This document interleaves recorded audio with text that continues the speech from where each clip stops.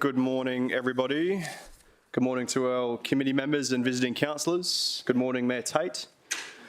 Good morning to our rather large gathering of city officers here today. Mark Spears, you're looking fantastic. Good to see you. Welcome to members in the gallery today as well and those watching online. We'll commence the meeting at 9:02. Attendance and apologies. We have none today, no leave of absence either. Could I have someone to confirm the minutes of the previous meeting? Moved Councillor Peter Young, seconded Councillor O'Neill. All those in favour? That's carried.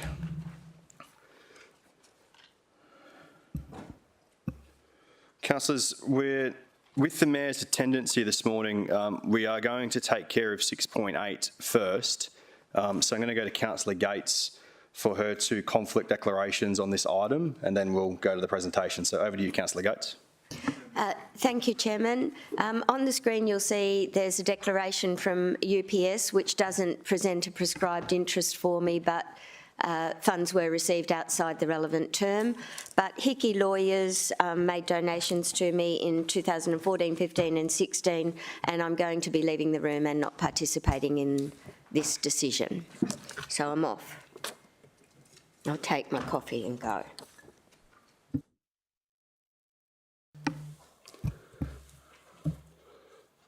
Thank you, Councillor Gates. Mayor Tate. Yes, I'd like to make a declarable conflict of interest declaration. It should be on the screen when you're ready. Right.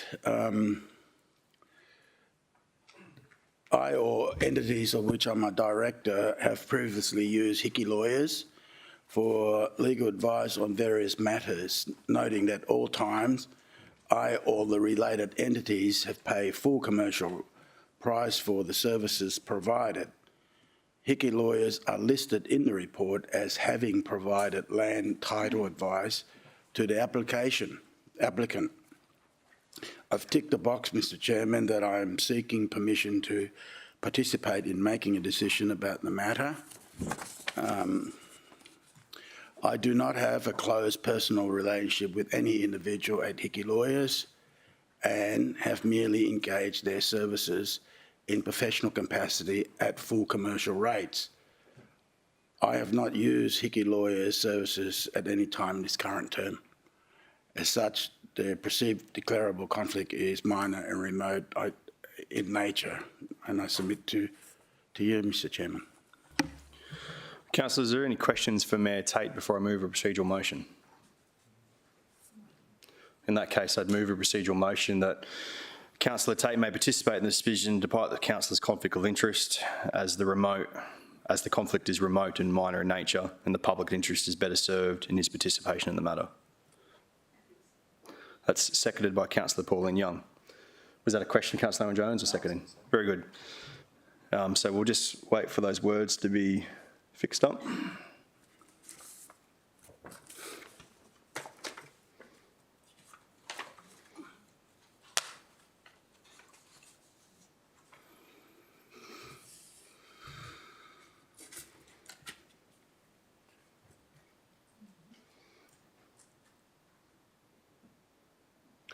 Happy with that? I'm happy with that. I have a seconder, so I'll take the vote. All those in favour? That's Councillor Hamill, Councillor Owen Jones, Councillor Curtis, Councillor Peter Young, Councillor Vorster, Councillor Pauline Young, Councillor O'Neill. And please record that Mayor Tate did not vote and that Councillor Gates is not in the room. Councillors, is there any other conflict of interest declarations in regards to item 6.8? That being the case, we welcome officers to the floor and we'll take the presentation.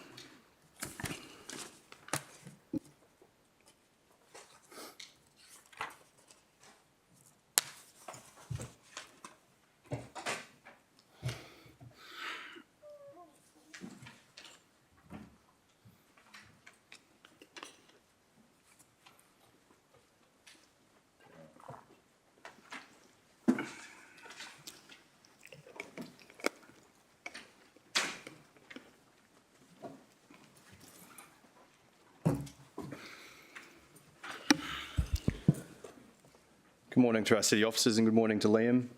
Liam, for the benefit of all councillors here today, would you just mind letting us know which officers we have in the room and which visitor we have with us? Through the chair. So we have Mark Spears here from Environmental Assessment. We have Martin Giles, who is Council's engaged flood expert for the assessment of the application. Chris Levers, who is our Transport Assessment Officer, and Dirk Tenbomer, who is our Environmental Health Officer. Very good. Good morning to you all. Liam, you're taking us through the presentation. Very good. Good morning, councillors. So through the chair, item 6.8 is a change other application which seeks to make changes to the development approval for material change of use and reconfiguring a lot over the Parkwood Golf Course site, which is located at 76 to 122 Napa Road, Parkwood. So in opening, councillors, it is important to note the legislative context under which this application has been assessed. So the application is for an other change, meaning assessment has had regard to the changes sought in the context of the development already approved. The proposal is also impact assessable. This is important as the Planning Act requires officers to carry out the assessment of the proposed changes against City Plan, as well as have regard to any other relevant matter. This slide shows the extent of the subject site. As you can see, it's a large 56-hectare land holding that is currently improved by the Parkwood Golf Course. There's a golf clubhouse, Titans training facility and other commercial buildings on the site. There are large stands of mature vegetation around the site's peripheries and between the golf fairways. In the site's northwestern corner, there is an approved retirement facility, which is currently under construction. This is located in the disturbed location at the bottom right-hand side of the screen. The subject site is surrounded by low-density residential development. Further abroad is the Bigger Creek Dam Wall, which is located to the northeast. The site is within the flood storage catchment of the dam, which I will discuss later. Other notable features in the area include the Gold Coast Health and Knowledge Precinct to the east, the Smith Street motorway to the south and the Pacific motorway to the west. This slide demonstrates a perspective view of the proposal. As you can see, it's a large integrated development that is centred around the proposed wave pool, with the wave pool being flanked by a mix of medium-rise residential buildings and commercial buildings. Commercial offerings include a mix of office, health and education tenancies.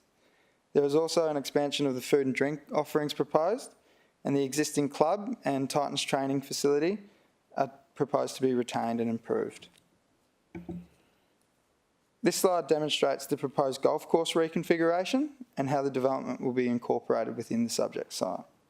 As we can see on screen, councillors, the 18-hole golf course will be retained and with the development located in the site's northeastern corner.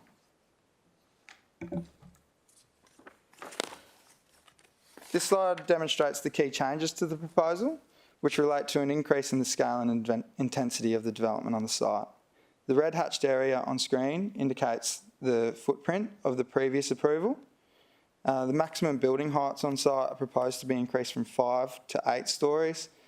The proposal maintains all currently approved land uses, however includes the addition of multiple dwelling and medium impact industry for a microbrewery. There are 99 additional dwelling units, with all dwellings now can be used for either short-term or permanent accommodation purposes. There's an additional 15,000 square metres of non-residential GFA also proposed. And car parking is increased to 1,440 spaces. This slide demonstrates the lower ground level. It includes the bulk of commercial car parking, wave pool infrastructure, the pool and beach area, and ancillary facilities for the wave pool. On screen is the upper ground floor plan.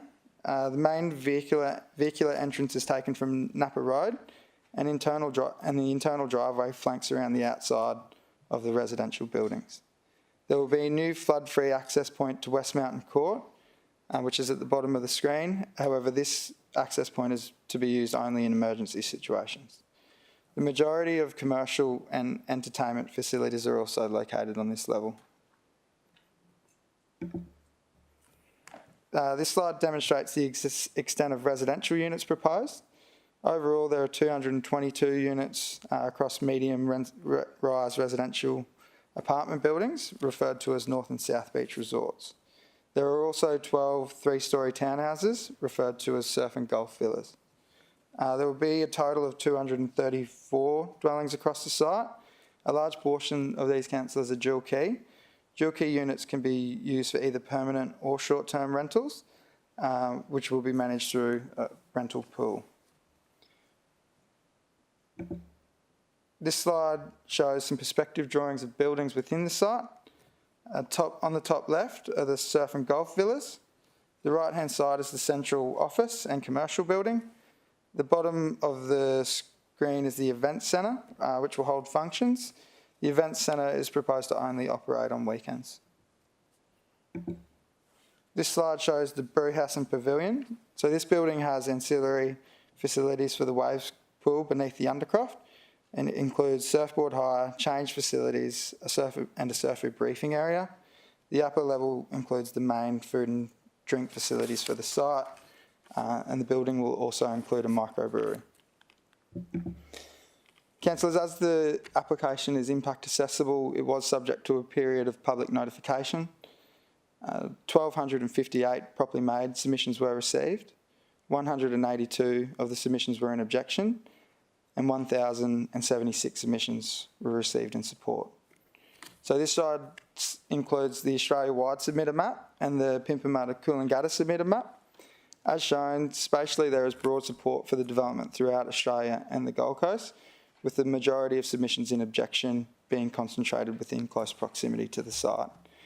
There were also 7 submissions received from abroad, specifically from France, Ireland, Saudi Arabia, United States and Canada.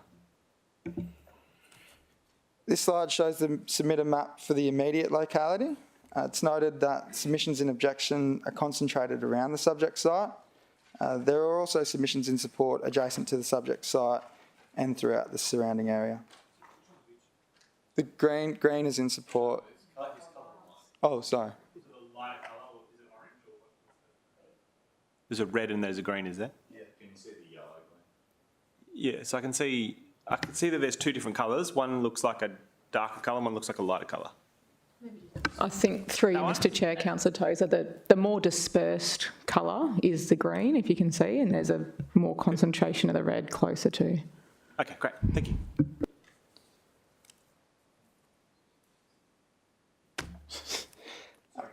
That's right.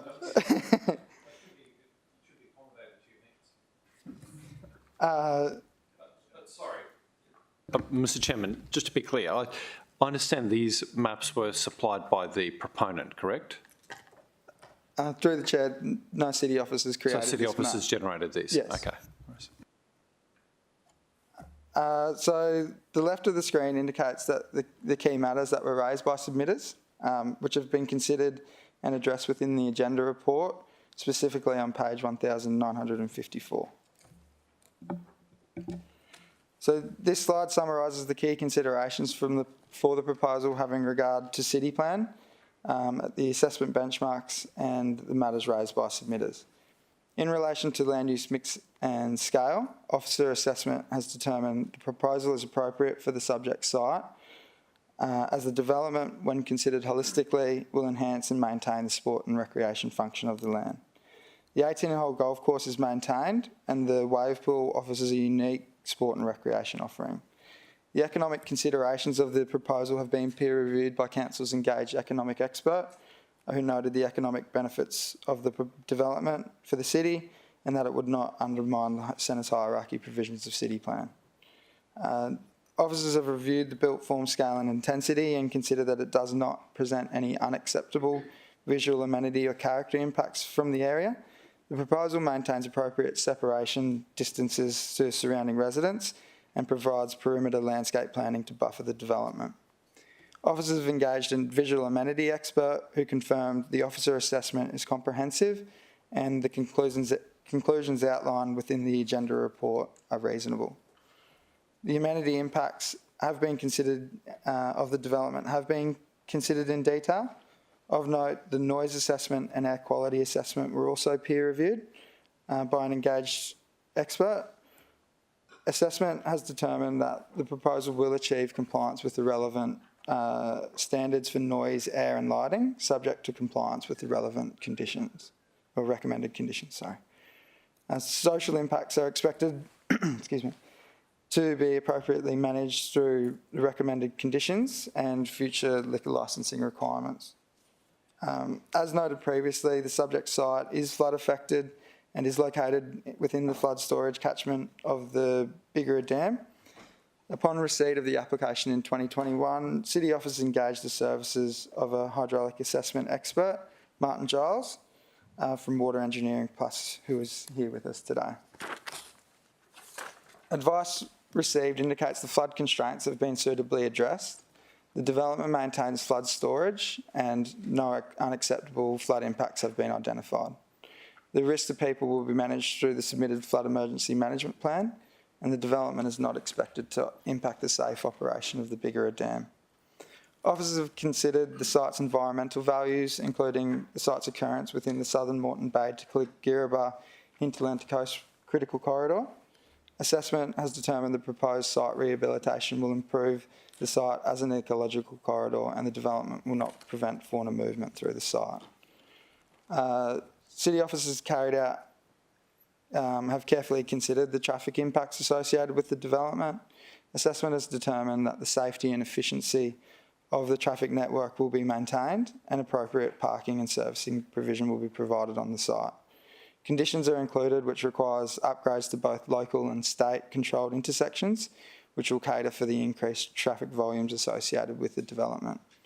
The proposal will also be connected to the water and sewer networks without compromising network capacity. In summary, councillors, the proposal is for a significant mixed-use development.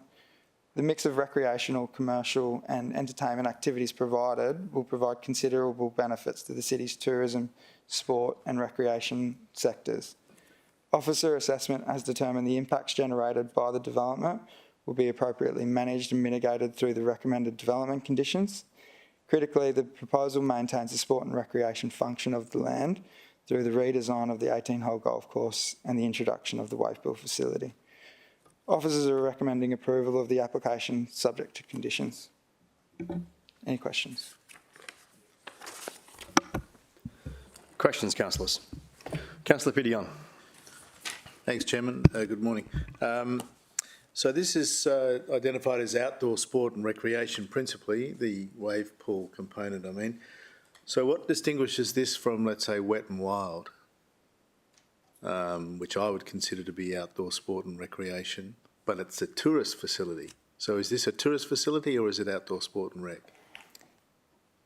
Through the chair, city officers have, I guess the categorisation of land uses is proponent driven. So the applicants proposed these as outdoor sport and recreation. Officers have reviewed the land use definitions and are satisfied that the proposal neatly fits within the land use definitions applied for.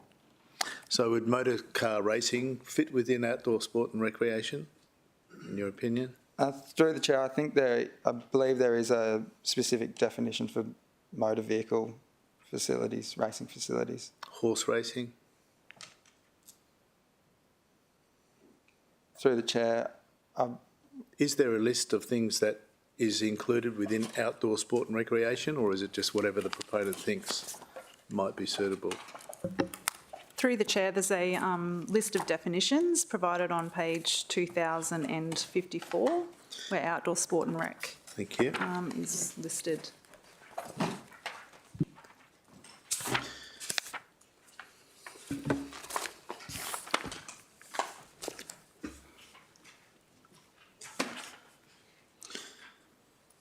So recreational sporting activity that is carried on outdoors and requires areas of open space.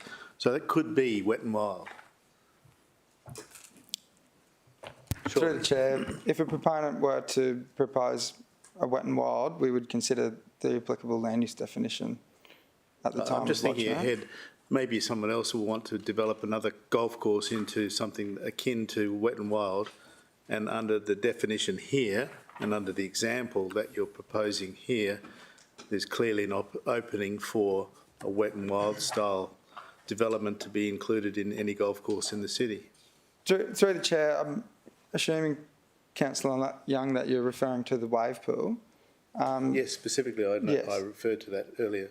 Yeah, so the surfing is a recreational or sporting activity, and as such, we are satisfied that the outdoor sport and recreation definition is applicable.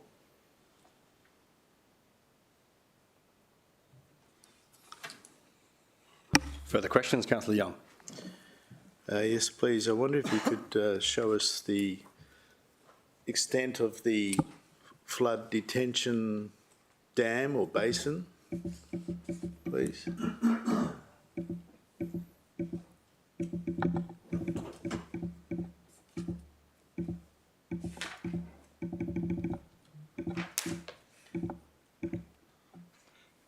Through the chair, on the screen here is the flood mapping for Q100 and PMF. Please note that this is a flux map, so it shows flood impacts from the development, but it does show the extent of flooding proposed in those two events. Thank you. And final question is about the critical corridor, the ecological corridor that this golf course is supposedly contributing to. Clearly, there's a very significant area of vegetation to the east, which is homogeneous and, apart from being interrupted by two roads crossing it, would appear to be a definite link going from the bottom to the top, whereas the golf course is over to the west and isolated from that to some significant degree, both by housing and by the road construction. So is it, perhaps not a question for you, Liam, but for any other persons in the room, is that really considered a significant element of the critical ecological corridor? Thank you. Through the chair, I'll pass over to Mark Spears.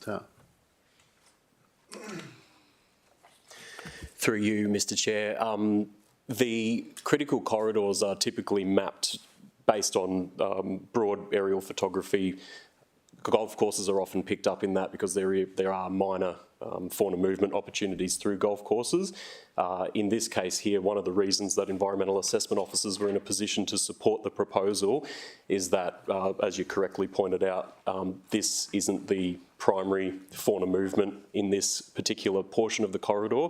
The vegetated area to the east that you've pointed out is where we expect the majority of the fauna to traverse, notwithstanding the benchmarks relating to biodiversity areas are still being met in the sense that there is a significant ecological rehabilitation proposed as part of the development. Thank you. Thanks, Chair. I'll leave it at that for now. Mayor Tate. Yeah. Through you, Mr. Chair, I submitted concerns that was raised by the community, a relatively lengthy document which included the flooding and the corridor and the noise and all that. I just want to ask if that documentation that I submitted, I passed it on to the executive general manager, that those areas were considered before the meeting here. Through you, Mr. Chair, Mr. Mayor, I can confirm that. So the submission was not within the typical submission period, so it was not properly made. But in discussions with Liam, it definitely has been addressed. So the points have been addressed in the report today and have been taken into consideration through the assessment of the report. Okay, thank you. Councillor Owen-Jones. Thank you, Chair. So I just had some questions just in regards to noise, and in particular the noise that may be generated from the actual wave creation, and I was wondering if officers could provide any advice regarding that. Through the chair, so the applicant undertook noise modelling exercises as part of the preparation of the application. As part of that, they modelled noise, wave noise from Duranbar Beach at the southern end of the Gold Coast. The report states that the wave height and I guess force and noise subsequently is similar to that of which would be generated by the proposed wave pool. Officers had that part of the noise modelling peer-reviewed, and the peer reviewers were satisfied that it was accurate and an appropriate means of measuring noise impacts. So, through you, Mr Chair, so I know not that much about wave pools, but the images that I've seen of the wave pool in North Queensland has a large machine making a lot of noise, and to create the wave, I'm interested in the noise that may be generated by the mechanical creation or otherwise of the actual wave itself. I appreciate that the wave will create a noise, the people on the water will create a noise. I'm interested in whether or not there's a noise created by the actual machine that creates the wave. Through the Chair, it's a good question, Councillor. This section on screen here shows the mechanical plant associated with the wave pool in a section. As you can note there, that the black lines that surround that are concrete, or will be made out of concrete. They, obviously being encapsulated within concrete, will then of itself mitigate noise impacts. However, due to the stage and development that we are at, being a material change of use stage, they've been unable to model the specific noise impacts of that mechanical plant. However, the recommendations of the report require that they are considered when detailed design is undertaken. Okay. And on that display there, it shows the hoarding, which is part of the temporary sound attenuation, because the development will happen in stages. Are they required to submit a report to council at the completion of each of the stages as the hoarding is adjusted? Through the Chair, if you just give me one moment, I'll direct you to the specific condition in relation to this. I reckon it'll be somewhere around page 2011 million. Yeah, so through the Chair, on page 2022, condition 79 is a certification of works condition. So prior to the commencement of use, this is on page 2023, the applicant is required to submit an acoustic compliance report prior to the commencement of use for each stage to demonstrate that the development has been designed and constructed in accordance with the approved acoustic impact assessment. Okay, and can I continue? And the first stage effectively creates I'm going to say the western bund as well, doesn't it? So there's a physical barrier, and being the bund of the car park, and then there's the temporary hoarding that goes up prior to the next stages. Is that correct? Through the Chair, yes, that is correct. As you can see on the screen, the actual surface level of the water will be at about 8.5 RL, and the top of the acoustic attenuation screen will be at 18 RL, so there'll be a good 10 metres of a barrier, I guess. And is all of the mechanical plant room above, is it flood-free, or is it subject to inundation? Through the Chair, it's not above the designated flood level, so it would be subject to inundation. However, the applicant may choose to treat the doors there with, flood-proof barriers. Yeah. And I haven't explored this, but would we be able to condition that? That they...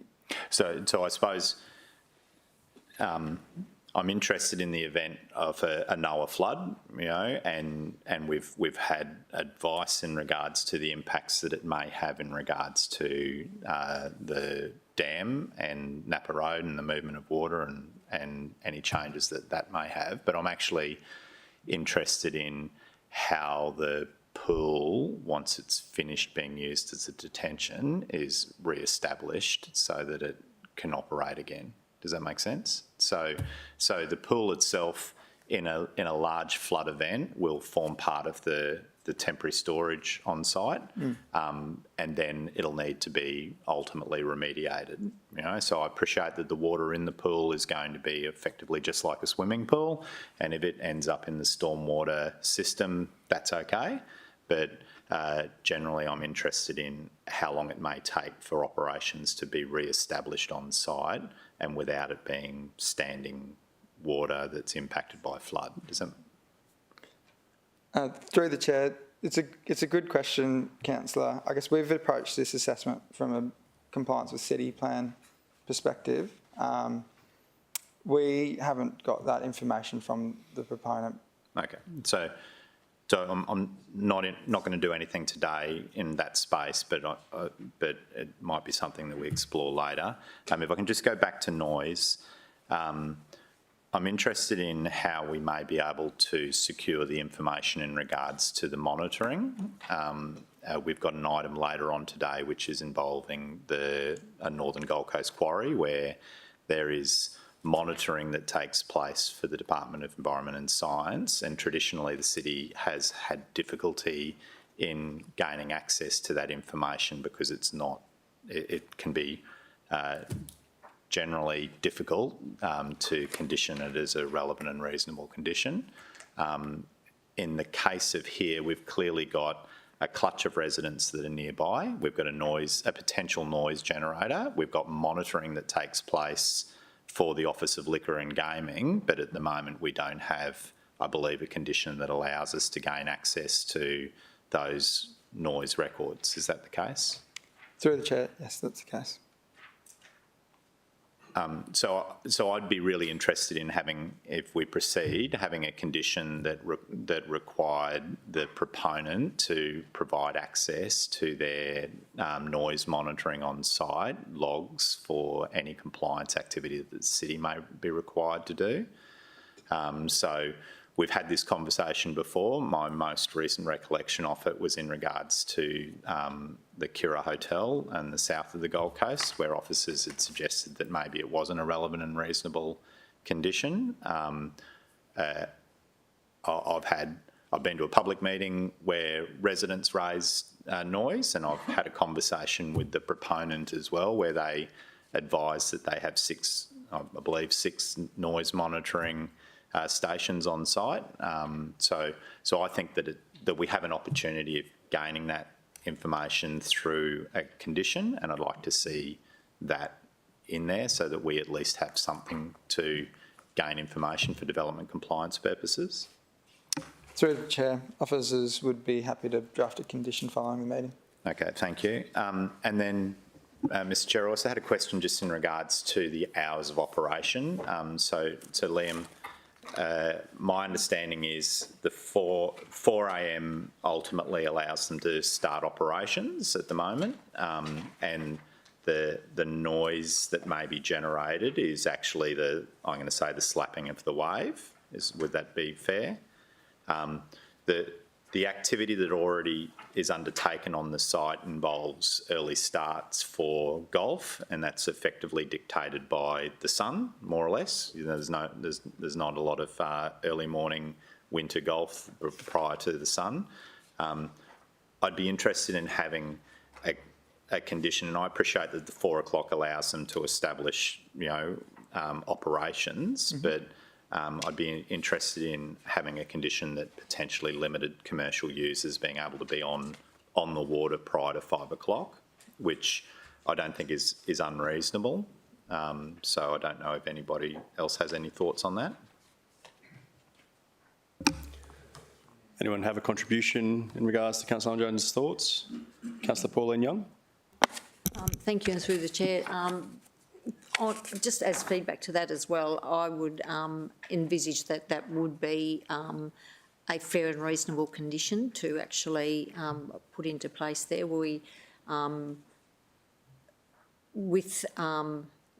As we know, if noise and that is an issue or has been a concern for the residents, and we actually do know that when it's in the cooler months, people tend to not be as active as early, and people have that sort of expectation. So I think it wouldn't be unfair, it wouldn't be unreasonable to say that in those months where it's cooler, darker, and that we limit the commercial starting times there. So I think it's something that could be explored prior to full council.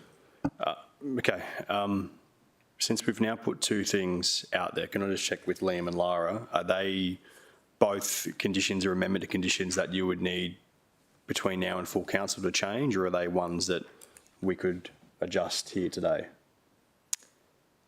Through the chair, the second of the conditions, which is the change to the operating hours, is quite an easy one to fix today.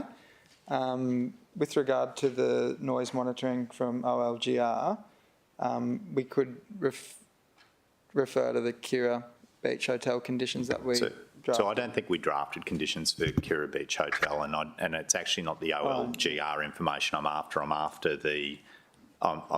I'm wanting to require the proponent to have noise monitoring on site, which I believe they already have, and I'm wanting to have the ability for our development compliance officers to easily access it, so that it's the noise outside of, I'm going to say on the curbs, that really concerns me.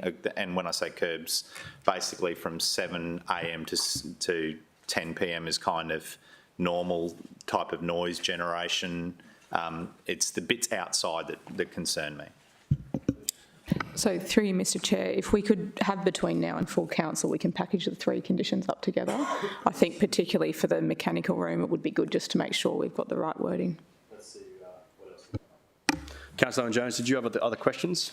I did in regards to access and the Westmount Court. I know that during Liam's presentation, he advised that it would be for emergency purposes only. It's incredibly close to the 13 villas, and I just want to make sure how we would regulate emergency use so that it didn't become a de facto residential access point. Through the chair, councillors, I refer you to page 1995, specifically condition 23. So the condition that we've recommended, it defines what emergency events include. So in that we've included when there's an event triggered by the flood emergency management plan, access for residents and short-term accommodation guests during flood events, as well as in the case of a bushfire event that prohibits site egress from Napa Road because there is a large body of vegetation nearby. So it's clearly going to be an electronic gate that's going to be accessed through a fob of some description. Yeah. So is it possible to actually tighten the conditions so that in the event of a fob being used to access the gate, the city's notified, and then that will link it back to the emergency management plan, So at the moment, so there's an emergency management plan that says in the event of a flood, blah blah blah, but it's every time it's accessed, there'll be an actual evidence of it through a fob. So let's know if it's being used for emergency purposes or from time to time. So through you, Mr Chair, what we could do is just add a bit of wording to number F there, so 23F in the conditions, just to say that once that, if it is in the case, that they to notify, the applicant is to notify council. Yeah. Councillor Vorster. Thanks, Mr Chairman, and I totally agree with what Councillor Owen Jones is attempting to achieve, but I just think it is the most cumbersome and ridiculous arrangement where we would be notified every time someone swipes a fob. Or alternatively, we have access to the fob information. So if there is a complaint and it's a development compliance issue, to me, it's how do we actually prove something? Yes. We prove it by looking at the log, because there'll be a log generated. Yeah. So if it's used on a seldom occasion, I'm mindful that there's a cohort of submitters opposed to this project who live at the end of that section, and it's the closest to change, and I'm interested in making sure that if there's a complaint and we have to do development compliance, it's not fill out a log and let us know, it's we can gain access to the log. Thanks, Mr Chairman. So I much prefer that arrangement because it's very similar to nuisance registers that we've often conditioned on development applications. I just know that it costs us $19.20 to receive every email through our business, and we should be avoiding that cost. I think the director and officers have got the intent of what we're seeking, and we'll draft conditions appropriate to be considered at full council? Councillor Jones, further questions? Not for the time being. Very good. I'd Councillor Taylor first and then back to Councillor Vorster. Thank you, and through the chair, I suppose my interest is in the noise component, and obviously we've got compliance development, but we do have environmental health and the nuisance complaint as well. So I suppose it's just understanding the balance for residents, that we ensure the impact of noise is maintained, and hopefully through compliance, development compliance, we can maintain that. But the difference between environmental health and noise nuisance is a way that it can be also managed in that aspect.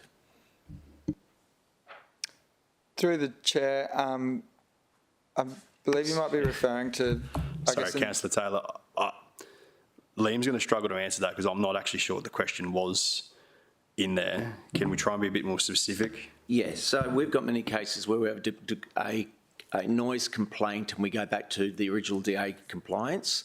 If there's no conditions in the development compliance at that stage, we have the ability for environmental health to then do a report, and then it's a way of managing noise situation. I think the question was, Liam, do you believe we've got the appropriate suite of conditions to make sure development compliance has words to take action against? Through the chair, yes, I do. Yep.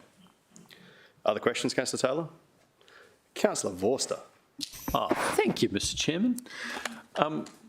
So plainly, noise is a concern, and I appreciate that the acousticians that were engaged by the proponents and obviously reviewed by city officers seem to have satisfied the operational nuisance issues which could occur. But I just wondered to what extent city officers are confident that noise and dust issues related to the construction and testing of equipment have been addressed in the development application. Now, usually we would call for a construction management plan to be supplied post-adoption, so post-endorsement of an approval.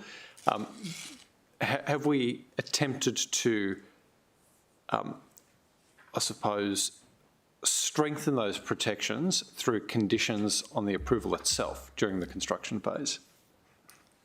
Through the chair, excuse me, referring to page 2013 of the report, condition 72, that's where our construction management plan condition is located. Officers have, through the review of the application and in the drafting of conditions, have strengthened that construction management plan condition beyond what we usually would apply. And in this circumstance, we're satisfied that that condition will appropriately manage construction impacts. And do you think, should committee and then council see its way to approve this development condition, this development, what would be the best way that council could communicate to residents the range of protections that have been endorsed in order to protect the quiet enjoyment of their homes during this construction phase? Would we merely send them to a link to a 1,000-page report, or could we produce a document that allows them to see what protections should be in place so that if the proponent breaches any of those conditions, they're well equipped to make a complaint? Through the chair, any decision that council makes, there'll be an accompanying decision notice. The conditions will be contained within that decision notice and will be available on PD Online. So without, I suppose, without giving any officer a direction, my sense is that there's a lot of community concern around nuisance, and our conditions for approval will only be as strong as they are enforced. And I think it would be very useful in that decision notice and in any reply which may go to any submitter that we equip them with all of the protections that have been put in place and provide a little bit of guidance around how complaint could be escalated. I think that's an important step with a really contentious DA. Through you, Mr Chair, we could simply do that as an advice note, but I think it's also important that with the recent restructure that council went through, we do have the City Inspectorate now, so that's a different way to how we've addressed compliance in the past, and certainly happy to explain that further as well. So, Mr Chairman, I think a lot of people will hop on council's report a problem page and they might feel as though they only have very limited scope in order to address amenity concerns. But obviously the conditions which we could endorse today provide further protections. And I just want to make sure that people understand what those protections are to give them comfort and a little bit of faith in our decision making today. Mr Chair, I mean, we're happy to put some thoughts around that before full council as well. So when we send the memo with the changed conditions, if that's what the committee resolves today, we can put some information to you all before full council about that as well. Yep, thank you. No other questions at this stage, Councillor Vorster? Well, I suppose my last question would be, could that conceivably be incorporated into the construction management plan itself, that the construction firm is required to provide that advice to a potentially affected catchment, so that it's their responsibility and not ours? I'm happy to take that on notice, but... Do you mind if I take a swing first, Councillor Owen Jones, and I'll come back to you? I'll have a few questions first and come back to you. That's cool. Liam, I was hoping to discuss hydraulics a bit more, and since we have Mr Giles here today, give him an opportunity to explain a bit of the peer review that he undertook of this assessment. So maybe if Martin wanted to come up and if he could talk through what his assessment of the applicant's initial report looked like and what questions initially came from that and what the responses were and what your final summary of the flood impacts of this site will be.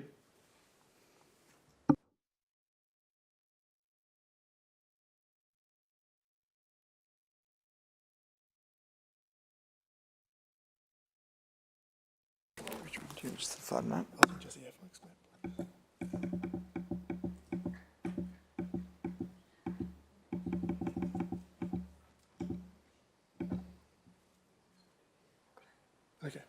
Okay, through the chair, it's been a fairly lengthy review process. I was asked in, due to the location of the site in close proximity to the bigger dam, there was obviously a initial and high concern in relation to potential impacts on dam safety and just in the more general terms, in terms of flood impacts and also associated with that flood risks. So that led to a number of information requests and adjusted modelling scenarios. All those modelling files were supplied to myself to review, so we're able to go through and confirm that all the modelling that was completed was fit for purpose and that it was achieving the results that were stated in the reports. Ultimately, two models were considered. The first model was Council's model, which it has adopted for the General Creek itself. That was used to consider events up to the 1% or 100-year event. Through the modelling that was completed, that demonstrated no significant impacts off-site for all events up to the 100-year event. For events greater than the 1% or the 100-year, we took advantage of the model that was developed for council for assessing the dam failure impact of the creek of the dam itself. So that was used to consider the larger events such as your 1 in 2000 AEP and your probable maximum flood. And again, that modelling demonstrated that the development itself would cause no change in flood level for those events. So I'm confident that as a result of that, this development will not result in a change in flood level external to the site for all events all the way from about the 2-year all the way up to the probable maximum flood.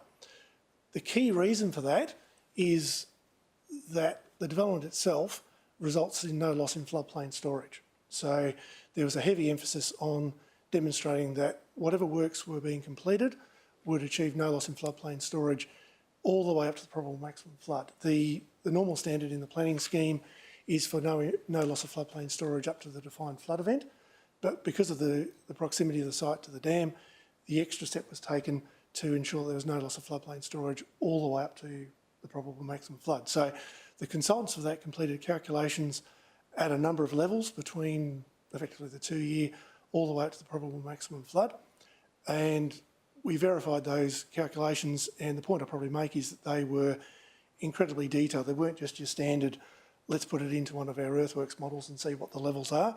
They went to the trouble of deducting slabs, columns, to really get a fine tune on what the storage was. And as a result of that, we generally have a slight increase in floodplain storage all the way up through there. So based on all the modelling that was completed, based on our review of the models and the fundamental point of no loss of floodplain storage, I became comfortable that this was going to result in no change in flood impacts, and therefore, as a result of that, no change in conditions at the dam itself. Allied with that, there's also the matter that was also crucial, which was the flood risk management. The 2 points I'd make in relation to that are, firstly, this development, compared to the previous approval that was there, allows for a high flood immunity. I mean, it's not flood free, but it's 100 year, which complies with the planning scheme, which wasn't involved in the previous approvals. That does allow people to get out through West Mountain Court. That means that all the residential people in the development enjoy the same level of flood access immunity as is required under the planning scheme, which I regard as a significant improvement on the previous approval. There was a lot of discussion, additional modelling and proofing concerned in terms of flood risk. The flood risk management plan now is a far better document than it was when we started. There's a lot more consideration of how much time you have available to evacuate, demonstrating that you can evacuate through there. And even then, the conditions require a few more extra things. One of the things I'll probably highlight is one of the conditions is the requirement to complete an audit and to supply that audit to council. And the pure intent of that is to say, well, the flood risk management plan is a live document that needs to be looked at all of the time and needs to be implemented all of the time. The key focus of that flood risk management plan was the lower car park, which doesn't have an immunity level that meets the planning scheme. And as part of that work, the applicant undertook detailed traffic assessments that proved or demonstrated the amount of time it would take to evacuate that car park. Now, to put it, I suppose, in effective terms, it was, in terms of the flood gauges that we've got in there, they've got a little bit under 2.5 hours before there's a point at which they say, right, no one can leave anymore. But that allows a half-hour marshalling time. It allows the traffic engineers who prove you can get all the cars out in an hour.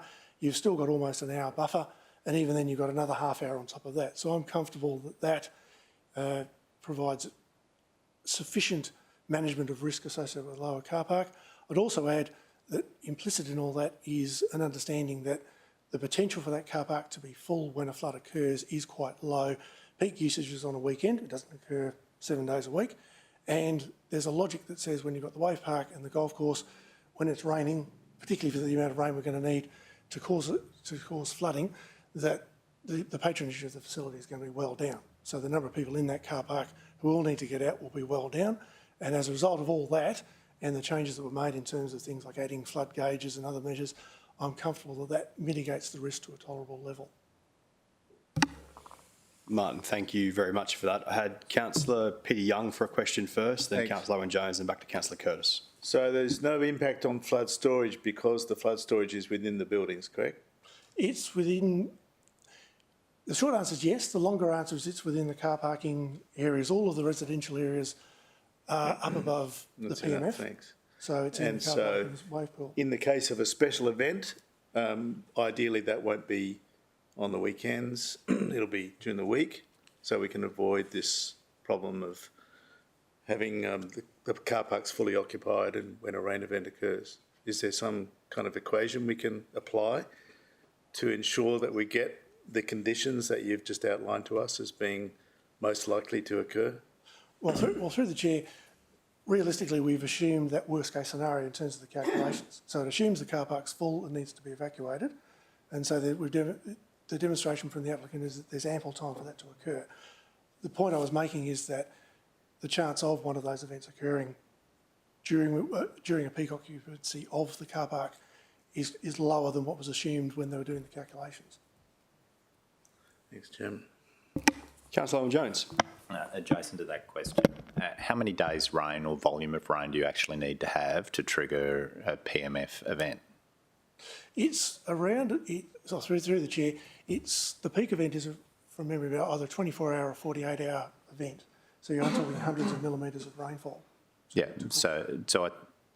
to me, I see the PMF as being very much the extreme of something happening. And if it's been raining for 3 or 4 days non-stop, my guess is that there probably won't be a full car park of patrons at the wave park. I think that's an assumption that wouldn't be unreasonable to make. I have a question in regards to the PMF, and so you've said that there's no notional change in the flood storage by the development.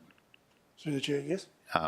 So where on the right-hand map it indicates the blue, so I'm assuming is an increase of between 2 and 4 millimetres to flooding in areas that aren't impacted in the Q100 map. Is that?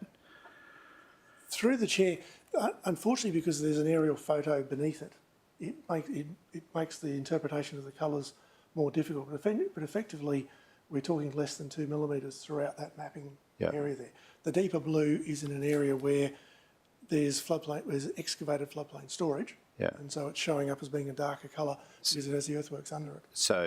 So in the Parkwood and Parkwood Heights, the approvals there would have all been undertaken, assuming a Q100?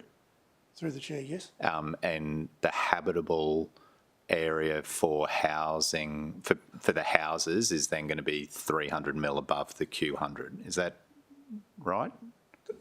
Through the chair, in accordance with the planning scheme, that's correct. Yeah, and so then if I go over to the right-hand map, which is the PMF, which is more than a Q100 event, and we're showing some residential properties potentially impacted, but they would have been impacted without this development anyway because it's the spillway and the height of the dam wall itself that determines this. Is that correct?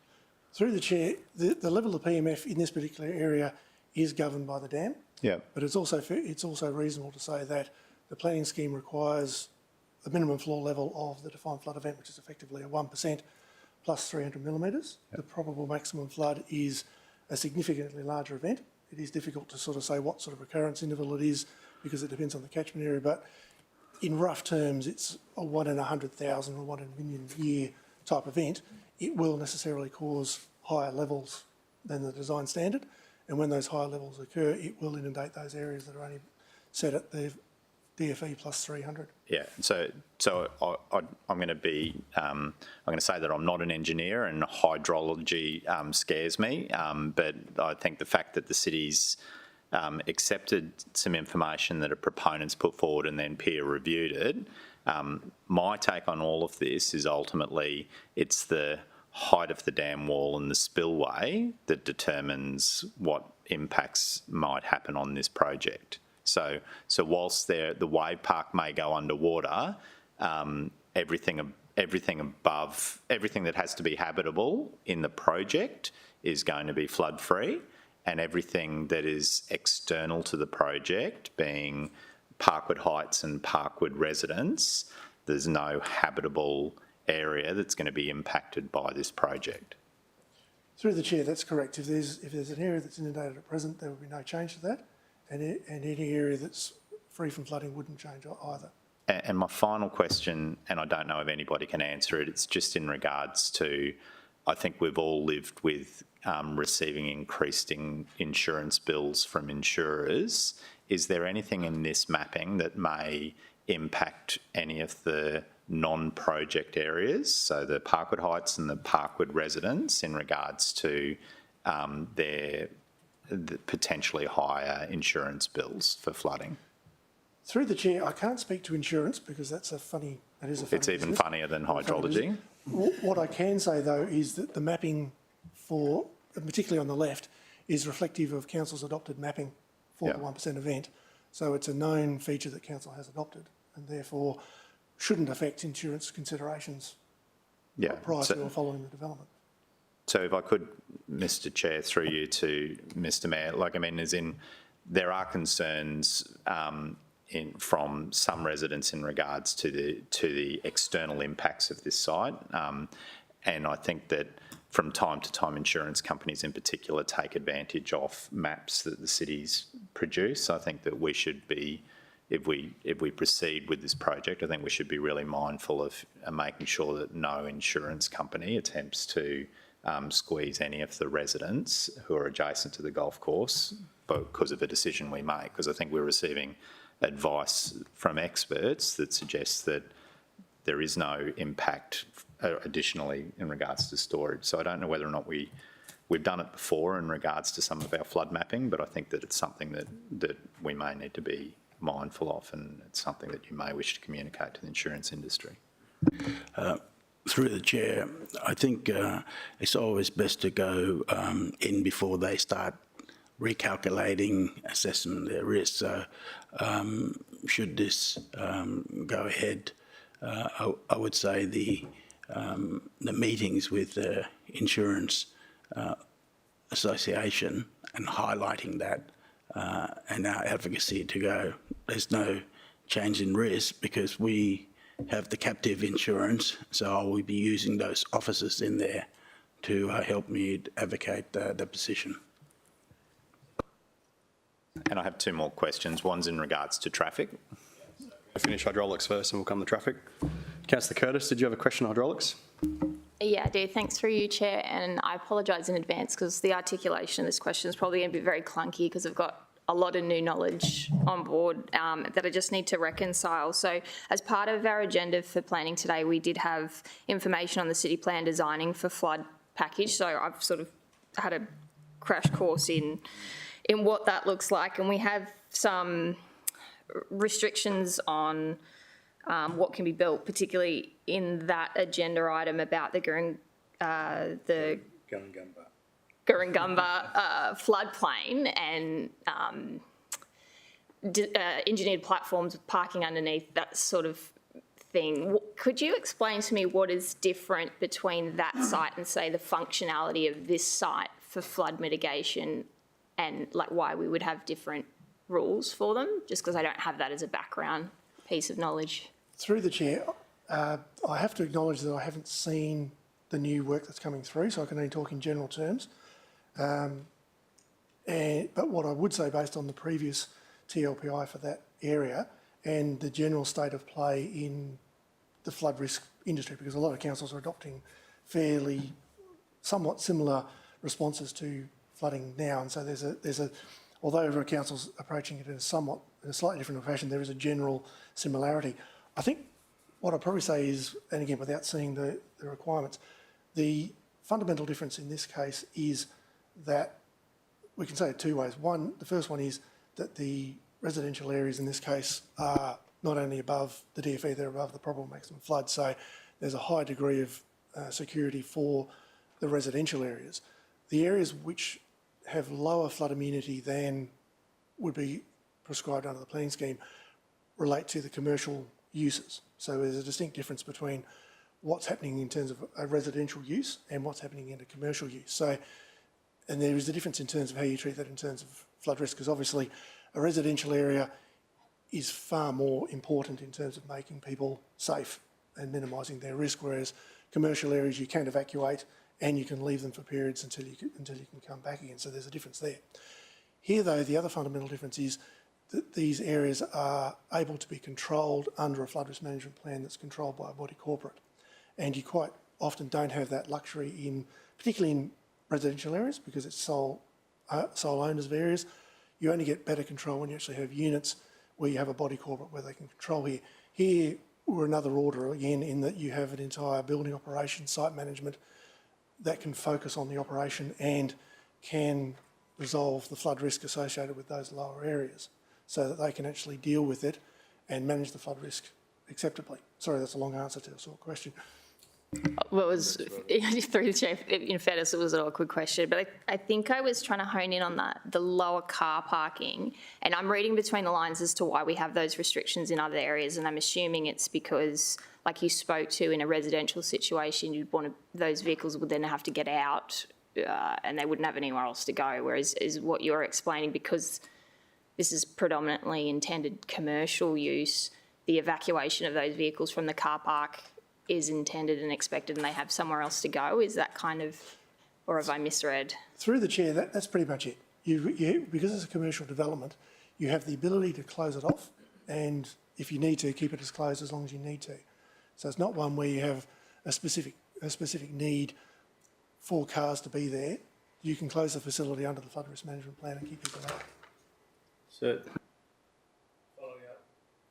following on that, this isn't just a commercial development. We're obviously creating residential, full-time, like permanent residential and short-term residential. So what's the response on that? Perhaps that's a question for the director. Okay.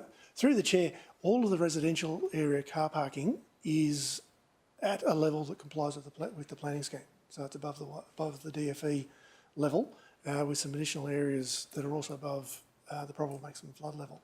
So all the residential car parking areas are fully compliant with the planning scheme. Other questions for Martin in regard to hydraulics?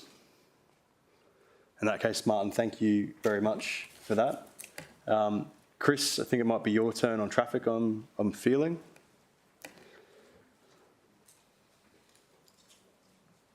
Mr. Chairman, I've got to go. Understood. Yeah. Councillor Owen-Jones, questions for Chris. Thank you, through the chair to Chris. I'm just wanting to understand what the peak volumes of traffic being generated on this site might look like, and how it may conflict with the existing AM and PM peaks. Sure. So through you, Mr. Chair, the traffic impact assessment estimated the peak hour volumes to be in the morning peak hour 672 vehicle trips. That's combined in and out. In the afternoon peak 665. And on Saturday, they also did a Saturday analysis to be 643 or 800 odd cars if there's an event in the event hall. And so there are increases to the existing volumes? That's correct. Well, no, sorry. So that will be the total volume. So there are existing users on the site, which are currently generating traffic. So that traffic volume is included in those volumes of total traffic generated once the full development is complete. But is that, just so that we're clear, is that additional volumes for the peaks created by this project, or is it the actual volumes for Napa Road during those peak times? It's the actual volume generated by the development during the peak hours, inclusive of everything. And so Napa Road already has a volume of use, which will be 18,000 or 20,000 car movements a day or something like that. Is that correct? That's correct. So in very simple terms, it's adding maybe 5 or 10% of increase in volume to Napa Road. And I'll say it again, I'm not a traffic engineer either. I'm just trying to understand what it might actually look like to a normal person in regards to what the real impacts are for volume on Napa Road. Look, I don't know the exact percentage of increase compared to background volumes on Napa Road. I haven't calculated that, but it probably is in that order. So in terms of the works that they're going to do to accommodate the development traffic, they will be signalising that existing access to Napa Road, and that will involve some minor extensions to the existing turn lanes at that intersection, and they've done capacity modelling of that intersection, and that operates within normal capacity operating conditions over a 10-year horizon with the full development. They will also be doing work to the west at the Captain Cook Drive intersection. They'll be undertaking works that are identified in our LGIP, and that includes extending turning lanes on both Napa Road approaches to that intersection. They'll be creating an additional right turn in the southbound Captain Cook Drive approach, and a few other tweaks to that intersection as identified in the LGIP. All of these works will be undertaken prior to commencement of use of stage 1. And our traffic engineers over at the Infrastructure Gold Coast Department have reviewed that and are comfortable that those works can accommodate the proposed development traffic.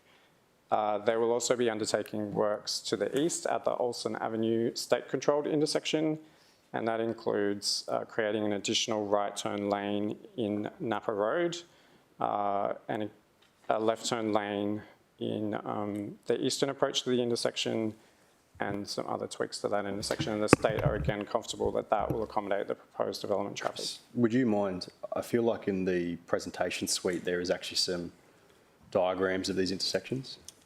And I've got, in terms of the SARA response, so the state were interested in the impacts to the east on Olsen Avenue. Were they interested in any impacts to the west at the Smith Street intersection? They didn't require modelling of that intersection, no. Thank you. So, Chris, I know we're looking at the Olsen Avenue one here, but I looked at the other one last night in a fair bit more detail. So the intent here with lengthening of turn lanes and whatnot is that every time we get a green light, we're going to get significant more flow of cars through the intersection in one hit. Yeah, that's right. It's increasing that capacity of clearing cars from that for this particular intersection from that Napa Road approach, which will be exiting the development. And this is the sharks down in the bottom right-hand corner of that photo, is that right? Yes, that's correct. Thank you. Councillors, other questions for Chris in regards to traffic? Not for Chris. Chris, thank you for now. Thank you. Councillor Jones, who's your next question for? Yeah, thank you. It's probably going to be for Lucky Liam. So it's just in regards to the submissions, and there was a high volume of submitters in favour of this project, and I'm interested in knowing whether or not that was a pro forma submission or it was independent submissions, if you appreciate the difference. Through the chair, I believe they were mostly not pro forma. Mostly not pro forma. Yeah. Yep. So again, we've got another item today where we've had 1,400 or 1,500 submissions, but they're all from the same email address and they're pro forma. So the 1,000 are all not pro forma. Is that correct? A lot of the emails were generated, I guess, via a service that or a web page that the applicant had put together. Okay. But the contents of the submissions were on an individual basis. All right. Thank you. Councillors, other questions for officers? Yes. Councillor Peter Young. Could I please be directed to the images that show the inundation of the car parking and factual material that demonstrates that inundated car parking is for non-residential use only? Thank you very much. Officers, can we direct Councillor Young to that information? Councillor Young, I have included that within a condition. If you just bear with me one moment.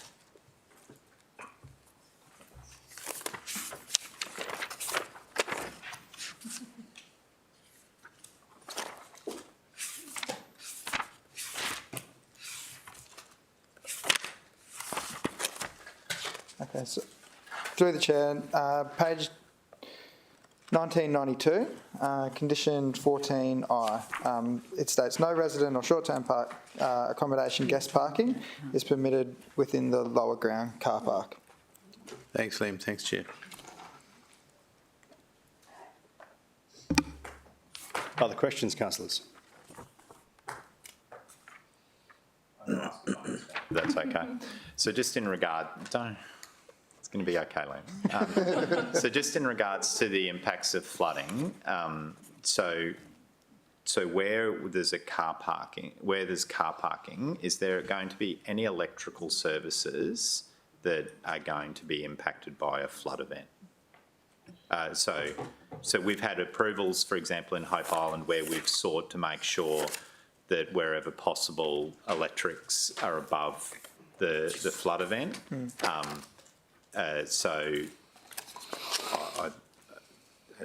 it's a broad question and you may not have the answer, but like, I mean, I think wherever possible, if there's light fittings and power points and all of those type of things, we should try to get them up above PMF. You know, it's a practical thing for the applicant. It's a practical thing for us, but like, I mean, wherever possible, we should try to have those things above the PMF level.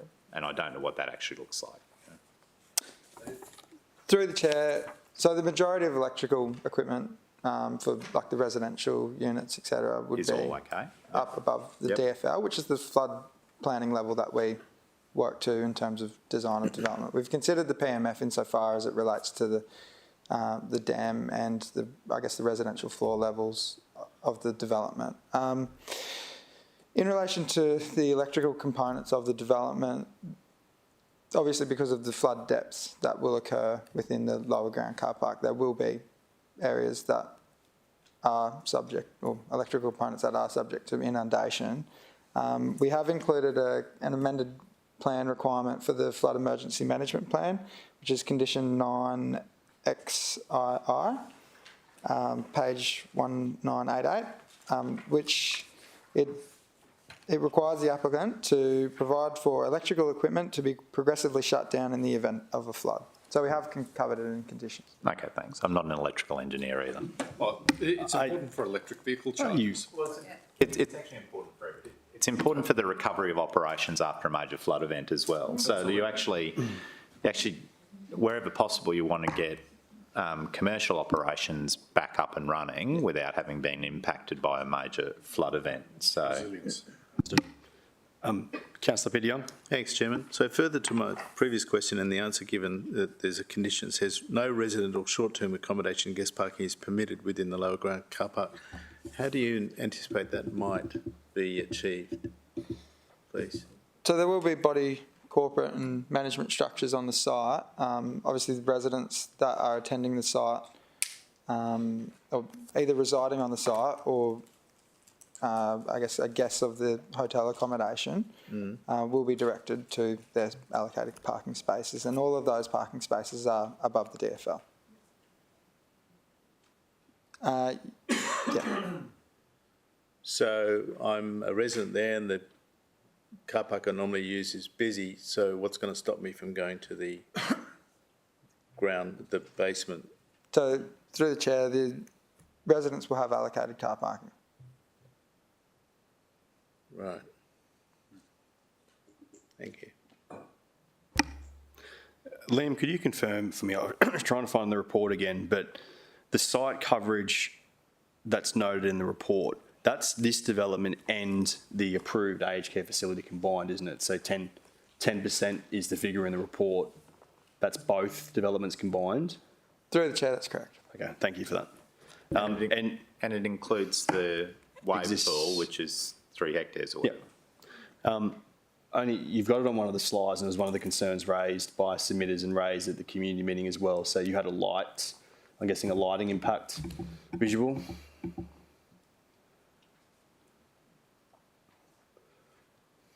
So I'm assuming this is demonstrating that there's been assessment done to show that lighting impacts won't leave the site and be of a nuisance to adjoining landowners. Through the chair, that's correct. We've reviewed a lighting impact assessment that was submitted as part of the application. It has recommendations in terms of how lighting will be treated, and we have included that within condition 4.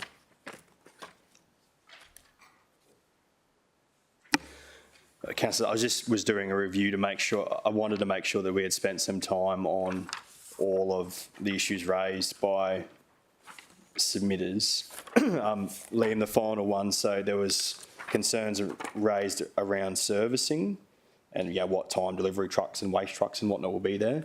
So the standard condition applies on that, but do we have the actual times that will be dictated by? Through the chair, I refer you to page 1996, condition 27, which says undertake all activities associated with the operation of the uses between the following hours, and item B of that condition requires loading and unloading activities between 7 a.m. and 6 p.m. only. So there's not going to be delivery, apologies, there's not going to be delivery trucks or waste trucks there at 4 o'clock in the morning with reverse beepers or tipping bins. That'll all happen after 7 o'clock in the morning. Through the chair, that's, yes. Cool. Councillors, questions? Thanks, Jed. And just in the interest of touching on all those things raised by submitters, can we just spend a moment on the pinch points and that the corridors for fauna, the environmental corridors, because I don't really understand how much space is required to preserve that. And I've heard that the expert advice is that they are preserved, but can I just have a little bit of detail? Oh, happy to have a go.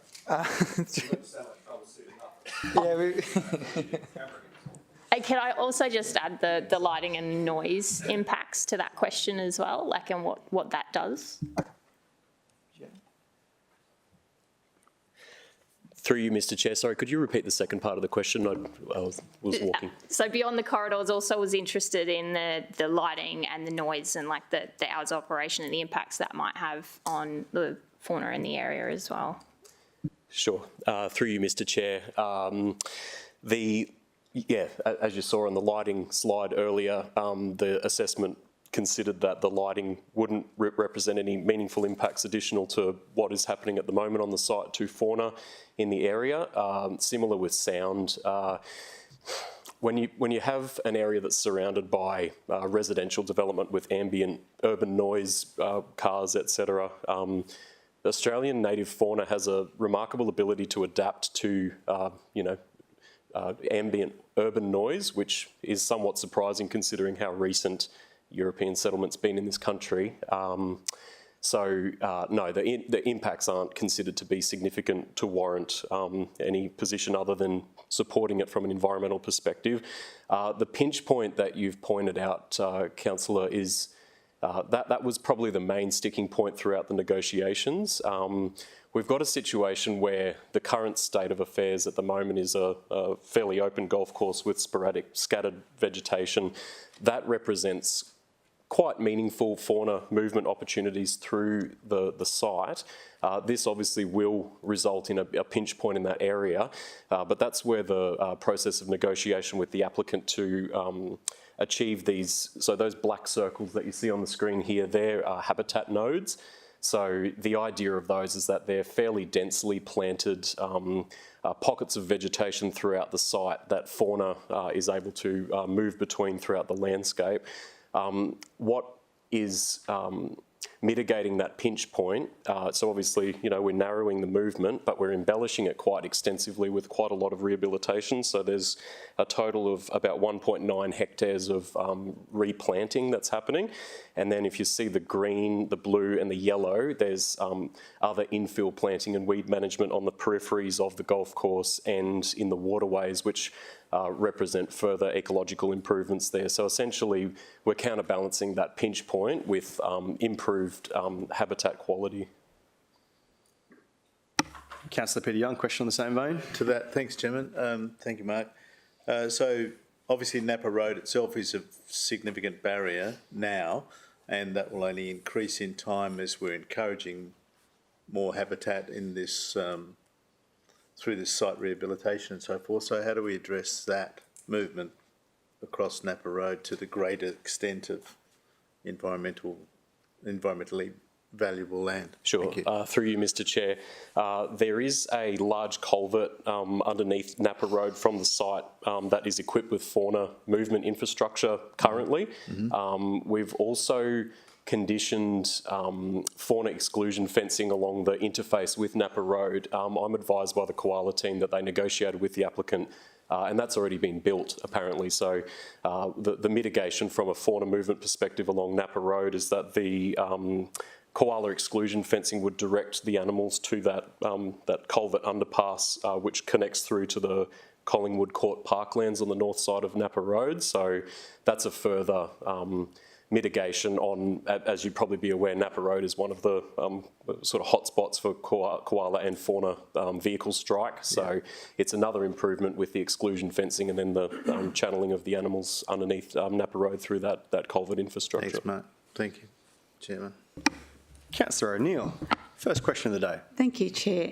I was actually going to bring this topic up in one of our other agenda items, Mark, but while we're on this one, just wanting to know, following Council's investigation of some destruction at Tallebudgera Creek Road and a development there quite a few years ago, there was supposed to be there should have been a condition that was be placed on future development applications that a qualified arborist be required to oversee or sign off on works in highly sensitive koala habitat areas, and that's especially with, vegetation removal with weeds and then planting native trees and the methodology around that, because I think in the Tallebudgera Creek Road development there was some methodology that was used that actually ended up poisoning some of the koala habitat trees.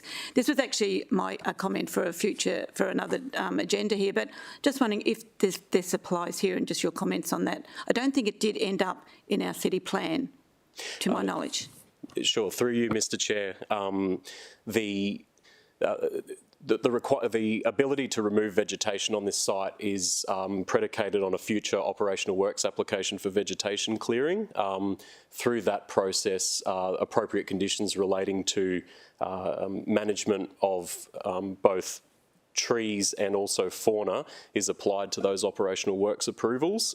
So one of those will be supervision by a suitably qualified arborist to ensure that the trees that are nominated for retention are appropriately retained, and if there's any damage that occurs, it's appropriately remediated. And then further to that, the rehabilitation that is being approved over this site, there are conditions relating to certification of works by appropriately qualified ecologists, and then hold point conditions relating to inspections to ensure that the goals or the milestones of the rehabilitation have been approved. So we do get a second pass at this from an accountability perspective at that operational work stage, at which time we will be imposing that exact condition that you're referring to. Excellent, thank you. Councillors, any further questions for officers on this item? Very good.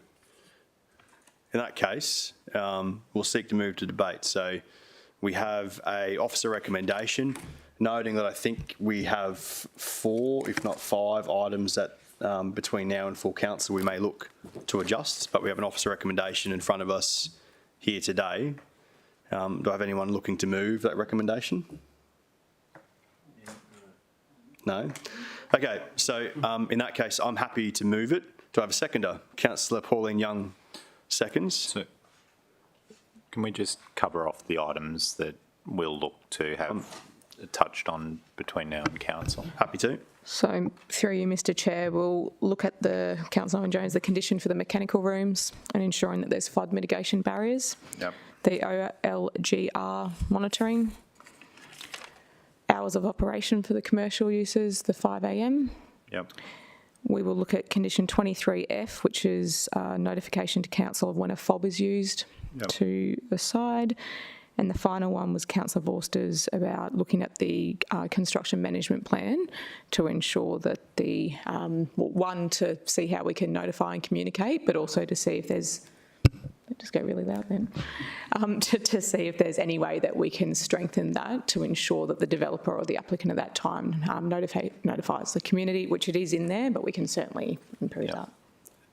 And can I just say that for mine, the 5 a.m. commercial use was for people bobbing up and down in the Wave Park, so I'm not too sure external to that for the golf course, that wasn't necessarily what I was looking at. So I'll open debate briefly, only that this has been a lengthy report and there's a fair bit of technical information in it, and we've had some really in-depth presentations today, especially around hydraulics from Mr. Giles around the hydraulic assessment and peer review done there. I approached this one in a bit of a systematic format that, for me, I had to get past the sport and rec zoning concern first, that everything else fell after that. And I believe that in understanding the officer assessment, understanding the words in city plan, that it's a clear intent for the site to continue to serve a sport and rec zone. It maintains the 18-hole golf course being the current sport and rec use, and adds an additional sport and rec use to it. So I feel that the zone code has been met. Hydraulics, rightly, a considerable amount of time and resource from both the applicant and from city officers has been directed towards addressing hydraulic concerns. I take a lot of comfort from the fact that having Mr. Giles in the room explain his independent third-party review of that, and how much backwards and forwards went on, and that, in his words, there is no impact on the existing flood controls of this site from this development. Visual amenity, something I had a lot of discussion with local residents about, and absolutely understand why, if you live on a golf course or have a view line to a golf course, that you have a more than reasonable expectation to maintain an amenity and a character that you look at, especially when so many people's outdoor living areas face the golf course. There is, while we didn't focus too much on the presentation today, there is a considerable amount of detail in the report demonstrating the work that's going on to analyse visual amenity from different people's houses, and where different impacts through additional planting, different fence types, and other uses to ensure that the character and scenic amenity that most households currently have isn't lost. Traffic, well, Mr. Levers was only up here for a little bit. In reviewing the traffic assessment, it would appear to me that Napa Road itself isn't the issue, it's the intersections that are the issue. And that the fact that the intersection was already identified in LGIP shows that it was hitting a capacity point that required upgrade either way. So this development triggers that upgrade, and we'll see those intersections upgraded, which will improve capacity, and will hopefully see people able to get to and around the area a lot quicker. I'd agree with where Councillor Owen Jones went, that the amount of traffic impact from this development at the AM and PM peak times and the Saturday peak times is only a marginal increase on the overall traffic network. Acoustics, we spent a fair bit of time on that today. I think after hydraulic engineering, acoustic engineering is the one that is the most difficult to understand sometimes. I take comfort in the fact that there has been a lot of reporting done in terms of acoustics. There is a lot of acoustic attenuation measures to be put in on this site, with new fencing, with earth-bun walls, additional landscaping outcomes. It was one of the main reasons, from my understanding, why halfway through the development application process, buildings were flipped around and whatnot, that through ongoing work to improve the acoustic results, buildings were moved around to help mitigate those measures. Lighting impact, again, something raised by submitters and raised at the community meeting. There is information in the report to demonstrate that no adjoining property owner should have a lighting impact nuisance from this development. The servicing, very fair point, that I would not want waste trucks, delivery trucks coming into the site at 4 o'clock in the morning with reverse beepers and bins getting tipped. So I'm comforted to hear that that cannot happen until after 7 o'clock in the morning. And finally, environmental values, that I appreciate Mr. Spear's insight into that the golf course itself is not the most important part of this environmental corridor, but my takeaway is that through the works in the koala fencing, the underpass, and additional planting and reconfiguration of the golf course, that we actually get an improved corridor through the site, which is a good outcome. So, happy to move the item and happy to support this application. Do I have someone wishing to speak against? Councillor Peter Young. I'll start by saying I think this is a really exciting product. I think it's a really fabulous proposal in the sense of a tourism facility that will benefit the city. But I have real great reservations, and I appreciate that there's been a lot of work attending to all of the issues raised, and very genuinely, I'm sure people believe that the conditions that can be applied are going to provide the level of comfort that's necessary to support the lifestyle aspirations and expectations of our residents, and I don't believe that they will. Ultimately, that's a perfect scenario, and the perfect world doesn't exist. I think that fundamentally, the sport and rec zone enables buildings that support the sporting club. So, for example, a gym or a clubhouse, it's clearly identified in the definitions. So that infrastructure is meant to support the club. You've got a footy club, and there you go, there's your gym and your clubhouse. This is a far realm away from those initial concepts and what I think was intended in the sport and rec zoning. There are obviously problems with and conditions that will seek to address the impact on the critical ecological corridor. I've got big concerns about the hours of use, and there's been some discussion about that, but what was proposed initially was just abhorrent. The extent of flooding and potential danger to residents and visitors to the site and those in the immediate proximity is significant. There's traffic impacts and noise. All of those things add up to something that is in the wrong place, in my opinion. This is a tourism product, and that's great, but it's an inappropriate overdevelopment of an area that was originally meant to be an oasis. This golf course was an oasis in amongst a surrounding residential area with a residential amenity, and we're inserting into it something that the Chief Investment Officer is obviously very excited about, because it's going to provide nighttime economy benefits, it's going to provide a tourism benefit and so forth, and I don't think that's appropriate for this zone and this location. If this was around the vicinity of our theme parks, I would be fully supportive of it, because it is, to me, a theme park. This is going to be attracting hundreds of thousands of people every year, and that's not the intention of a little sport and rec kind of infrastructure that was intended in the planning, in the city plan. So I can't support this as much as I admire the effort that's gone into creating a great product.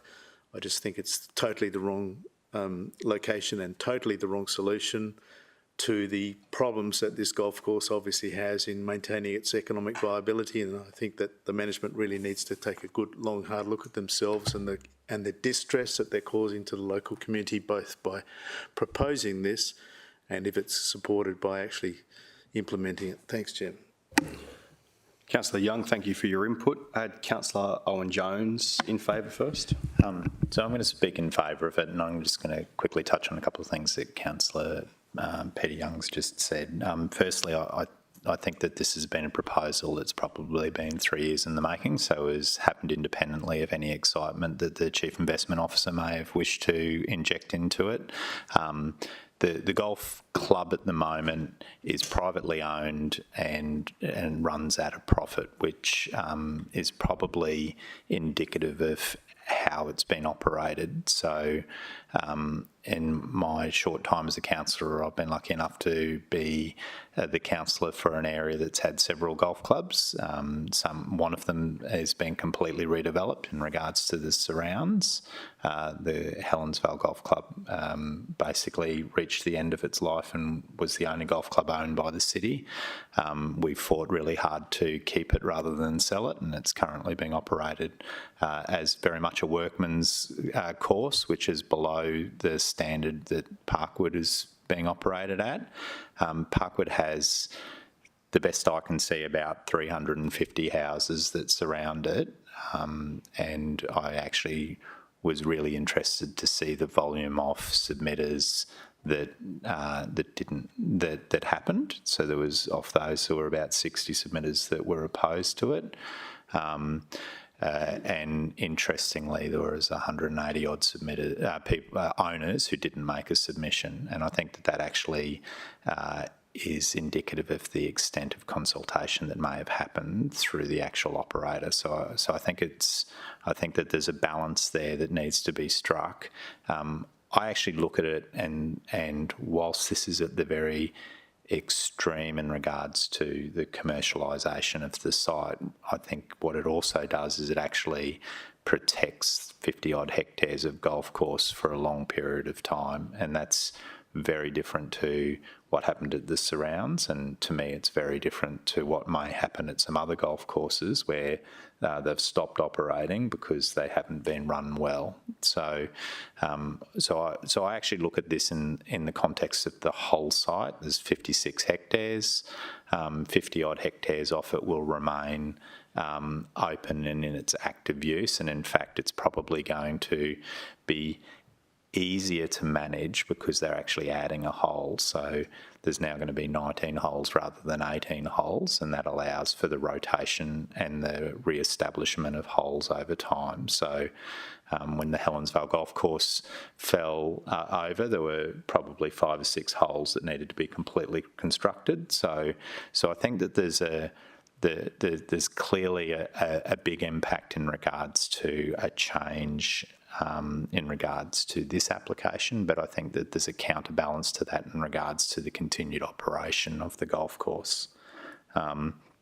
We are continually looking to keep our golf courses as operational as possible, and I think that one of the positive outcomes of this is that it actually continues to have the majority of the site of, open and green for a long period of time.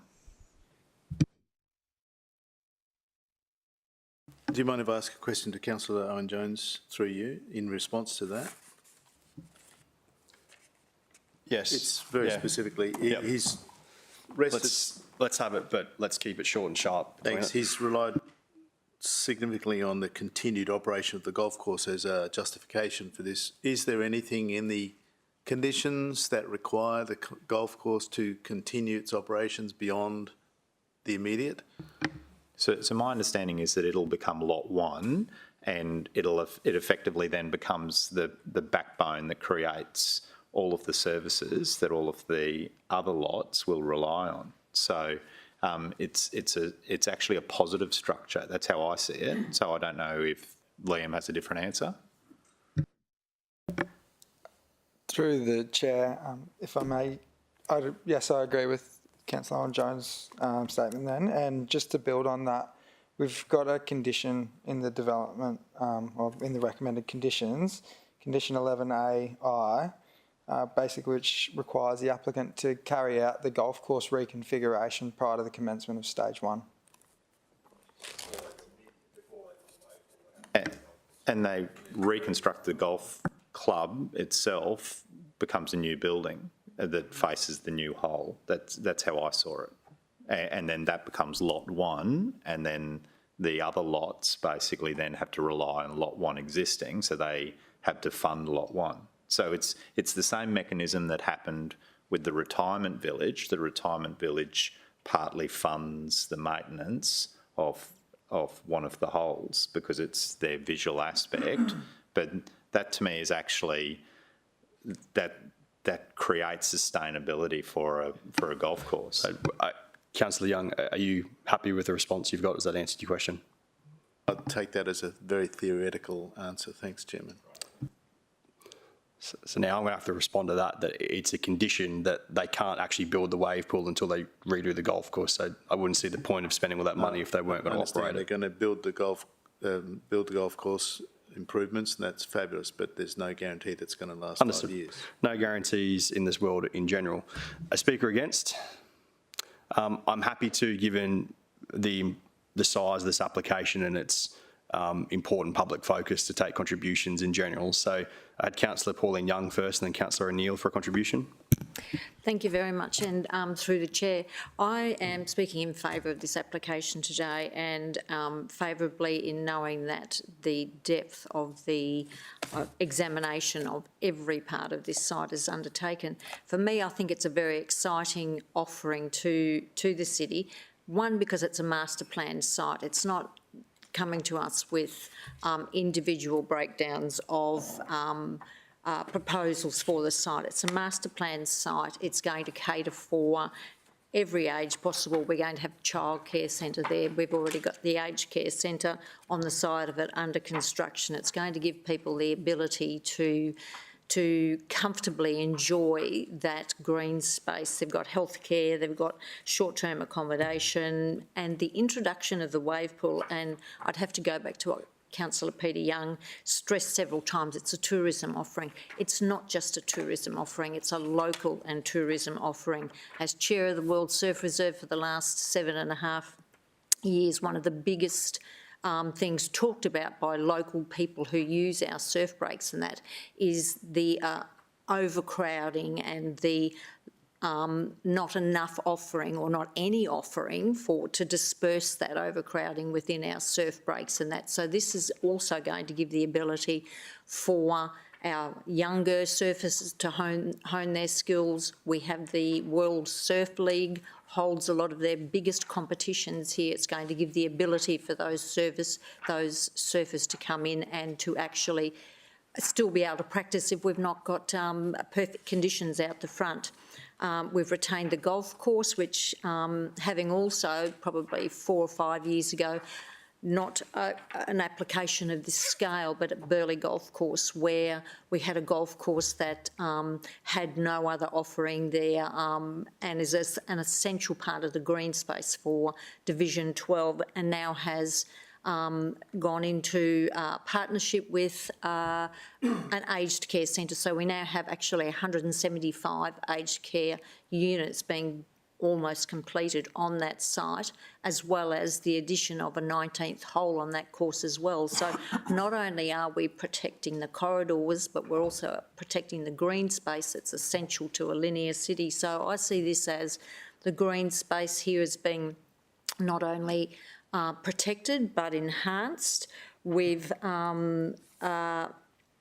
problems, I can't say most, but we are all aware of golf courses that are having problems with their economic viability, and to increase the offerings in those areas is not only retaining that green space, but it's also having that offering there for, if we've got younger people living in there, they can hone their golf skills. So they can, as a master planned area, I think it's, and it's a staged subdivision, we are going to get the best possible outcome. We're not going to get a Bitzer outcome. We're going to get the best possible outcome for an area that's very important, not only to the residents within that area, but for the whole of the city. And I think as a master planned site, as we see here now, we can expect great things in that area. We are a changing city. We are 100,000 new residents in the,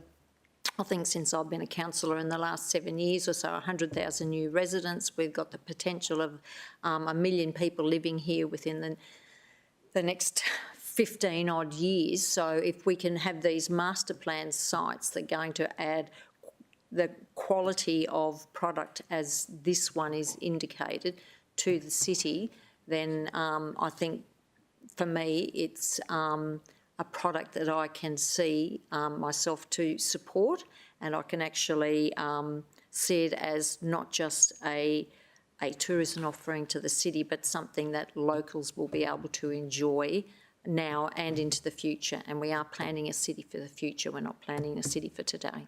Thank you. Councillor O'Neill, contribution. Thank you, Chair, and I'll be brief. As the councillor for Division 14 that has most of the absolute fantastic surf breaks, I am actually really happy that we're finally getting a wave pool on the Gold Coast somewhere. I've been crying out for it, and it's being backed, I think, by a lot of the pro surfers in my area that want to see that overcrowding, some decisions on that overcrowding happen in the Gold Coast, so there's another option. Having said that, as I said, I'm really happy about that option, but I did have to look very closely at the hydraulic situation, the noise issues, and definitely the environmental outcomes on this site. and I think that they've all been mitigated quite well. Great work, council officers. You put a great report together. It took me a long time to read it, but thank you very much for that. Yeah, I just think I'm certainly happy to support it, and I think it is, as Councillor Young said, a great tourism offering for the city as well. And I definitely do see surfing as a sport and recreational activity. Thank you. Any other councillor wishing to make a contribution? In that case, I'm going to close very briefly with this, that I think we should acknowledge the fact that the community that surrounds this development has been in a bit of a very difficult situation in not having representation in this chamber here today. So I think that's important to acknowledge on the public record, but would acknowledge the fact that, as with all development applications that go through the city, it is the responsibility of all elected officials to review and have their say on that, and that's what committee has done here today. I would congratulate two officers on this one, a long application that has had significant assessment, and whenever there is major hydraulic assessment, the level of technical nuance and understanding is huge. So well done to Liam Lara and the entire team on this one. With that, I'm happy to take the vote. So all those in favour of the recommendation? Division is called. Those in favour are Councillor Hamill, Councillor Owen Jones, Councillor Curtis, Councillor Vorster, Councillor Pauline Young, Councillor O'Neill. Against? Councillor Peter Young. Please record Councillor Gates is not in the room and that Mayor Tate had left the room. Councillors, that is that item dealt with. Thank you for that. We are going to take a 8-minute break and kick back off at 11 o'clock and get into some more items.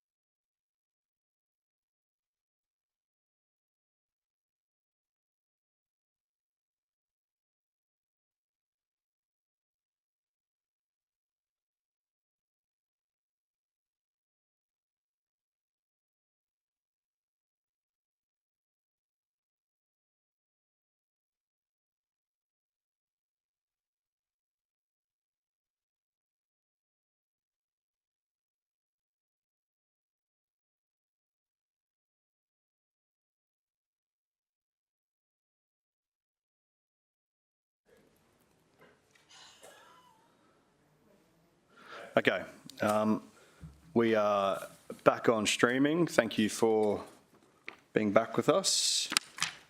So we'll go back to our preset schedule now that 6.8 is out of the way. So I'd like to move some start items to get hopefully a few things out of the way. Can I check on items any councillors wishing to unstar? Councillor Peter Young. Please request we unstar 6.3 and 6.4. Okay. Councillor Vorster. Thank you very much, Mr Chairman. 7.1, just from minor change. Yep, already had that one with Councillor Owen Jones. Any other unstars? Okay, so my read is then that we have 6.1 starred, 6.2 still starred, 6.6 is starred.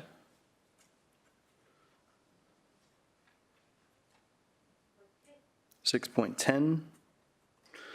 Is there any items that anyone thinks we may be able to put a star to?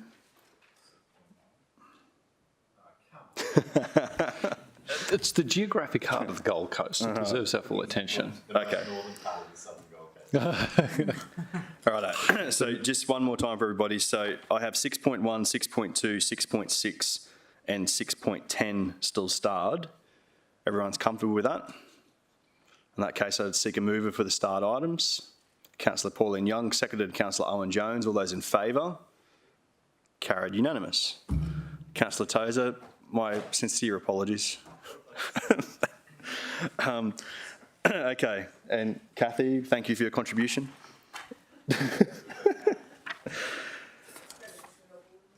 Very good. Councillors, that takes us to item 6.3. We welcome city officers to the room for this one and welcome our EGM back as well.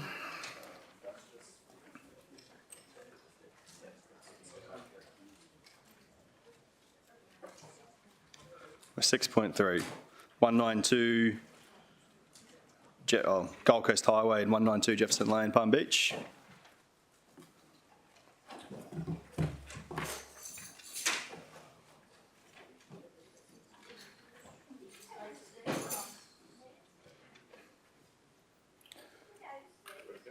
Alicia. Oh, the whole team. Sorry, the whole team. Good morning. We'll do that at the end.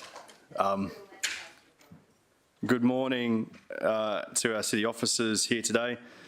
Councillor Gates, a conflict on this one? Yes, no? No, very good. Is there any other? What? Let me come again. Can I check? Does any other councillor have a conflict that they wish to raise in regards to item 6.3? Councillor Tozer, thank you for your attendance. Good to see you. There being no conflicts, we'll move to the presentation. Good morning. Good morning, councillors. Through the chair, item 6.3 is for an impact assessable material change of use for 38 multiple dwellings at 117 Gold Coast Highway in Palm Beach. The subject site consists of 3 allotments, resulting in a total site area of 1,650 square metres. As shown in this figure, the site has a frontage to both Jefferson Lane and Gold Coast Highway. There's a notable grade difference between the frontages, resulting in the Gold Coast Highway sitting higher than Jefferson Lane. This site photo just shows the Gold Coast Highway frontage of the 3 sites which make up the subject site. The site's located within the medium density residential zone, which extends to the north and south along the coastal strip of Palm Beach and is identified within the 29 metre building height overlay area. This figure shows a proximity to the Palm Beach District Centre located 370 metres to the south. The applicants propose to establish 38 units within a 14-storey built form with a maximum building height of 43.5 metres. As the subject site is mapped within the 29 metre area, the proposed height represents a 50% increase above the mapped building height and therefore has triggered impact assessment. This requires assessment against the building height uplift test within specific outcome 9 of the urban neighbourhoods element of the strategic framework. As shown in this figure, the built form steps in, resulting in a more slender tower form for the upper 4 levels, and this step in is generally at the same height as a 29 metre building height overlay. The proposal includes 77 resident and 6 visitor parking spaces within a basement and at-grade parking levels. This parking provision complies with acceptable outcome 1 of the Transport Code, and due to the grade difference, the parking level is at grade with Jefferson Lane and below the Gold Coast Highway street level, and the vehicle access is obtained from Jefferson Lane. On the ground floor, a range of communal areas have been proposed, including a pool, barbecue area and gym, as well as the lobby entrance, and pedestrian entrances are provided to the site from Jefferson Lane and the Gold Coast Highway. This figure demonstrates that the landscape garden beds are provided to both the northern and southern adjoining properties, and there's deep planting areas provided to both road frontages. The tower form results in a mix of unit configurations ranging from 2 to 4 bedrooms. As mentioned previously, the upper levels of the tower provide a more slender form, which is reflected in these floor plans. The floor plan shown on the right there is for the upper 4 levels, and that shows the most notable change between the lower and upper levels is an increased setback to the Gold Coast Highway. During the assessment of the application, officers undertook a building height analysis of the surrounding area in order to understand the existing and approved building height character. A more detailed version of this is included within the officer's report. The analysis has been split into buildings at or close to 29 metres in height and those that exceeded it. So that's the difference between the orange and the green highlighted areas. There's 3 approved buildings and constructed buildings that are identified on this plan as A, C and D. They're just referring to the plans, the buildings which can be seen in this figure. And this shows those existing buildings in the context of the subject site. And it's noted that the height of these buildings is similar to what is currently proposed. The applicant provided a range of photo montages of the approved development within its context. These are taken from the Gold Coast Highway, so just to take you through those, the first one is taken from the north looking south from the Gold Coast Highway, and then the second 2 there are taken from the south, with the bottom one being further away, showing the wider context. In total, 1,512 properly made and 91 not properly made objections were received. However, due to these submissions being sent multiple times, the total number of unique submitters is 784. A range of matters were raised within these submissions, primarily in relation to the uplift test within the strategic framework. However, matters such as density, shadows and traffic impacts were also raised, and these have been addressed within the officer's report.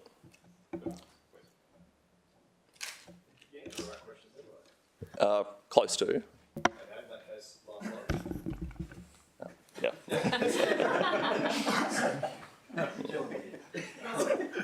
In that case, is there questions? So I had a question in regards to slide 12, which is before the slide 13, which says questions. Yep. So I'm really trying to understand how the 115 properly made submissions were generated. Did they all come from the same email address?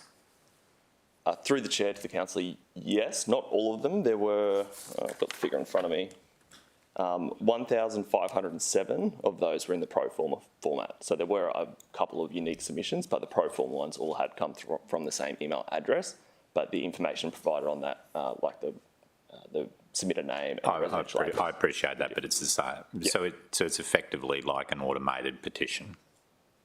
Through the chair, I'm not 100% aware of the exact system, but my understanding is that you put in your details and it will send a submission with your details on it. So, Mr. Chair, I think it would be useful for future reports where that happens if we could at least have the number of submissions that have been generated from that one email, because there was a point in time. So those emails no longer come to my inbox; they just go to spam or junk. So, but I'm interested in, because they turn up in the report, but I'm interested in knowing what that looks like, because I think it helps inform us in regards to the volume of submissions. Councillor Vorster, your questions. Thank you, Mr. Chairman. No, not that I picked up on, but happy to open. Well, you'll see that at 5:30.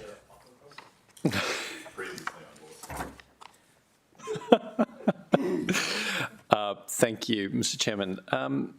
So my first question is, on page 737, there's a section that deals with the proposed dwelling mix, two bedroom units, 33-bedroom units and 6 4-bedroom units, with a total of 38 units. Is that correct? This development proposes to create 38 dwellings. Right. But in order to deliver this project, there's been an amalgamation of 3 sites, at least 2 of which I take to be community title schemes. Do we know how many units will be demolished to make way for these 38 dwellings?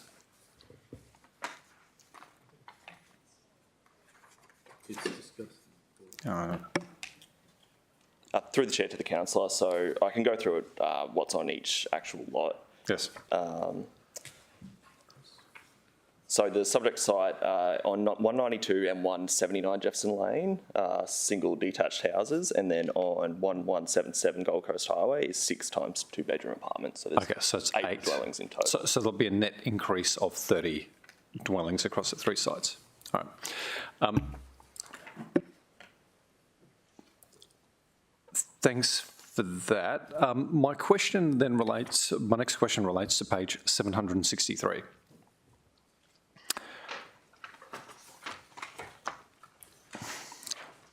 And about halfway down the page, it talks about the specific outcome 33219 of the urban neighbourhoods element. And it states here, increases in building height up to a maximum of 50% above the building height overlay map may occur in limited circumstances in urban neighbourhoods where all of the following outcomes are satisfied. So my first question is the site within an urban neighbourhood? Through the chair to the councillor, it is within an urban neighbourhood. Okay, great. My next question is around this definition of limited circumstances. Does that have regard to what we might sometimes call a gentle scattering effect in an area, or does it talk about the application of the tests, which we'll come to next, for that site alone? Through you, Mr Chair, officers determined that as complying with SO 3.3.2.19, which is the criteria we use, which was used in the Darjeeling appeal. Yep. So if officers consider that an application meets that test, we will consider that to be in limited circumstances. So okay, good. All right. So in our view, only a limited number of developments should be able to proceed through this 8-part test, and having done so, arrived at an improbable outcome. And it's not that we actually have regard to the neighbourhood. Is that right? Through you, Mr Chair, I think the 8 criteria has enough scope that if you do actually spend the time and quality to make a proper, excellent application, that can be considered on a limited basis. Okay. As opposed to subpar applications that could never get through because of that test. And okay, well, and I'm happy to accept that, and thank you for clarifying my thinking. So isn't it true then that we satisfy ourselves that this is a limited outcome because we have a very stringent 8-part test which must be satisfied at every step before we could possibly arrive at a recommendation for approval? Is that correct? Through you, Mr Chair, that is correct. Great. So I'd like to draw your attention to part E of the test. I'm just noting that we must pass every single step in order to arrive at a limited outcome, which is a supportable one by city officers. And it says here, may occur in limited circumstances in urban neighbourhoods where all the following outcomes are satisfied. And E says housing choice, not or affordability, but housing choice and affordability. So I fully accept that there is more housing choice because we're dealing with some 4-bedroom units, 6 of them, and that would be rare as hen's teeth, I'm assuming along that part of the coast. even 3-bedroom units, 30 of them. That's probably offering more choice than presently exists across those 3 sites. But on the issue of affordability, I'm interested in how city officers arrived at a conclusion that the new product would be affordable product, given we can't have regard or haven't had regard to any other development in the precinct, and we apply this criteria for the site alone. Through you, Mr Chair, we've actually been guided by some recent case law on this, including the Darjeeling appeal.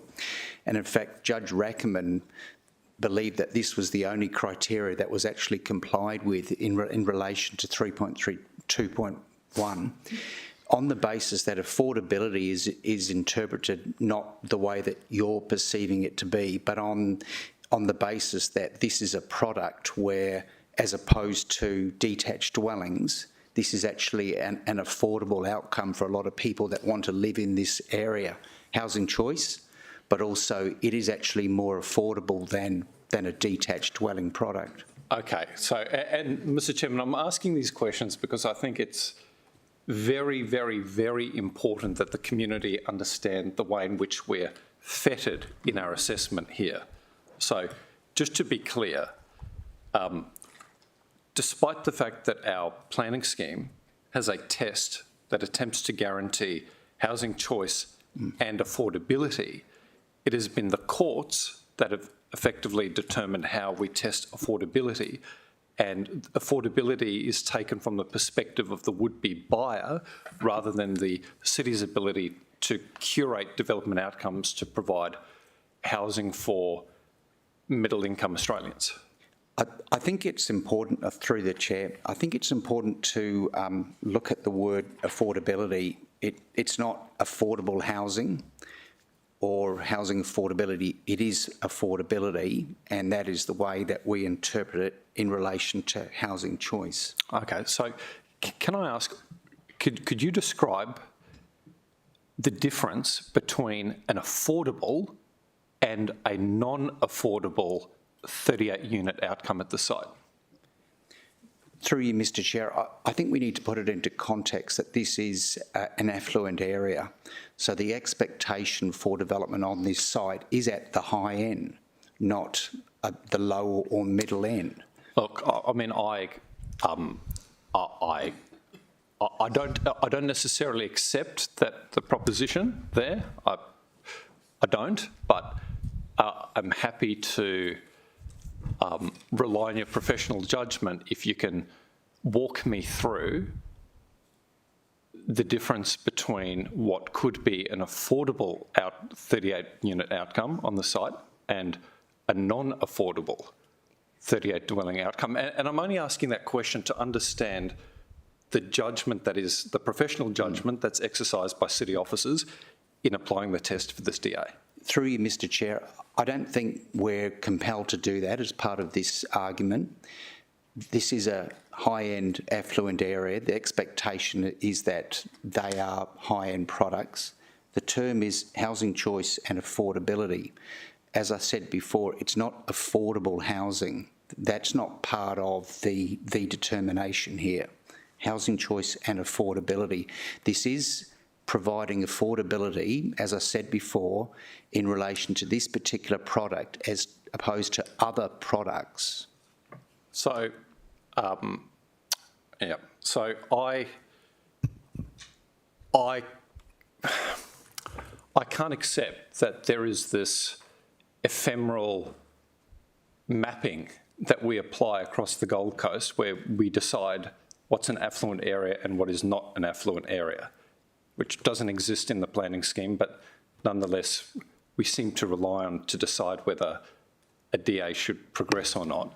But perhaps between now and Council, because I won't push the point, but I am concerned that there doesn't seem to be commentary on the issue of affordability in the report, not that I can see.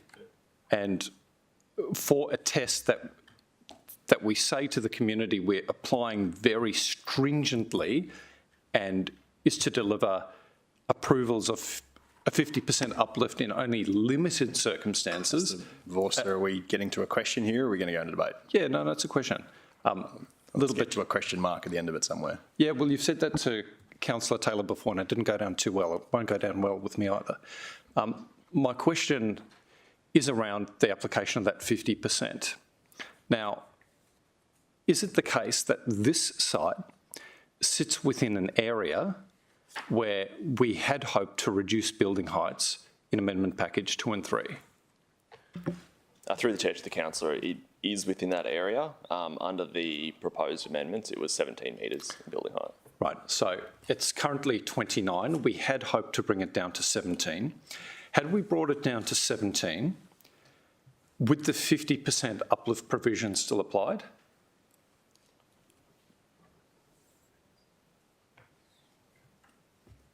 I mean, we didn't change the neighbourhood designation, right? We might have to take that one, sorry, through the chair on notice. My initial thoughts was low medium. It is medium, so the 50% height limit would apply. Would apply, right. Yep. So if I have to add if I had to add 50% to a 17 metre height limit, I arrive at 25.5 metres building height. This, I think, is proposed for 48 metres? Yeah, 43.5. So 43.5 minus 25.5. So this is in effect about 18 metres under this version of the planning scheme. This development outcome is 18 metres above what we hope will be delivered on the site moving forward. So my question is, do we have any ability to have regard to these future changes that we hope to progress when assessing this application, or are we bound by the criteria of the planning scheme of the day? Through you, Mr Chair, this application was made under version 9 of the city plan, 29 metres, and the ability to seek uplift to 50%, 43.5 metres. This is the planning instrument that the officers have made an assessment. Just for your information, in relation to Major Amendment A, Council has written to state government seeking some, I suppose, confidence to move on. The correspondence back from state has said we think that you should look at how you can meet the objectives of the South East Queensland Regional Plan.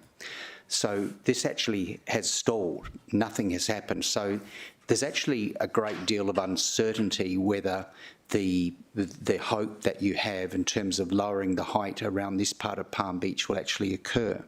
So officers correctly have assessed this application under version 9, which is the relevant planning instrument.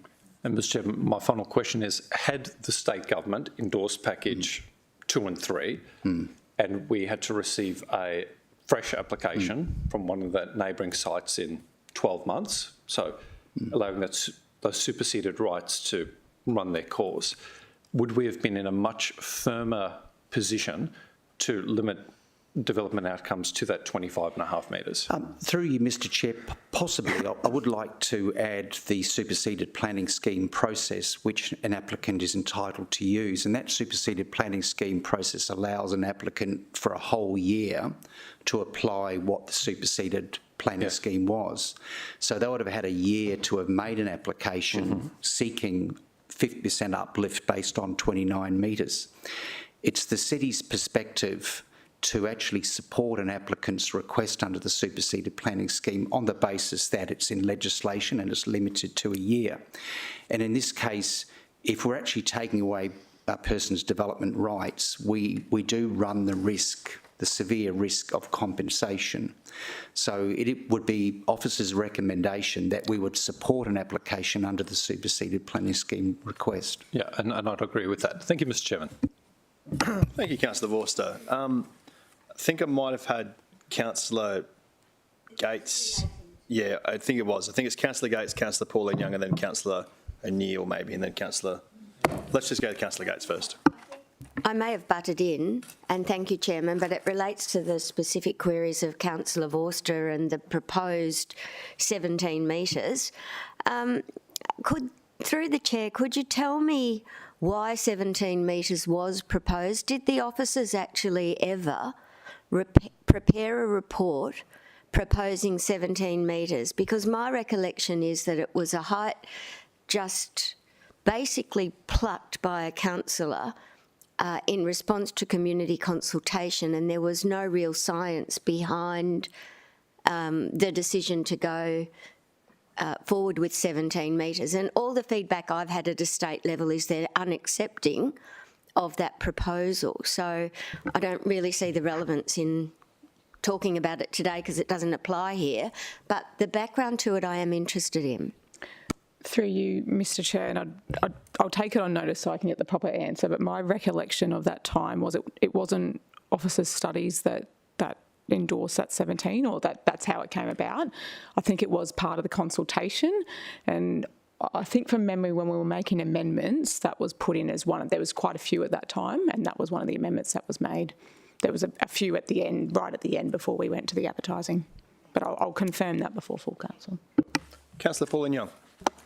Thank you. And through the chair, just back to Roger, just when you were explaining about the affordability, just so that I feel like I've got the right interpretation, it is out there, like a 4-bedroom standalone home on Jefferson Lane, we could be looking at a $10 to $15 million property, whereas maybe a 4-bedroom unit in this particular block, you may look at far more affordable than 10 or 15 million, and it might be a 2.5 million, I'm just plucking figures, $2.5 million option. So it is more affordable for people who want to have that beachside experience without having a 10 or 15 million dollar price tag. Am I correct in my understanding there? Through the chair, Councillor Young, precisely that's officers' interpretation of 3.3.2.19, and that deserves a clap. Yeah, it is, isn't it? I've practiced it a fair bit, and also Judge Recommenced in the recent Darjeeling appeal. Judge Recommenced formed that view of how to interpret it as well. Yeah, that's great. I just needed to make sure that I had that correct understanding. We're not talking affordable housing for everyone, we're just talking. Thank you. Councillor O'Neill? No? Oh, sorry, Councillor McDonald. Same issue. In regards to any other applications, does council take into consideration future town plan recommendations? Through you, Mr Chair, that's a great question, Councillor McDonald. We do, yes, when there's certainty. There is no certainty in relation to the contents of Major Amendment A, and that is why officers have stuck with version 9 in the assessment for obvious reasons. So when a draft planning scheme has progressed substantially through state interest checks and it's imminent, it's a formality, council would have the ability through other relevant matters to consider what is the forward planning vision. But in this case, because of the uncertainty, officers have, in our opinion, correctly interpreted that version 9 is the relevant planning instrument. So just following on from that, Mr Chair, thank you. So what you are saying, anything in amendments 2 and 3 cannot be taken into consideration when we're looking at future development applications? Through you, Mr Chair, we do have one instance where we actually have applied other relevant matters for forwarding a planning application, and that was in Courtney Drive. That was a completely different context where that was in the making for 7 or 8 years. It had been slowed down and it didn't get up through other amendment packages. It was opening up lots. It was a formality, but there are no other occasions or instances where we've applied the Cody principle or whatever principle we'd like to use in relation to using the major amendment packages. Mr Chair, I don't think we can pick and choose. Thank you. Councillor McDonald? Mr Chair, you know, I think whatever number, there's been a substantial number of residents who have voiced their concerns, and it's certainly not to the community's satisfaction that these developments are being applied for with this 50% uplift. Happy. Do you have any questions for officers first? Otherwise, I'd love that to be in debate later on. Oh, no, that's it for now. Yep, okay, that's fine. Did I have Councillor Peter Young for a question? Yes, I'll still pose it as a question. Thanks, Chairman. Just put the question mark. I am interested in these mandatory kind of elements in achieving the uplift, and it always concerns me because most of this is very subjective in my opinion. Well, they're mandatory requirements, but the evaluation of them is very subjective because it talks about excellent standard of appearance and a varied and interesting skyline. I mean, who's the arbiter there? In this case, I'm asking the question of all councillors, if they could please turn to page 771 and look at the image at the top. And if anyone wants to suggest that that is offering a slender bulk form, does anyone think that's slender?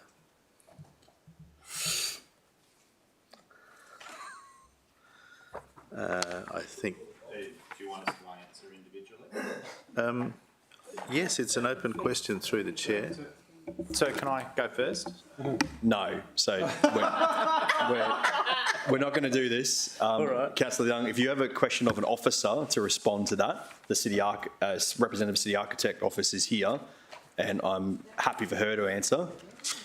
Well, I'm happy to pose the question. I think the report is excellent, by the way, and I appreciate the efforts that have gone into. So would you like the representative to come up and answer? Yes, please. If the representative of the city architect's office could come up, please. I mean,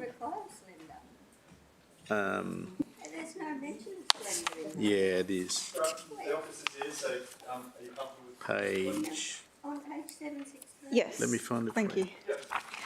So through the chair. But not in there. councillors, officers responding? Yeah, so with regards to slender and the slender bulk form, I think we take a few sort of criteria when we're looking at that. I think the view that you were talking to from Jefferson Lane, we can see that the form has been broken down into three elements. So the form itself reads as more slender due to the recess and the more open ends. I think also from the Gold Coast Highway, the stepping of the form assists in providing more of that slender bulk. And we're looking at, the recessive appearance of the upper level above that 29 metres as well. Any other questions for the city architect's representative? No, thanks, Chairman. Thank you. Do you have other questions, Councillor Peter Young? I'm just looking for the particular reference, I'm sorry. Because a performance outcome has not been met, the slender bulk form is a consideration in the report on page 793, that the objective is to promote slender bulk form. So my question is, how does that relate to what we've seen in the image? Through the chair to the councillor, I think it's probably important to note that it needs to be assessed in the context of the size of the site. Given it's amalgamating three lots, it results in a square site, so then any building doesn't have a slender perspective like sometimes we otherwise would see, especially in Palm Beach. But specifically looking at the site cover proposed, the acceptable outcome for up to levels 8 is 50%, and they're providing 52.4%, and then that steps into 42%. So I think off the figures alone, it's demonstrating to us that it is contributing to a slender form in the context of the size of the subject site, and then referring to the elements that Megan had gone through, that they've actually designed the building well and included elements to promote that slender form. Thank you. No other questions? No. Councillor Owen-Jones. So, through you, Chair. So we recently had a workshop where we were lucky enough to be entertained for a couple of hours by a suite of lawyers that had acted on behalf of the council on a series of matters. And this was quite very much the focus of all of that attention. And my question through you to the officers is, was this report prepared before or after that meeting? And after that workshop, have the officers sharpened their views in regards to the need to meet all of these requirements in the context of the cases that the city's both won and lost? Through you, Mr Chair, some of the report was actually done prior to our workshop and some after, but we've actually calibrated the report in line with the workshop that we had. We've gone through 3.3.2.19 in great detail. We've spent a lot of time looking at the Darjeeling appeal, a lot of time looking at the Hemingway approval, which is 600 metres to the north. That also has full uplift, that if you drive down Palm Beach, you can actually see it's nearing completion. That was a city plan approval. We've been cognizant of the Magnolia approval on the other side of the Gold Coast Highway, and also a Regis approval. It hasn't been built, but that was also approved under the city plan. So we've looked at the context of Darjeeling and looked at the context of other development approvals in the area. And I have another question while that slides up, if that's okay, Chair. So that's a 1.5 kilometre of skyline where you've identified above and close to 29 metres.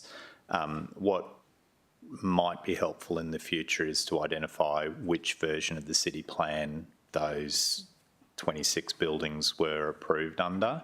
Because I don't know the area well enough to know if some of them were historic taller buildings from earlier schemes or ministerial call-ins. And I understand that they all impact on the height analysis, but I think it would actually...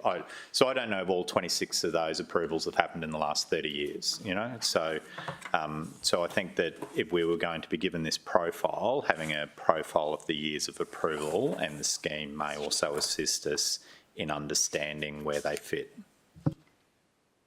And I'm sorry, that may not have been a question. Councillor Young, do you have a question or just got your microphone on? Peter. No question. Other questions, councillors? Councillor Gates, Councillor Curtis, any more questions? Councillor Vorster, Councillor Pauline Young, no questions? Councillor O'Neill? Councillor McDonald, any more questions from you? Councillor Taylor? In that case, I'm happy if someone's looking to move the officer recommendation to have that now. I have a mover from Councillor Pauline Young. Do I have a seconder for the recommendation? Councillor Owen-Jones. Councillor Pauline Young, over to you to open debate. Thank you, Chair. Look, I speak in favour of this application today too. It's, I think, more than anything, we're now cognizant of the fact that the city is growing at such a pace and we have such a demand. We have almost limited to no rental properties available for anyone in the city. So I think when applications of this calibre come forward and are assessed under our current city plan and it falls within the parameters, it's giving not only locals the option to locate into a unit if they're choosing to downsize, but it also gives people who are either new residents, new investors, new people to the Gold Coast. It gives them a choice of affordable housing with affordability within the city. It gives them the option to live on the east side of the highway. There's a lot of new areas within Palm Beach that are now becoming very desirable with the restaurant offering, with the services offering, with its proximity to our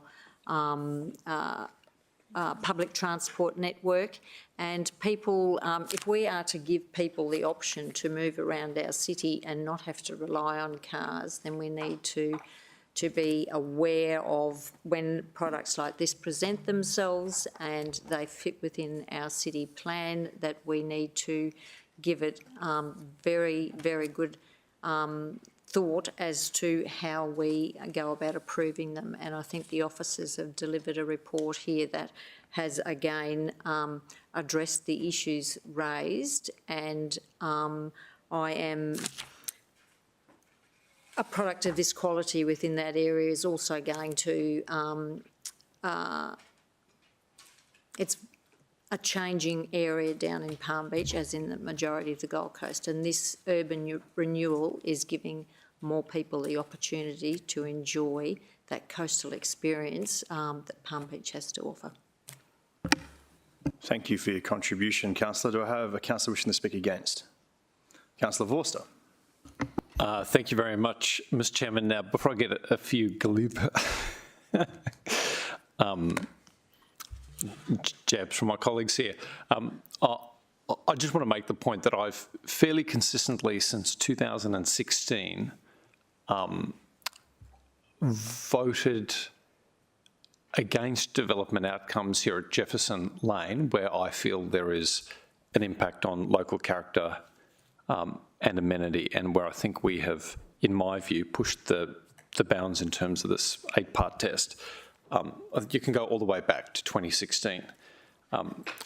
Now, I think I was the councillor who moved for the adoption of Magnoli, right, which has been used somewhat as precedent, I would say, in the city officers' report. So I don't want to be accused of not supporting good development outcomes and development outcomes that afford housing choice. But for Jefferson Lane itself, I think that it is a peculiar pocket, one with a very strong sense of identity. And although it was volunteered by a former councillor that we have regard to reducing height limits, nonetheless, council voted in the majority to support community aspirations to do something differently with this pocket of Palm Beach. And although the state government has dithered and has not provided the community the certainty that they were looking for, I think the fact that we have, as a council, resolved to attempt to bring down the height limits at Jefferson Lane, I think it's incumbent on us to very judiciously apply this 8-part test. Absolutely. Very, very, very judiciously. I accept that city officers can't hold that view because every site needs to be assessed under the prevailing city plan. I absolutely accept that. So my position is not a criticism of the position taken by city officers, but for me, the guidance that the community provided us over many years of community consultation and the fact that we resolved to lower height limits raises the stakes. And I'm not satisfied that we are dealing with something that is architecturally exceptional. I accept that it is architecturally similar to some very nice buildings in Palm Beach, but I don't see it as being exceptional in this very sensitive part of the area. And others will most certainly disagree, and I accept that I'm in the minority. But there are pockets of the southern Gold Coast, I think around Tugun, for example, or even around the Burleigh CBD, down Christian Avenue, where we're looking at this uplift for light rail, where around that semi-light industrial area, where Precinct Brewery is, for example, we've deliberately kept heights low to provide the variation in the skyline and to try and get different outcomes that don't create a homogenous sweep down the coastline. So for those reasons, I don't find myself in a position to support the application, but I actually accept that city officers have correctly applied the planning scheme and acted on good legal advice. So I agree that city officers have come to the right conclusion. It's just not one that I can countenance today. Councillor Vorster, thank you for that contribution. Do I have a speaker for Councillor Gates? Thank you, Chairman. I'm happy to support this one because of the legal position that the officers are cognizant of, that we do have to apply the provisions of the existing scheme, and in their opinion it meets them. It's a large parcel of land. I mean, it's very different from some of the applications we've recently seen where you've got very large buildings on small parcels of land. This one is on a big parcel of land with generous setbacks and with exactly what the community's been seeking, which is a greater degree of space between buildings. So it meets the requirements in terms of that.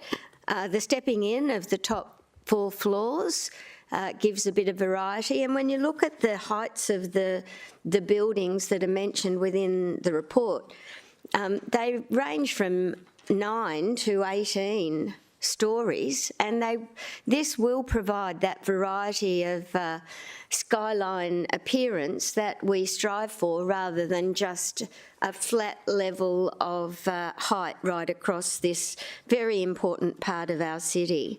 It has the dual street frontage. We could be talking about a development on the Gold Coast Highway just as well as we are focusing on Jefferson Lane.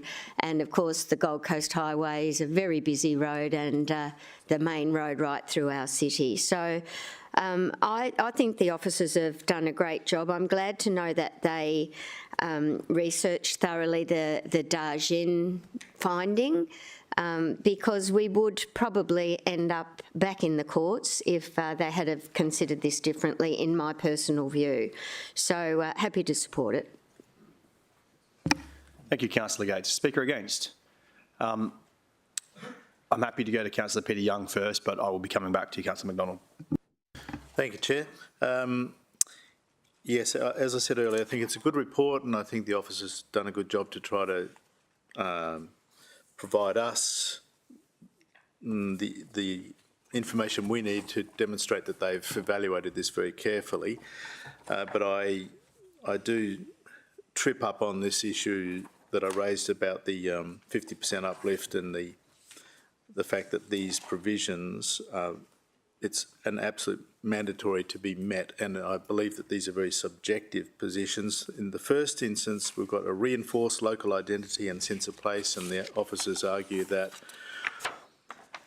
the emerging character of the area is tower forms, and the emerging built form character is such, and that gives rise to supporting this. But the city plan doesn't talk about the emerging plan, emerging character, talks about the character as it is. And I think that's where either the provisions are poorly worded, and that's a really bad thing for us to be trying to hinge our debate and decisions on, and perhaps requires us to address that in the new city plan, in the new planning scheme. So I think that that's a real problem. The officers have relied upon the emerging character, and I don't see that as the key. It's the overall character is important, including what exists now. They talk about there's a requirement for a well-managed interface with nearby developments, and obviously we've got this enormous juxtaposition of 43-metre buildings and 9-metre buildings adjacent to each other, so it's a really difficult thing to achieve, and again it's a very subjective opinion. And then there's an excellent standard of appearance of the built form is required. It's an absolute. You've got to meet that requirement to achieve this 50%, and I don't believe that this is an excellent standard of appearance. It's a nice looking building, but it's not what I'd call excellent. It's not something I look at and go, wow, that is outstanding, that is gorgeous. It just doesn't appeal to me at all. So I'm much more guided by the opinion of the local people, because they're the ones that are going to live amongst it, and I don't agree that we should have little echelons in the community of where they're isolated and that they're unique, but we have to recognise that local people have a commitment to that area, and they're invested, and they have an interest in the outcomes, and they don't like this much by virtue of the submissions we've received from that very local community. So I can't support it. Thanks. Councillor Peter Young, thank you. for that. I might speak for quickly so I can come to Councillor McDonald to speak against. So I will be supporting this application today. We are not seeing enough where developers are amalgamating sites. So when someone has taken the time and the resource to amalgamate 3 sites together, I think it is incumbent upon us to continue to encourage that. We're going to see the existing 8 dwellings demolished and replaced with 38 dwellings. And to achieve our dwelling target, which requires us to see another 158,000 dwellings built before 2046, it's going to happen through developments like this. It's a big number to hit. It's not going to be done all through big towers and surface paradise. It's going to be done through a lot of redevelopment just like this, where we go from 8 up to 38 dwellings. 38 units, 77 car spaces. So my read is that's at least 2 cars for every unit, and for some of them a third one, which is an exceptional outcome. Density of 1 bed per 13.5. We have definitely seen and approved some applications recently that have got a lower density than that. So I'm comfortable with density. Site cover at a tick over 50%, but pulling back in as it goes up. Apart from the impact assessment seeking the uplift, this would be code accessible otherwise with the setbacks and with the site cover. I think the building, instead of it being a typical box, which would have looked very bulky given the squareness of the site, the fact they have gone with a very articulated exterior form which has those wings that come out of it, I do think it's an interesting looking building, and that if it would have just been a very square looking building, I probably would have agreed more with Councillor Young about it being too bulky.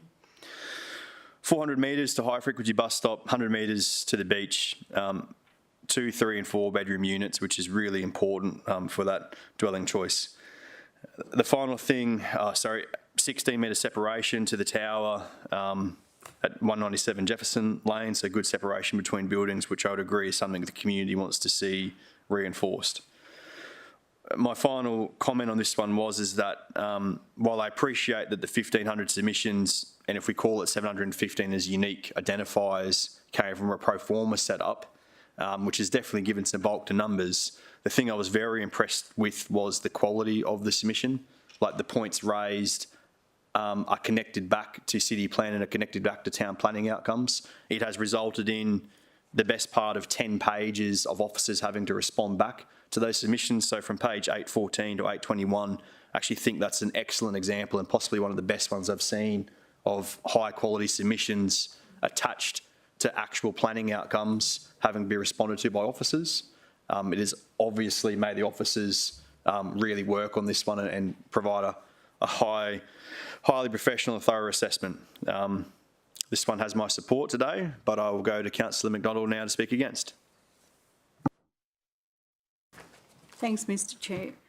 I'm sorry, I did have a couple of questions to the council officers, and I recall in discussions that it was about community expectations, and it's quite obvious by the number of submissions that we've had that this doesn't meet community expectations. And I just wanted to ask the officers through you, Mr. Chair, if that was taken into consideration when you looked at this particular application. Through the chair to the councillor, obviously the response to those submissions was at the end of the report, but then throughout the report we have also taken those submissions into account with reference to those specific assessment benchmarks. So probably the most notable were in the strategic framework and then in the zone code as well, talking about just the setbacks and site cover and the density as well. So in summary, we have taken them into account through the assessment. Mr. Chair, just for your information and other councillors' information, the examples that have been given about the developments that are 9 stories and above 9 stories. The first one that was in 19th Avenue, that particular building was built in the 1980s when it was under an entirely different town plan. And that was at the same or similar time to where you've got the Princess and Royal Palm. The other buildings that you have on there, the uplifts didn't really start until 2017 when Magnolia was approved. From 2017 to now, this is where the bulk of the uplift buildings have been approved. So it's in the last 5 years that uplifts have actually been approved in Palm Beach. So it just shows that community expectations aren't for the uplifts and these big bulky buildings, because it is a bulky building. The only saving grace is that bit on the top. However, they certainly have looked at greening because we are getting a couple of trees, thank heavens. One of the issues I did raise with council officers, that now that we're getting a lot of electric bikes, etc., I noticed that a lot of the applications now don't provide that facility to house electric bikes in their buildings. And I think that's something that we've really got to look at, because I think when you just drive around the city, there's so many electric bikes in the city. I know that's only a small feature, but we're going to have problems with electric bikes. We see with the Lime bikes, they're parked on every street corner, and I'm saying that in these buildings we're encouraging people to be active, and I think that we've got to provide those sort of facilities. The density of this particular development, the density is 33 square metres, and they're going down to 13.5 square metres. That's some of the issues that have been raised by the community too. I know the car parks, we're getting 2 car parks per unit, which is much better to see than some of the car parking arrangements before. But it is of grave concern that a lot of these applications are coming in for the uplift, and I don't think that we're getting a very good result in the visual impact that it's having. And also we're not getting a good result in the actual type of bulky type building, because look, if you put that out into the community and say, is this a slender building, I'm sure that about 99% would come back and say, no, it's not a slender building. So with that, thank you for your allowing me to have a say, but certainly the community has spoken and it's not acceptable. Councillor McDonald, thank you for your input. Anyone else wishing to speak for or against on this one? In that case, Councillor Pauline Young, would you like the opportunity to close? Thank you, Chair, but no, I think I've said it all. Thank you. So item 6.3, moved by Councillor Pauline Young, seconded by Councillor Owen Jones. We'll take the vote. All those in favour? Division is called. Those in favour are Councillor Hamill, Councillor Owen Jones, Councillor Gates, Councillor Curtis, Councillor Pauline Young, Councillor O'Neill. Against? Councillor Peter Young, Councillor Vorster. The item is done. Officers, thank you for that one.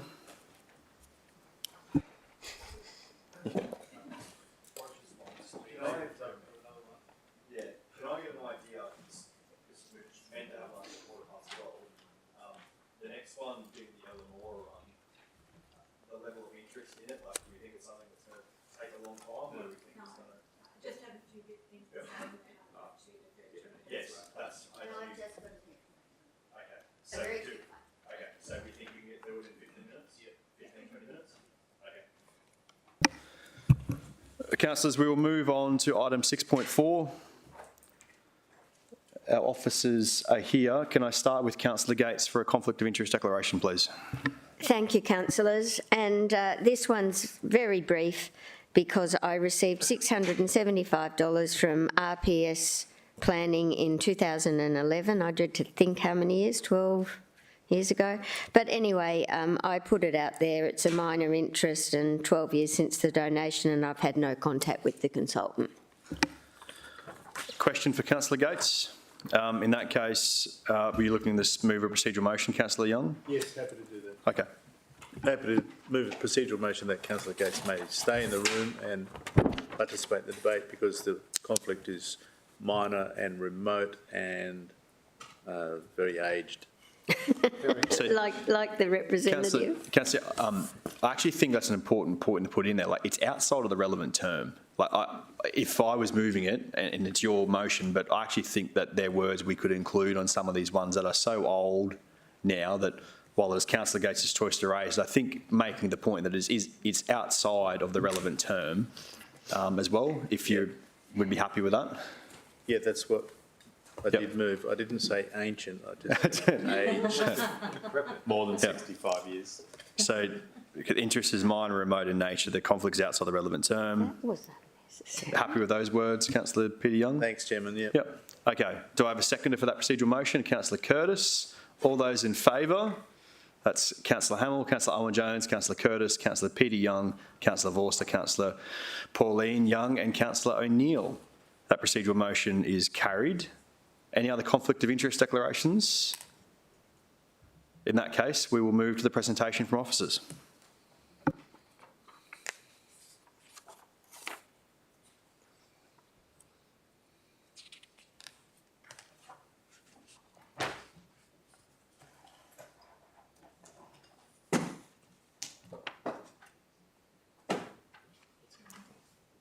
Sorry, councillors, just...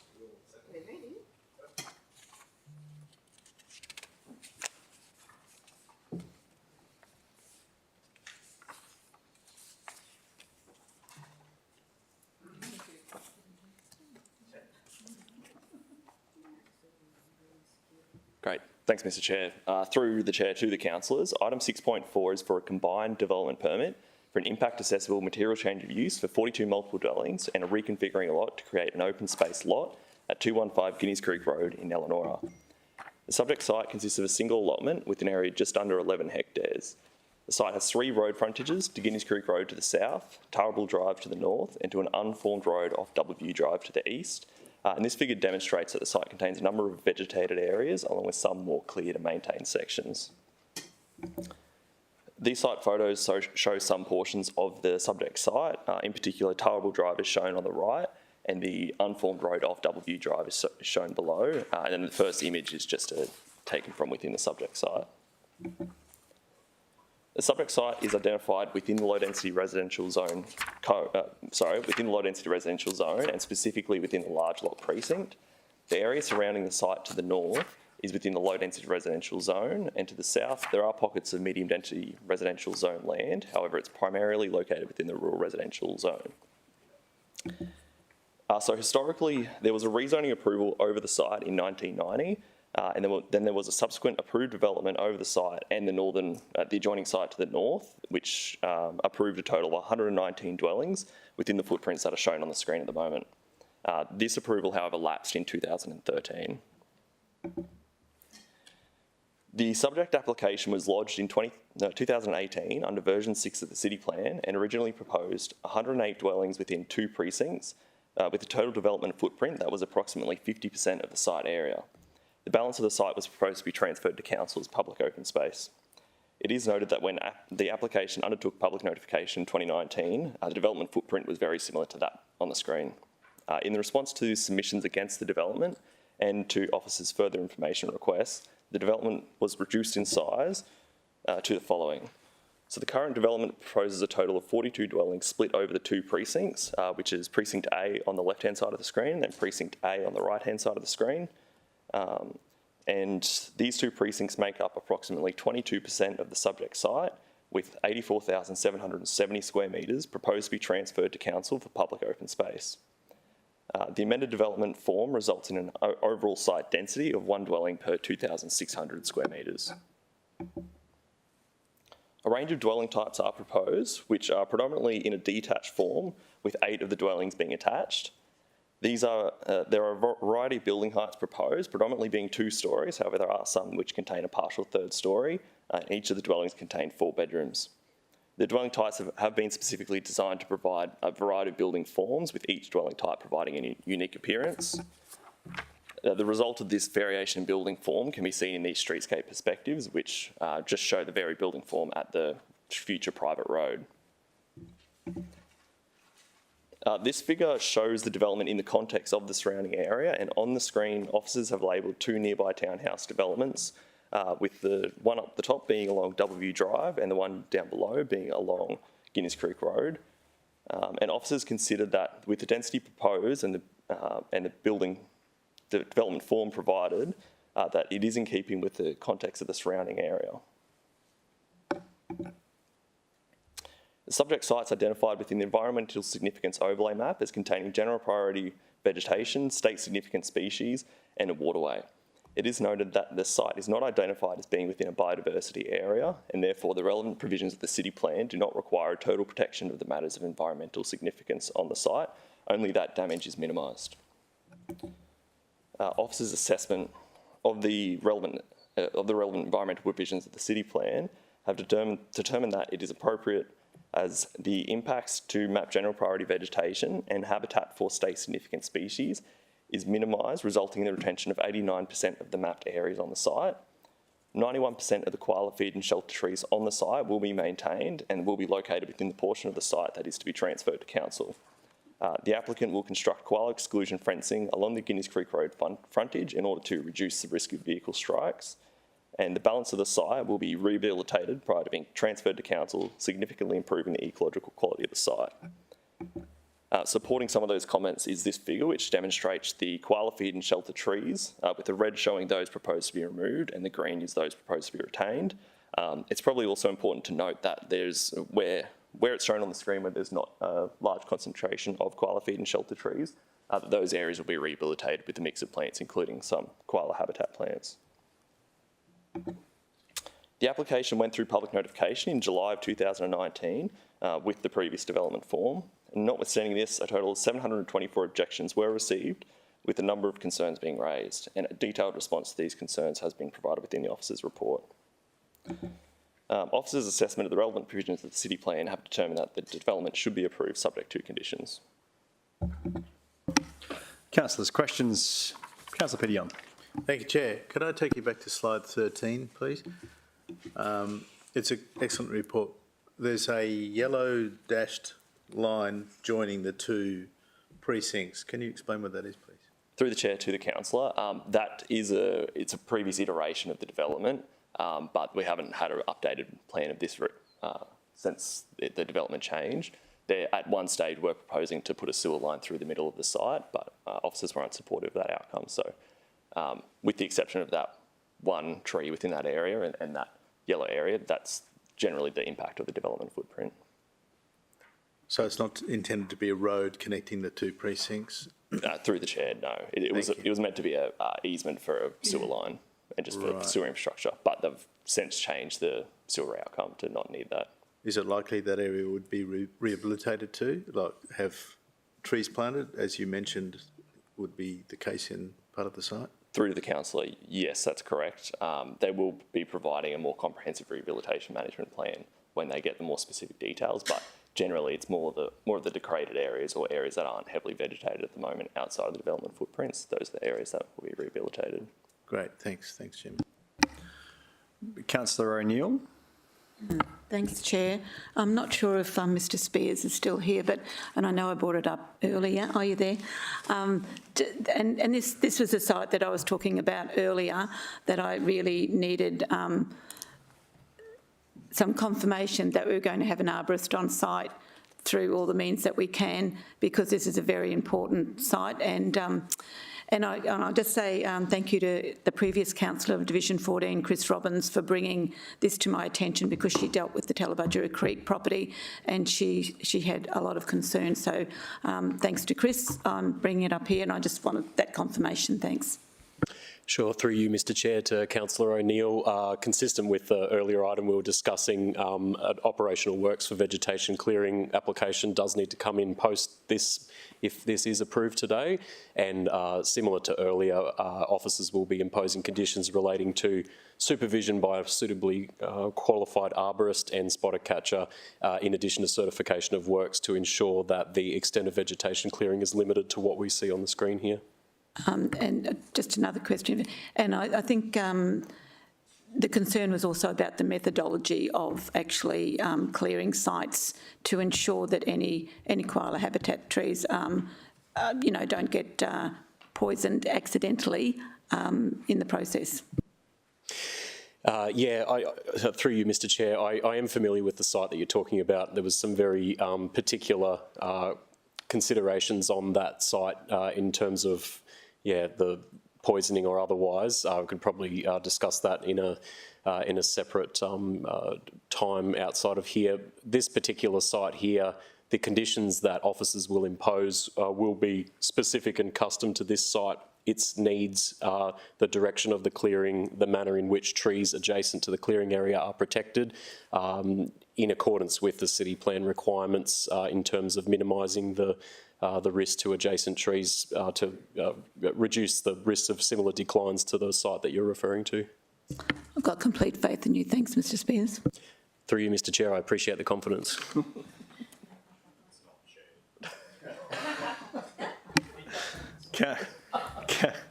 Councillor Vorster, your question.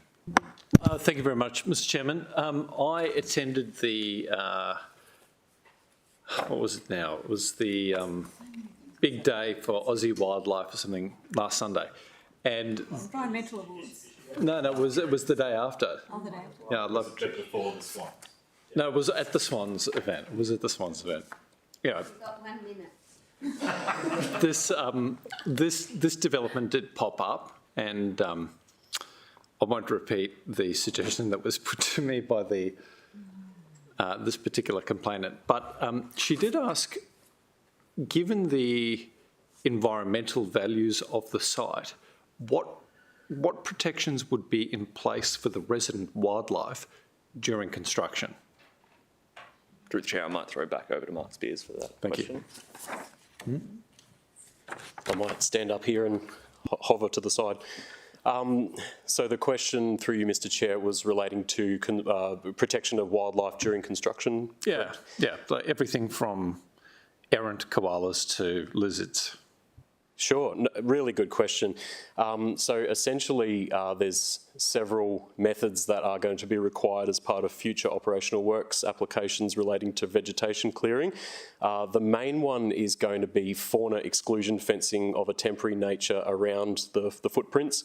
So basically, I don't know how detailed we get here, but essentially, say with that northern precinct there, clearing would start up at Tarrabill Court, and it would progressively move south. You'd leave the bottom of that precinct open to allow fauna to flush through under supervision of a fauna spotter catcher who's supervising the works at all times, flagging trees that are known to have habitat features, etc., directing them to be soft felled during the process.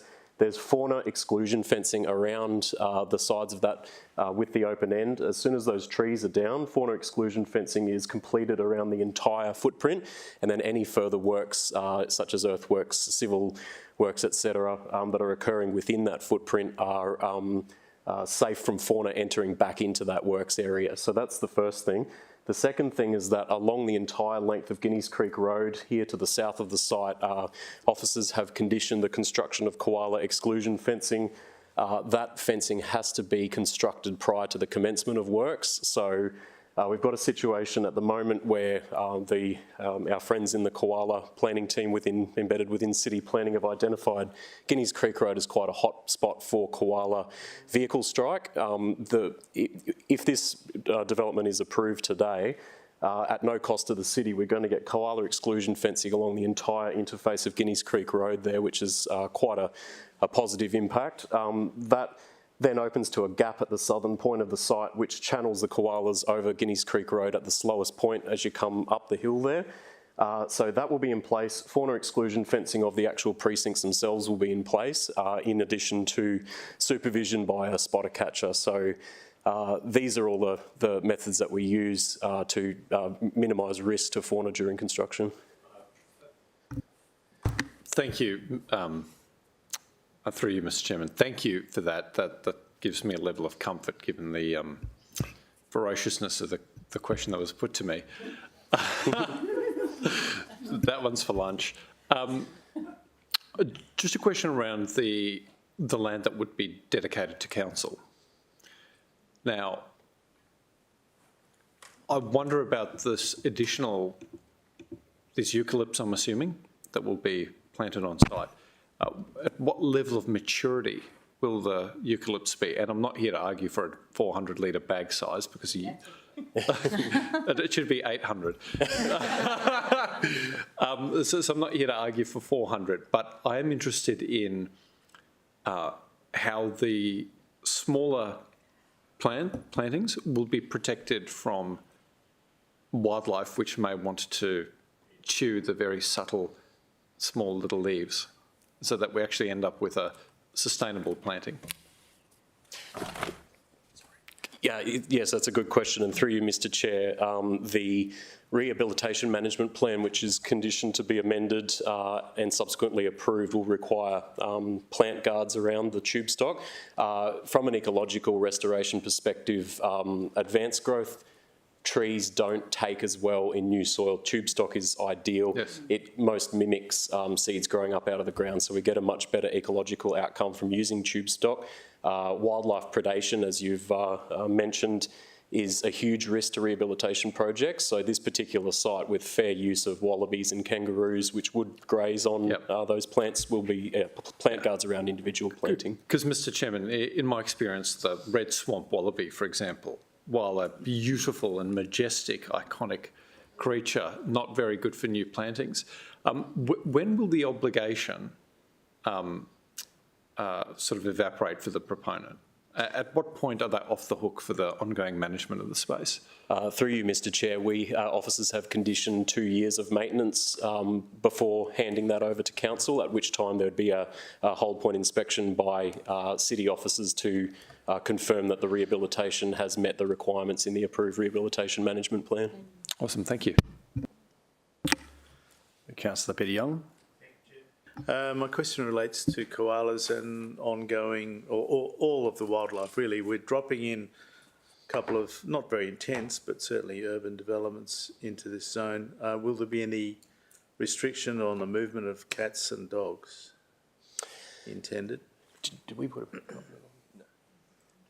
through you, Mr. Chair, there are no specific requirements in relation to pets on these sites.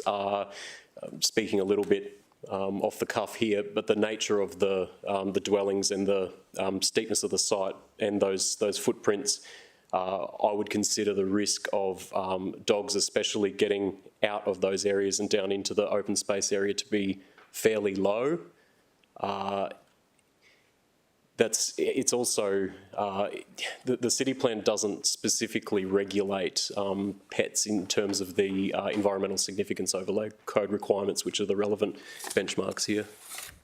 You've got that new local law. Thank you. Mark, but all of our requirements that were introduced, what, 12 months ago to improve the ability for koalas to get in and out of fenced areas and those requirements, and for dogs to be, if they're outside dogs, to be restrained at certain hours of night and whatnot, all of those conditions would apply as they do to any area where there's koala mapping? Yes, that's correct, Mr. Chair. Yep. Councillors, other questions? Councillor Gates. Thanks, Chairman. I'm too interested in the koala, the disturbance to koala habitat. On the presentation, there were some very large cleared areas that came up. Are they the areas where the development is intended for, or are those areas? No, not that one. There was one earlier that showed. That one. Yeah, that one. So is that the area that's intended for development? Through you, Mr. Chair, these photos are indicative of, so the first photo here are the top left, that is the precinct that's adjacent to Tarrabill Court. So that is that's the bottom precinct here. This is why, through the extended negotiations over the past 5 years, officers obtained agreement with the proponent to concentrate the development in what officers consider to be the most disturbed area of the site, which is that precinct there. The northern precinct, the southern precinct, really difficult to access, so we didn't manage to get a photo right down at that. That's looking through that road reserve that's in between the two water towers. The development precinct begins right at the edge of where that fence is. So that's not actually the development area, that's just that access through to it. I have been in that precinct through a lot of bush bashing. I did not need to go to the gym on that day. And I can confirm, with my own eyes that is a very degraded, weed-infested area with practically zero environmental value, which was another ideal spot to put that other precinct and concentrate it to that degraded area only. Thank you. Well done. Shoot. Question? Sorry, Chairman, just further on the koala question, Councillor Voss has helpfully identified that there is a designated koala habitat designation over this area, in which case there would be particular provisions applicable to the management of dogs and cats in the future. Under local law. Yes. Through you, Mr Chair. Yeah, correct, under local law rather than through city plan. Yeah. Thank you. Questions? That's it, thank you. Very good. A question for Councillor McDonald. Thanks, Mr Chair. I did ask the officers, and look, you've done a lot of work on this. There has been a lot of community concern about this, and in those last couple of years, certainly there's been a lot of work to try and get a better outcome. One of the questions I asked was the access into Doubleview Drive. Were you able to have a look at that? Through the chair to the councillor, this image probably shows it best what the question was referring to. So on the right of the screen where the two water reservoirs are, there's an unformed road onto Doubleview Drive, and so as part of this application, the applicant's required to construct a new road along that unformed road reserve and then create a new intersection along Doubleview Drive. So the solution that the applicant had put forward was for an intersection, and there is, Joel, I don't know if you might be a better place to talk about it, but there is kind of a slip lane off Doubleview Drive, but that's been put forward by the applicant and considered appropriate given the traffic volumes and speeds for that road. Reason why I asked is Doubleview Drive is, especially there, it's up on the top of a hill, and it's a bit windy, and with the volume of traffic that will probably come out of there, I asked that they could look at that, and I'm really pleased that that's happened. Thank you. Happy to move it. Councillor O'Neill is happy to move the recommendation. Councillor Gates is happy to second the recommendation. Councillor O'Neill, to you to move. Thank you, Chair. I'm actually going to defer to Councillor McDonald to speak on it because she has done a lot of work with the officers on this item. But I just want to say, before I hand over to Councillor McDonald, it does actually border Division 14, so I'm very familiar with the site. I actually lived in Tarrabill Drive for about 6 years. So I know the area really well. But I just want to bring everyone's attention to page 958 and 959, which clearly shows you the reduction of the site in all areas, the amount of dwellings, the density, the reduction in density, reduction in height, site cover, the public open space being transferred over to council, 91% of koala habitat trees to be retained.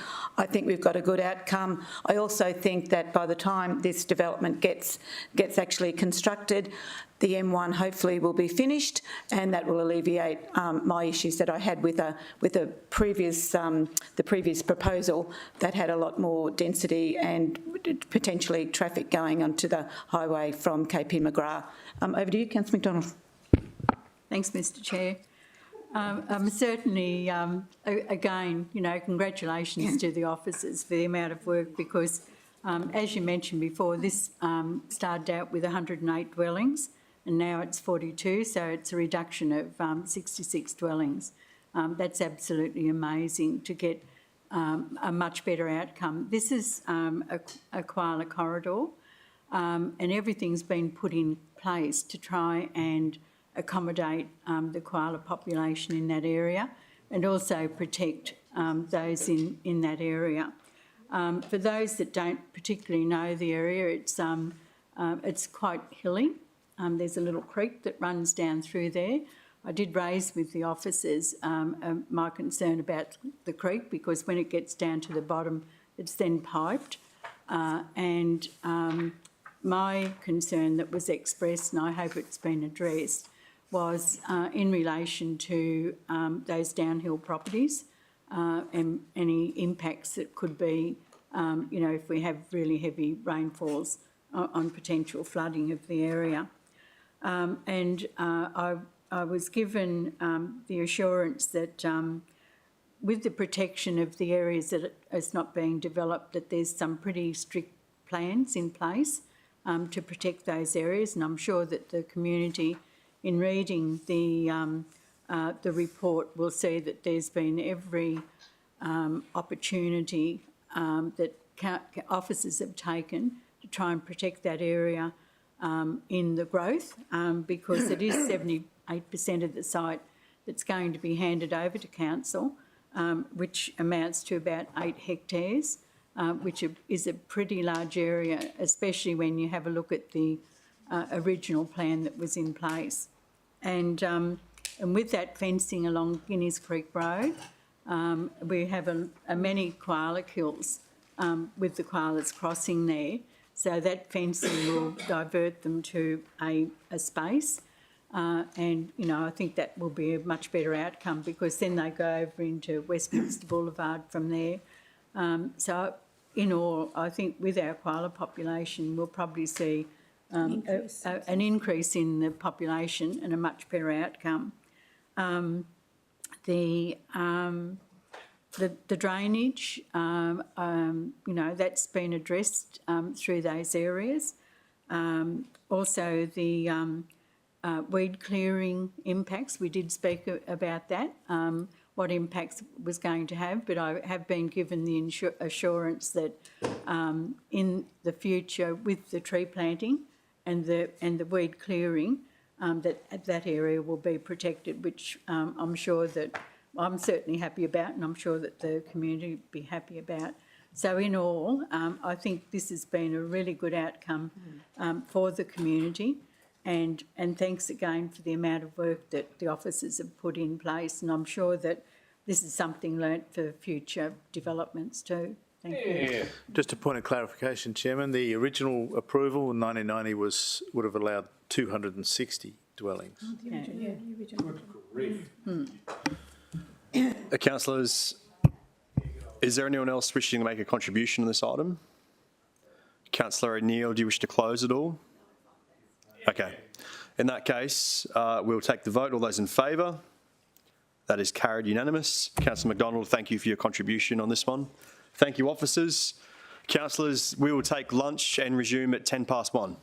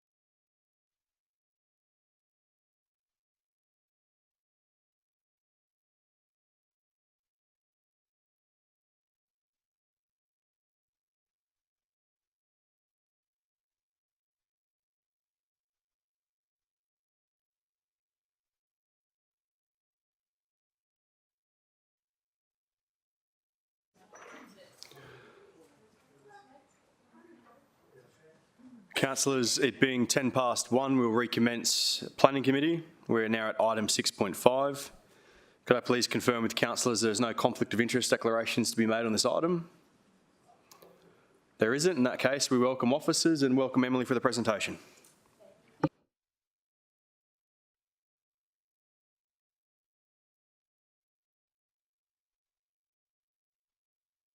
Relevant activities at Wholesome's Ormo Quarry. The subject site is identified as Lot 51 Peachy Road, Lot 58 Peachy Road, 134 Peachy Road, with the associated road reserve. The subject site is in Luscombe. The subject site includes a total area of 165 hectares. The site is identified within the extractive industry zone, the future low impact industry precinct of the low impact industry zone, and the open space zone. The site is also identified within the Northern Darlington Range key resource area. There are a number of existing extractive industry uses within the surrounding context, including Crushing Dynamics to the northeast, the Hanson Wolfdean Quarry to the west, and the Borrell Ormo Quarry and the Fulton Hogan Quarry to the south. As demonstrated on the slide, the site includes a long entrance with an existing office and laboratory, a weighbridge, a sales yard, processing plant, workshop, and main pit area. There are 4 main activities associated with the use. These include operations, product sales, maintenance, and blasting. Generally, operations includes crushing and grinding of product. Product sales is the loading of product into haulage vehicles. Maintenance is that of equipment associated with the use, and blasting is the breaking of rock. The site benefits from 3 main existing approvals. So in 1983, Council issued a rezoning approval on the eastern part of the site, that's the yellow portion, and that went from rural C to extractive industry. In 1992, there was another rezoning approval, that's the green portion, and that was for an office with material testing laboratory. And in 1995, Council issued a rezoning approval on the western portion of the site, identified in red, to rezone it to extractive industry. The site also benefits from an extension to operating hours for maintenance, which was approved in 2003, and a generally in accordance determination for the rectification of a landslip area in 2018. Acknowledging the subject site benefits from a number of existing approvals under which the current extractive industry use operates in accordance with, officers have undertaken an assessment of the proposed development anew under the provisions of City Plan version 8 as part of this new development applications. Officers have had regard to the underlying development approvals within the assessment of the application, with the intent to not remove any existing use rights as permitted under the banner of the underlying approvals. This development permit will provide a single suite of conditions which the quarry will operate in accordance with, instead of the current circumstances where the quarry operates under the banner of a number of existing approvals. The main change from the existing approvals that is sought by the applicant is an extension to the currently permitted hours of operation. No change to the development footprint is sought. The applicant is seeking extended hours during the nighttime period Monday to Friday, as well as extended hours on a Saturday.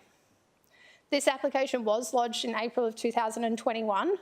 While the assessment period has extended past 2 years, officers have ensured a comprehensive assessment has been carried out, considering a number of key considerations as well as feedback from the community.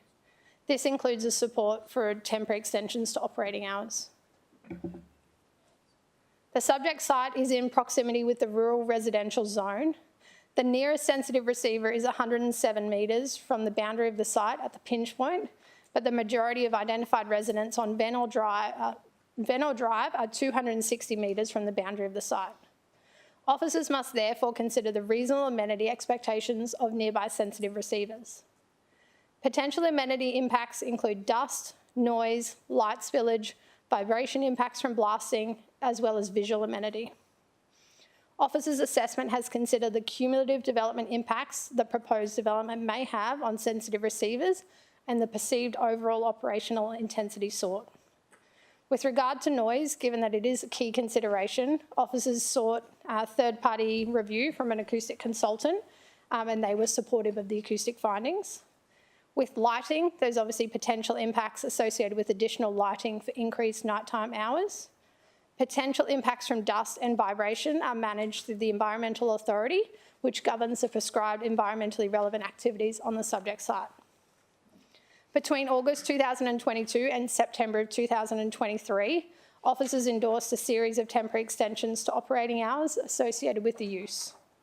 The request for a temporary extension was sought for three main components, being operations, product sales and maintenance. Generally speaking, the temporary extension sought operations on a Saturday, which is not currently permitted, and for a small period of time, extended hours for maintenance Monday to Friday until midnight. The hours supported were consistent with the hours sought within this development permit. In forming a recommendation with regards to hours of operation, officers' assessment included a wide range of considerations, including city plan requirements, peer review comments, multiple site visits completed by officers, and matters raised by submitters during the public notification period, subsequent correspondence, and the meeting facilitated by Councillor's Office for Division 1. Officers' recommendation reflects a precautionary approach responsive to the reasonable amenity expectations of the immediate and surrounding community. The recommendation supports increased hours of operation for operations and product sales Monday to Saturday, maintenance on a Saturday, and a reduction in hours associated with blasting. Officers have generally limited hours of operation to daytime periods. Understanding that Wholesome supports large-scale infrastructure projects, officers have recommended additional hours for haulage only after operations cease Monday to Friday. This facilitates the transportation of product off-site into pre-loaded trucks and the return of vehicles only. This does not provide additional hours for crushing and grinding. Haulage is also permitted for a 1 hour period before operations commence on a Saturday. To support an improved visual amenity outcome, officers have recommended additional planting by ways of trees and shrubs in Bennell Drive. This is the current view from Bennell Drive. A review of the existing approvals did not identify a cessation date for the extractive industry use. The cessation of the use is currently unknown. To ensure rehabilitation, including progressive rehabilitation, is carried out throughout the life of the quarry, officers have recommended a specific condition for the submission of a rehab management plan prior to the commencement of use to detail progressive rehabilitation requirements. The rehabilitation outcome will be consistent with the surrounding regional ecosystem, and progressive rehabilitation requirements are triggered once a bench is terminal. Specific conditions have been included within the officer's recommendation to ensure haulage vehicles follow the designated haulage route. All vehicles must turn left when exiting the site, and this is consistent with the existing haulage arrangement. During the 15 business day public notification period, a total of 20 submissions were received objecting to the proposed development. The key themes of the submissions related to the loss of vegetation, which no longer forms part of the application, impact on fauna, amenity impacts, traffic generation, existing approvals, impact on property values and zoning. During the assessment of the application, the Council's Office for Division 1 facilitated a community meeting in May of 2023. Residents identified concerns in relation to existing operations, the temporary extensions and the proposed changes sought by the applicant. Detailed assessment of submitters and matters raised by the community within the community meeting have been considered throughout the assessment of the application. The environmentally relevant activities associated with the assessment of the application included ERA 16, 33 and 54. These activities have been assessed by the Department of Environment and Science, and an amended environmental authority has been included within the State Assessment Referral Agency response. The use will operate in accordance with the requirements of both the development permit and the environmental authority. Overall, officers have completed a comprehensive assessment against city plan as a whole. Through specific conditions within the officer recommendation, officers have recommended approval of the development permit. Are there any questions? Councillor Owen Jones was first and then Councillor Peter Young. Thank you. If we could just go to slide 8 and in our report, page 1223.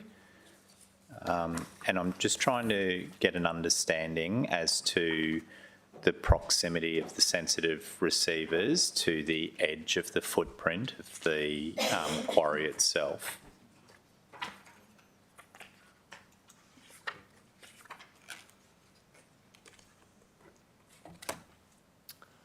So through you, Mr Chair. So we've got the pinch point of 107 metres right at the top of Venor Drive. But that's not to the footprint of the quarry, that's to the buffer zone. That is correct. So the separation from the crushing and grinding area is about 500 metres to Venor Drive. So in our most recent quarry application that came to council, there was quite extensive detail regarding the staging of the quarry plan, and that kind of informed the cessation date.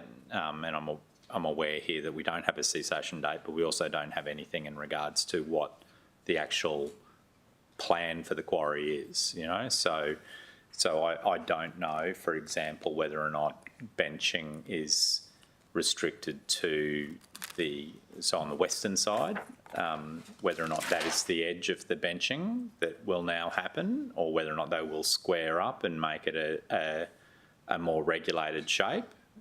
So in the first instance, I'm worried about how close to the sensitive receivers the actual quarrying will come, because we had a 500 metre buffer at Oxenford that was lifted. I think the 500 metre buffer here remains. Is that my understanding? And then there's stockpiling that happens in that area. Yeah, so through you, Mr Chair, so there's two components to that. So on page 1313, the condition 8 is a specific condition regarding the extractive footprint. So we've put in a condition that the extractive footprint must be in accordance with the site plan. The other avenue there is that the subject site is identified on the biodiversity layer pursuant to the environmental significance overlay code. So the applicant cannot just go and clear that vegetation. Originally, as part of the application, they were proposing to extend the quarry footprint into that vegetation, and we were unable to support that, so they withdrew that component. So do we protect that area through any type of covenant or easement that protects it for the future? Through you, Mr Chair, we haven't imposed a covenant condition. The environmental significance overlay code requires that vegetation to be protected in situ. We also Is it part of the KRA? Is there an underlying KRA under the vegetation? Go to the KRA map.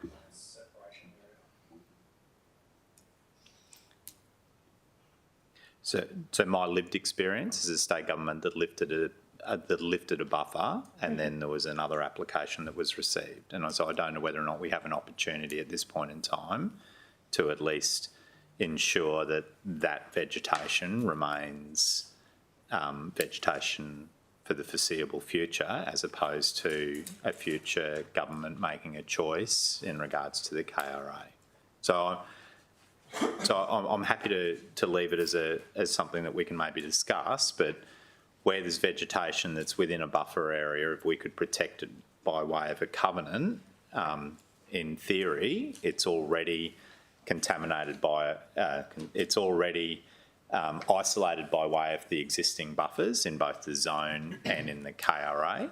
So if we could lean into that with a covenant, that would just make sure that it wouldn't change in the future.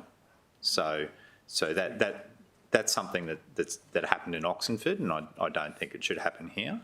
To be clear, are you talking about the hatched part in that within the site, or I'm talking about anywhere where there is. So in the report, it's not clear to me what the extent of the footprint of the proposed quarry is over the next 100 years. So if you can point me to a picture that shows the extent of that. What's that? I'd say the red outline. Yeah, so the red outline, to the west there may be a ridge that prevents it. Yeah. 1, 3. So through the chair, page 1334 shows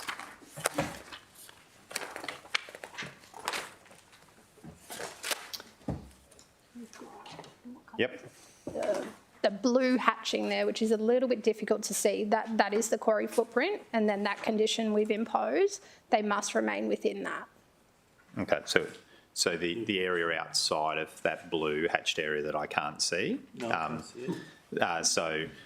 so there's a blue hatched area that, and then between that and the red line that I can see, there's a whole lot of vegetation that's designed to be kept in perpetuity. That is correct, yeah. Right. So I would be interested between now and council to see whether or not we could have effectively a covenant over that, which just ensures that that actually happens rather than allows. So the covenant will then be an instrument that will prevent a future state government from doing what it did at Oxenford, because they'll have to deal with the city because we'll be Or the current state government. whichever government may be in place, right? So the crushing plant, can you show me on a map where it currently is?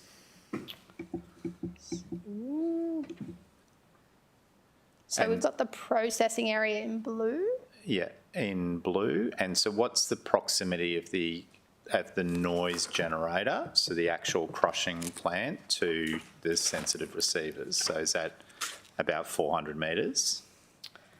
Through the chair, I would say to the nearest sensory receiver, it's just under 500 metres, but very close to. And is that to the house itself or to the boundary of the property? That's to the boundary of the property. Right. Okay, so again, the example that I had at Oxenford was we were 250 metres between the actual house and the edge of the quarry. So I'm sensitive to the proximity of somebody's living to what we may generate as noise, and whether or not it is the crushing plant or the quarry. I want to make sure that we can do whatever we can to keep that buffer there, because this is could be our only chance to have a look at this in the next 100 years. Councillor Owen Jones, the houses on Bender Drive are all right on the road because Bender Drive dives down. So the 500 to their property boundary to be another 6 metres to the house. And that's what I really want to make sure, because I just want to, if we've got an opportunity now, I want to make sure we do it. In terms of the crushing plant, is it able to be moved during the life of the quarry, or would that require them to come back as a separate application? I was hoping this image was a little bit clearer. I don't see an ability to move the crushing plant given the design of the quarry. Ultimately, we are approving the site plan in its current form. If they wanted to change the arrangements, they may need to come back for a change application. And would that be something that would come to a committee, or would it be something that could be done as a minor change without? Again, I say it in the context of wanting to make sure it doesn't encroach into that buffer area. So if it moves around to the west of where it is at the moment, that's not the end of the world. Through the chair, it'd depend on what the change was, but the answer to your question, it could be decided by council or a delegated decision, but if it was the council's desire, we can either resolve that today, that any changes are brought back. So I think that would be a positive thing to do that. Do you know what the proposed depth of the quarrying operations may be? Through the chair, no, I do not. Do you know what the current depth of the current operations are? Through the chair, reviewing of the current conditions, there's no restriction on the pit of the quarry depth. Right. So I don't know whether or not we should give some consideration to having an RL that is below where they are at the moment, and if they want to come back during the life of the quarry to lower it, they would do that through a separate application. Yeah, so I'll just bring up Mark Spears just to talk through the groundwater component. Yep. Yeah, so again, I've got an example where there's a quarry that's happening that's going to go down to RL minus 110, and this report's silent in regards to how a much larger footprint may go, so, and it may not be quarryable material below a particular level, but I'm actually interested in knowing what that might be.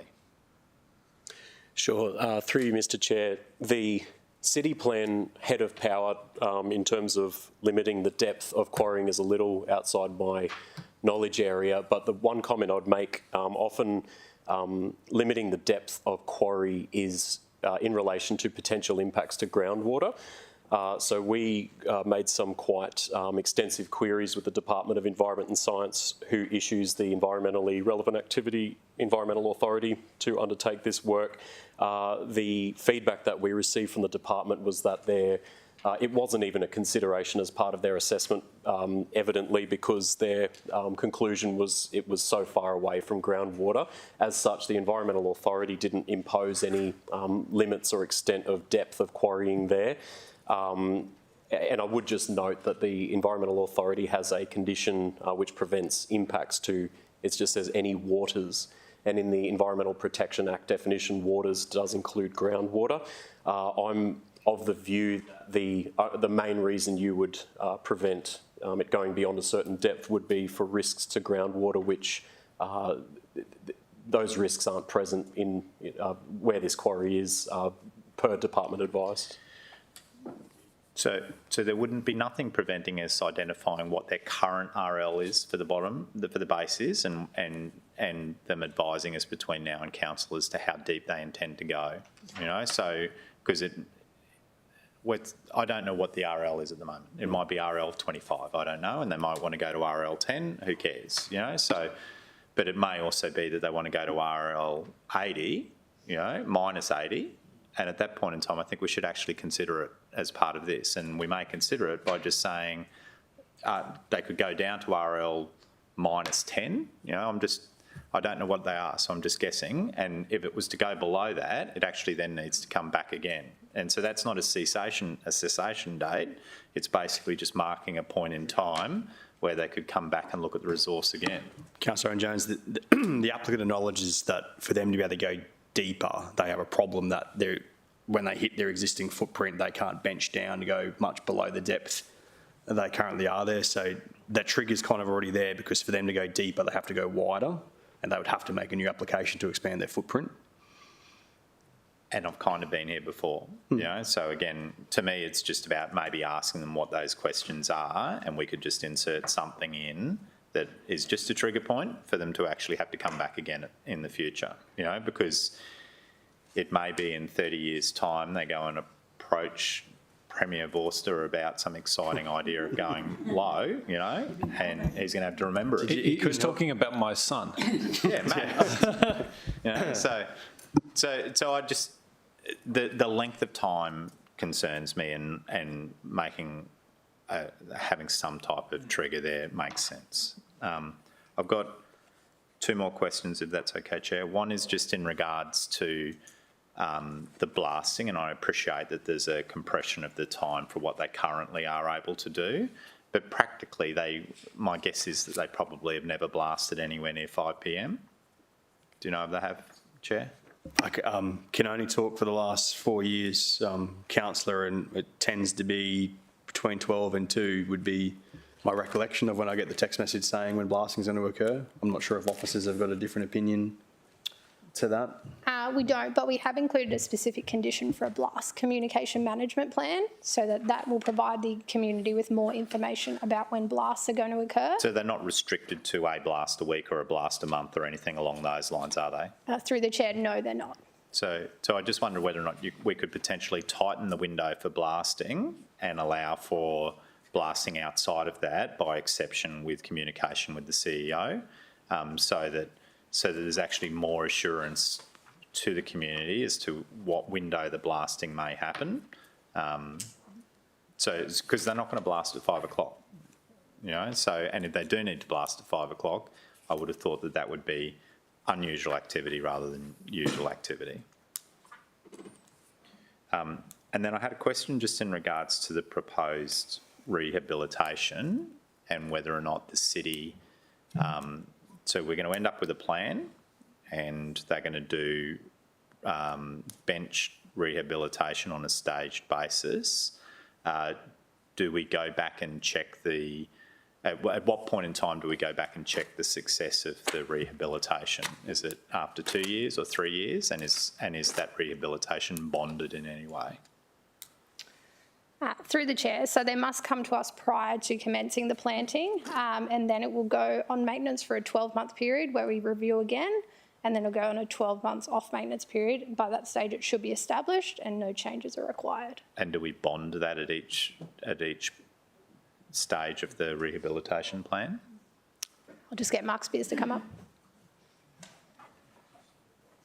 You'll be sick of the sight of me by the end of today, no doubt. Through you, Mr Chair, bonding is typically imposed in situations where the applicant chooses or they request to not go through that entire 24-month period. So that gives an assurance that they can move on to the next stage whilst that vegetation is continuing to establish and then, grow. So typically we wouldn't bond when they're committing to going through the whole process of the 24-month rehabilitation with those checkpoints that council officers will be attending periodically. And if it's not signed off by council officers at that time, then they're unable to move to the next bench until such a time that it's satisfactory.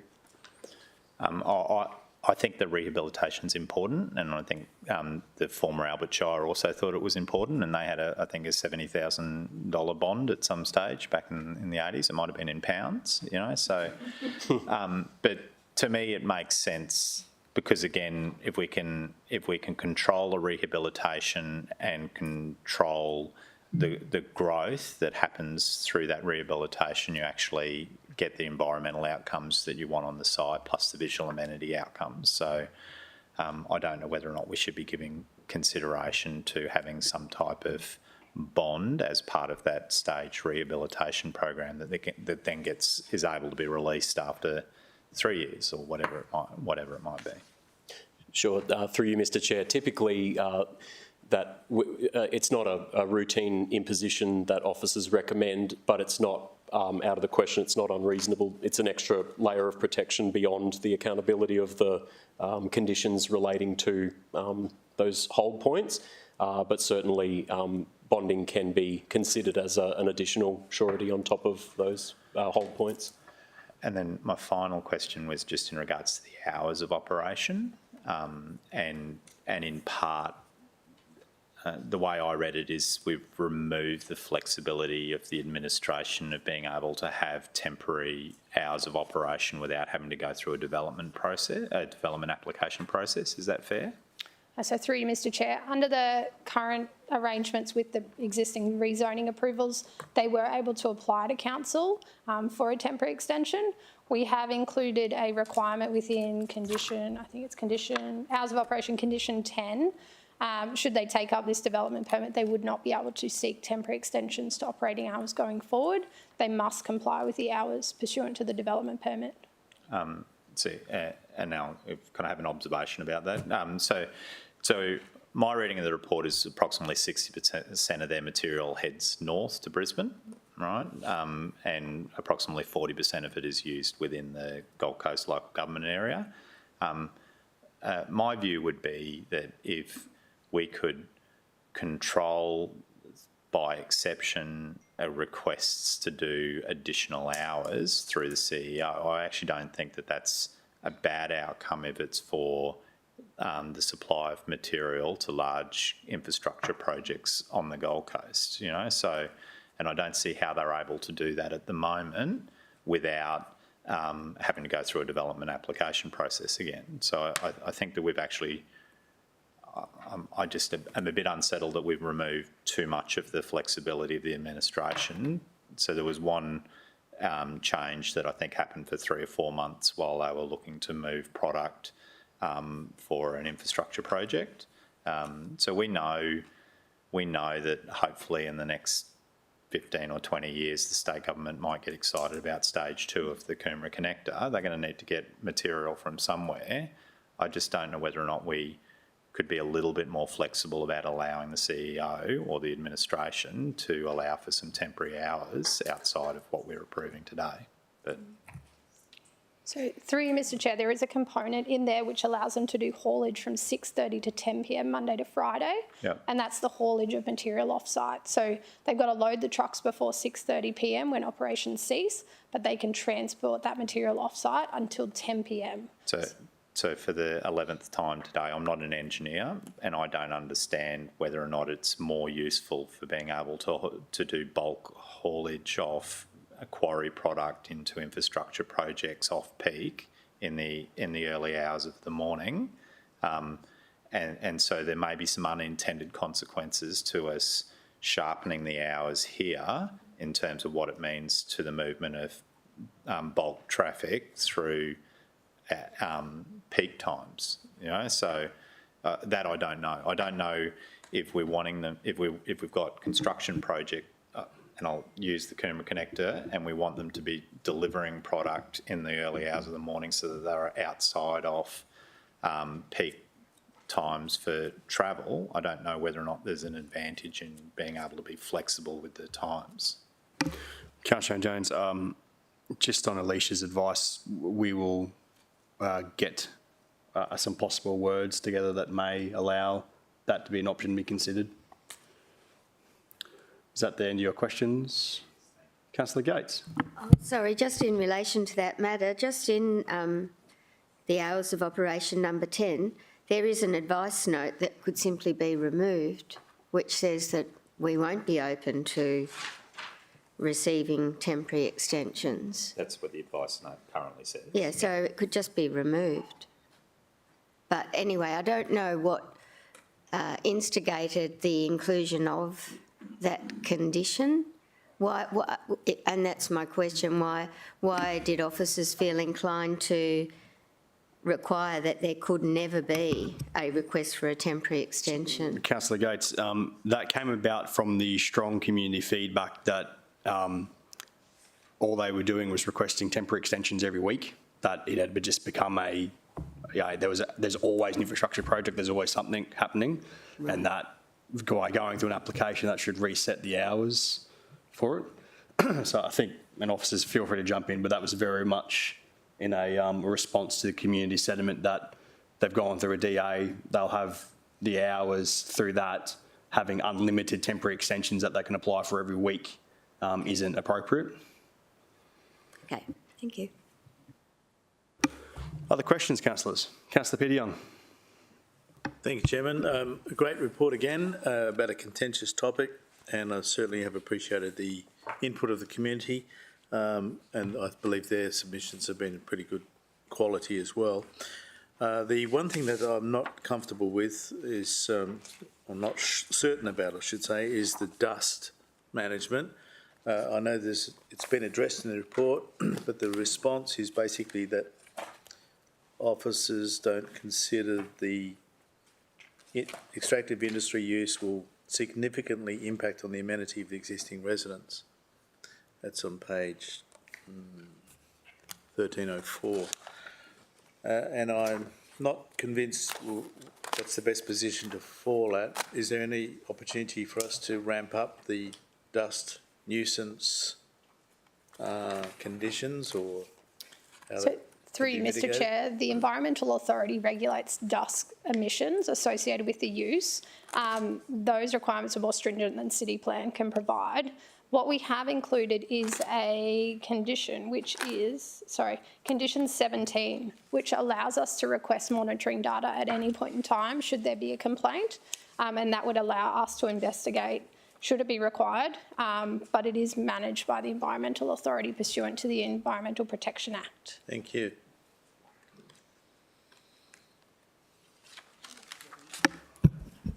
Anything else, Councillor Young? No, not for now. Thanks, Chairman. Any other questions from councillors on this one? Councillor, well, you go first, then we'll come to Councillor Owen Jones. Thanks, Chair. With that open space, which is, what is the ownership of that at the moment? The property to that forms the buffer. Right. And you had a couple of photographs of the quarry from Venner. Yes, those photographs there. Where are they taken from along that road? So through the Chair, one is through Venner Reserve, which is the council park. So we're looking to put trees right at that interface of the photo, and then right down the back of the park just before the southern wall, just to try and get some visual improvement there. And then the other viewpoint is from Lever Court, which is on the other side of Peachy Road. So what we can see in the background on the quarry is seemingly some of the landscaping, some of the rehabilitation that's been undertaken on the benching, is that right? So through the chair, so that right at that peak top, that was an area that experienced a geological failure in 2018. And there are some requirements to rehab that area once it becomes geologically safe.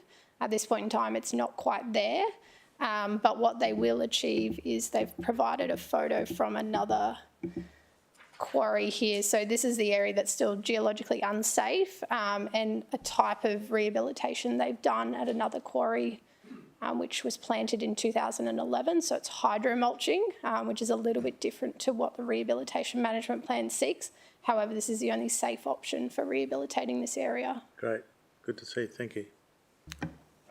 So we could just stay on that slide. So, so what's the height of the benching, and do we control that? Through the chair, we haven't controlled the height of the benching, just the footprint. So the more steps we have, the easier it is to, my understanding is the more steps we have, the easier it is to improve the visual amenity. So are we giving that any consideration, or are we just going to rely on our good friends at DES to resolve that through the Environmental Authority? So through you, Mr. Chair, the requirements for benching are really driven by other pieces of legislation and mine safety. So we've relied on terms which make reference to terminal benches. So as was discussed earlier, the extent of the actual extraction footprint that we've permitted as controlled by the condition and the approved plans, that will ultimately guide the extent of cut and benching that can occur. And at a point in time when it does become a terminal bench for them to access the materials below it, it's at that point that it'd be a trigger point for not that particular rehab, but the rehab requirement of the benches would occur. But we have a little bit of authority because of visual amenity. We've most definitely got a head of power under the city plan, which speaks to the protection of visual scarring of the landscape as a result of an extractive industry. Yeah, and that's where I think we've got a potential to do things in regards to the long-term visual amenity of the project, and that's why it's difficult, because there's no quarrying plan to indicate what it might look like over time. As an ultimate rehab outcome, is that correct, Councillor? Yeah. And we have proposed conditions that allow the city officers to have access to the applicants' data that they've created through their blasting and dust and whatever. Is that correct? Through you, Mr. Chair, correct. Okay, thank you. Roger, if I could pose a question to you. So I think all committee members may have received correspondence from Wholesome yesterday in regards to concerns in the way that some of the proposed conditions are written. Would you mind? Didn't? No. Okay. There was some of us. They may have been emailed to the office, but it would be fair to say that we've got 4 volumes of reading material. So. Understood. Anyway, so for the benefit of anyone who did read it or is aware of it, Roger, could you give a response to Wholesome's concerns and what may happen from here in regards to the few ones that need some nuancing, as it was put? Through you, Mr. Chair, officers haven't seen the correspondence that's been sent to councillors, but I'm presuming what we've got from them is the same. It's 12 conditions that Wholesome are not comfortable with. The majority of those conditions are, in my opinion, not fatal. They're stuff that could be nuanced or sorted out post a decision today through a negotiated decision. There's a couple that relate to hours of operation and our maintenance restrictions, and they're problematic because our whole reasoning in terms of putting a recommendation to you for approvals based on that. So we're actually not supportive of making changes to those conditions because it would actually affect our recommendation to you.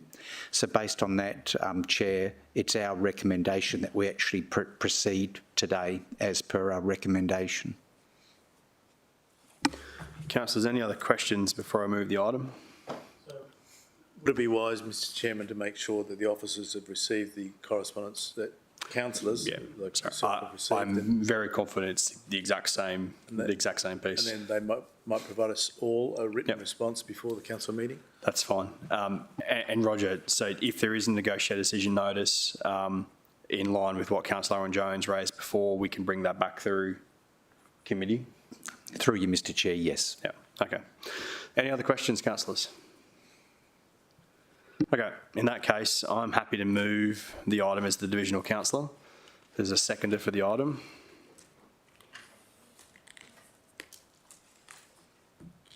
Councillor Pauline Young, the second. Cool.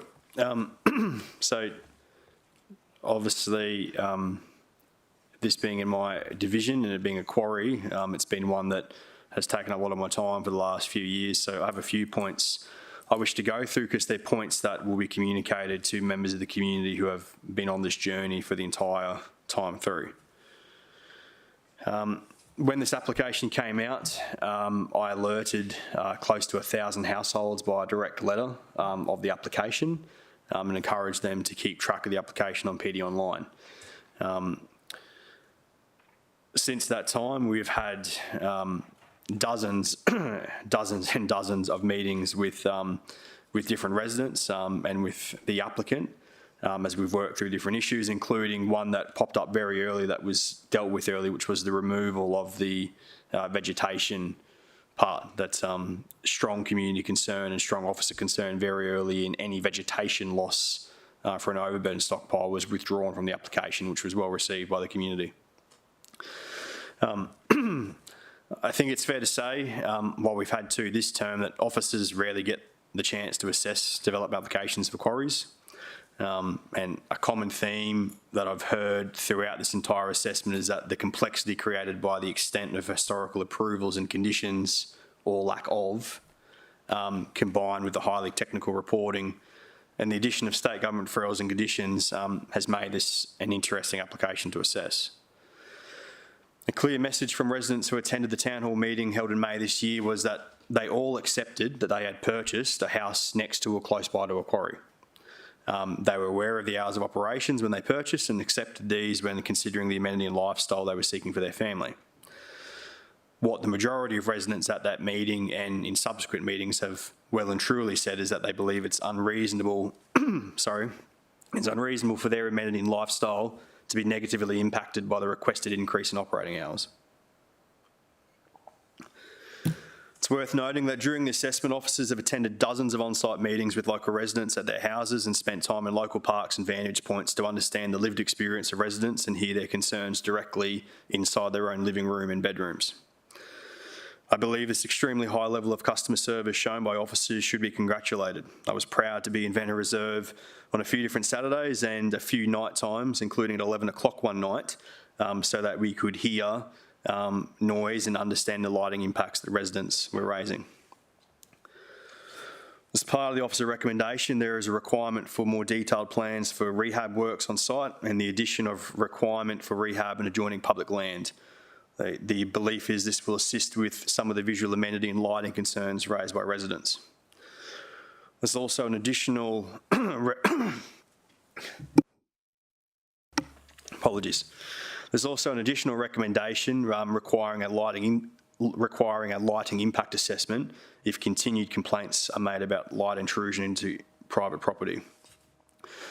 There will be no loss of vegetation as part of this application, as that section was removed early in the piece. There will be a minor increase in truck movements from the site onto the existing Quarry Hall Road. The upcoming upgrade of Peachy Road from Pearson Road to Stanmore Road will be a welcome addition to improve safety for all truck movements on this road. Officers have on several occasions through the report identified the need for a balance between the commercial needs of the quarry operator to meet market demands in South East Queensland and the needs of residents who have a reasonable level of amenity expectation. I believe the officer recommendation has found a balance. It does give the quarry operator some additional hours, not everything they wanted, but it is an increase. It also balances the rights to a certain reasonable level of amenity expected by joining residential landowners. While I'm confident that neither the applicant or residents will be 100% happy with this recommendation, Again, I do believe that it has struck a balance and that the officer recommendation is worthy of our support here today. Is there a speaker against the motion? Councillor Owen-Jones. So I'm going to speak against it, but a little bit reluctantly, because I reckon it's about 95% of the way there. And some of the things that I've touched on today, I think would get me there, you know. So I'm actually really interested in making sure that the buffer is protected as best we can, you know. So I've got a lived experience where there was a buffer and it was removed by a state government and it's created an enormous amount of havoc. So I think that we have potentially an opportunity between now and council to have a conversation just in regards to whether or not we can protect some of the vegetation. So I appreciate what you've said, Councillor Hamill, in regards to that vegetation being removed from the actual initial application. But I think that if we can look at an instrument that maybe gives us an extra layer of control, I'd be like to pursue that. In regards to the hours of operation, I'm actually interested in whether or not we could be just a little bit flexible in regards to the removal of that advice note, because I think that from time to time there may be circumstances where for a period of months there may be a need to actually provide different hours of operation. So, and I'm very interested in having an anchor at an RL below what is currently exists, and it may be academic or it may not, but it would at least trigger the need for the property owner, whoever it might be in the next 10, 20 or 50 or 100 years, to come back to the council for a conversation. So, and then finally, in regards to vegetation and the improvement of visual amenity, I remain convinced that the city would benefit from having some type of bond about the stage control of the rehabilitation of the benched areas over time. So, and I can't see that detail in the report that we have today. So, I'm not vehemently opposed to it, and I could see my way to voting for it at council, but I think that there's probably an opportunity for us to sensibly try to improve the long-term outcome for the site. But we also, and I'm also cognizant of any proposed covenant area, etc., would need to be relevant and reasonable and defendable and all of those type of things. Because the last thing I also want is for us to be bogged down in another case of litigation that because we're being unreasonable. But I think the buffer to the sensitive receptors is something that we should be doing everything we can to have as many controls in place for the life of this facility. Speaker for the motion. Max, have we lost volume? Sounds weird. Yeah, it just keeps dropping in and out. Councillor Gates, was that a speaker for or a question? No, I wanted to make a suggestion to you, Chairman, as the mover of the motion, with guidance from the officers, of whether it is appropriate to insert a couple of extra conditions, one that says that the footprint of the quarry extraction area not be further expanded, and that the hatched buffer areas indicated within the report be protected in perpetuity. Alicia, do you want to take that with the other stuff as things that can be worked up before full council? Because they're significant conditions I don't want to do on the fly. Okay. Thanks, Mr Chair. I'm seeking guidance. Through you, Councillor Gates, happy to take that on notice. What we might try and do is wrap up. There's probably about 6 issues with this one today, and we'll do a memo next week, early next week. Okay. That's okay. Thank you. We'll liaise with you. Thank you. Speaker for the motion. So just a question, Mr Chairman. I'll take the question first, Councillor Vorster. Thank you. Through you to our EGM. So I'm not sure I'm going to get used to the whole EGM thing, but anyway. It's probably easier than Executive General Manager. Yeah, I know. Anyway, go restructure. Could that memo just canvass whether council can fetter the ability of a landowner to lodge a future application, because I wouldn't have expected that we could require something in perpetuity. I would have imagined that they could always come apply for a different application which could supersede conditions. I don't need a response to it now, but if the memo can just cover off the lawfulness of that. Through you, Mr Chair, you're right, Councillor Vorster, but we'll ensure that's covered in the memo. And it picks up on exactly why I'd prefer to do that offline and get it right if it's going to be introduced. Councillor Young, question or Just speak to Mr Chairman. Thanks for the opportunity. I appreciate this has been a very contentious matter in your community, and I appreciate that you've done your best to bring all the heads together and try to resolve those significant problems. And I think that you and the officers have arrived at a good outcome, and maybe they'll be improved slightly by the time we get to council, but happy to support it now. Speaker against? So I'm going to close briefly, but my closing is just going to be to acknowledge the significant work of Emily and Adam on this application. I think, Emily, I'd be fairly accurate. This has been your first quarry application to assess, and it's been quite an experience, but the exceptionally professional assessment and the very, very high level of customer service. Like, I had Emily and Roger at that community meeting. I know officers have been out to houses. They've been prepared to come out on weekends and here at different times. Like, they have shown an exceptionally high level of customer service and an exceptional credit to the city. So thank you to officers for your assessment, and that's enough for my close. So with that, I'll take a vote. All those in favour? Against? The recommendation is carried. But we look forward to the team's advice on any improvements that may help Councillor Owen-Jones come to there at full council. Officers, thank you for that one.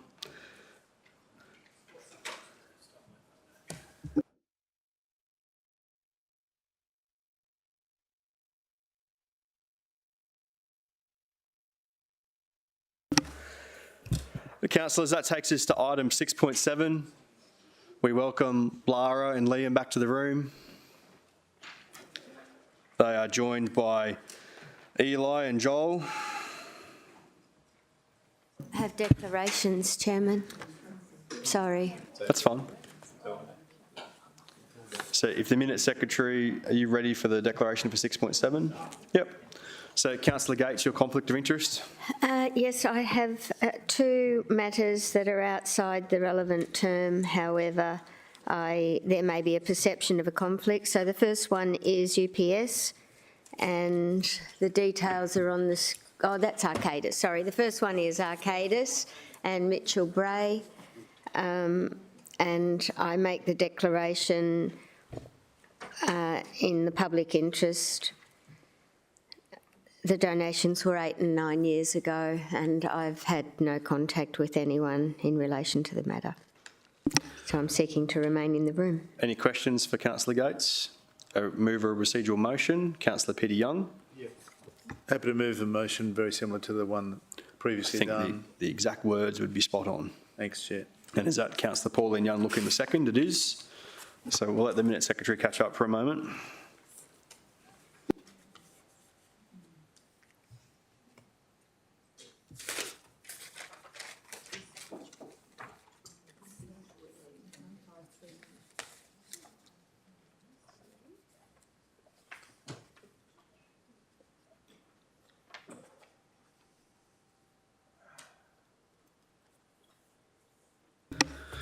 Happy with those words, Councillor Young and Councillor Young?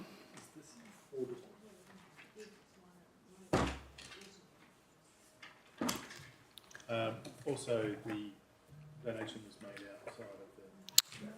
Yep, the relevant term.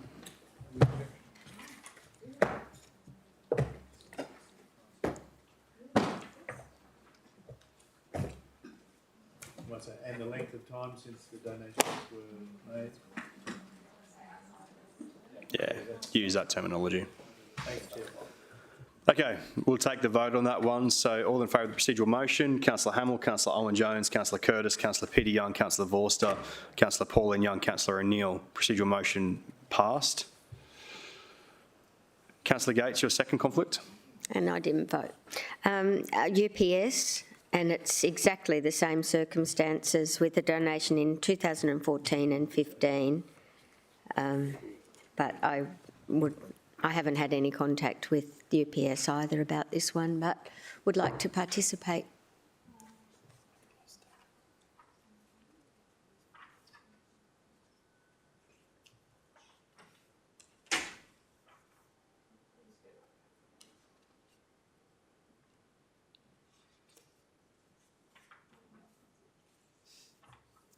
Sorry, this one's UPS, not RPS, UPS.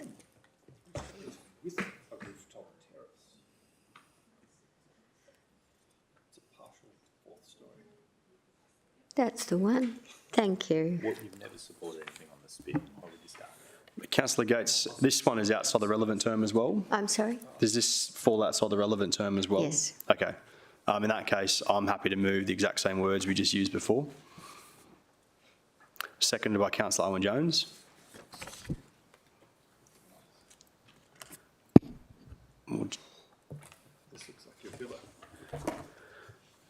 We'll just get Councillor's name in.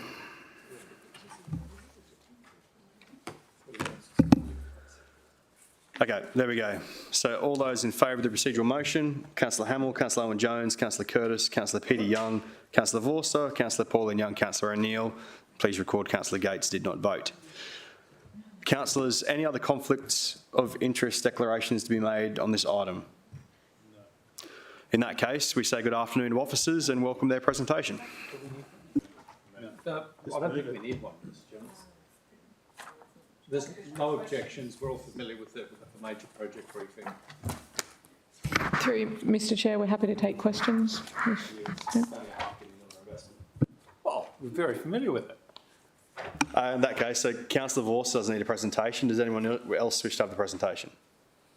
Straight to questions then. Yeah. Questions? No.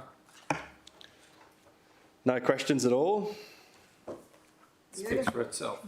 In that case, Councillor Owen-Jones has indicated he'd like to move it. Councillor Gates to second. Councillor Owen-Jones, over to you to open. I'm really impressed with the project, and I like the fact that somebody's prepared to commit to the renewal of a product that's been on the Gold Coast for a long time, but with a lovely nod to the sales that have been there for all of this time. So I was a little bit concerned initially when I read about it that it would be a substantial change in regards to that visual amenity. I think the sales is a good option. Motion on the screen is the wrong item. I wasn't speaking to Robina. I'm not impressed with Robina at all. That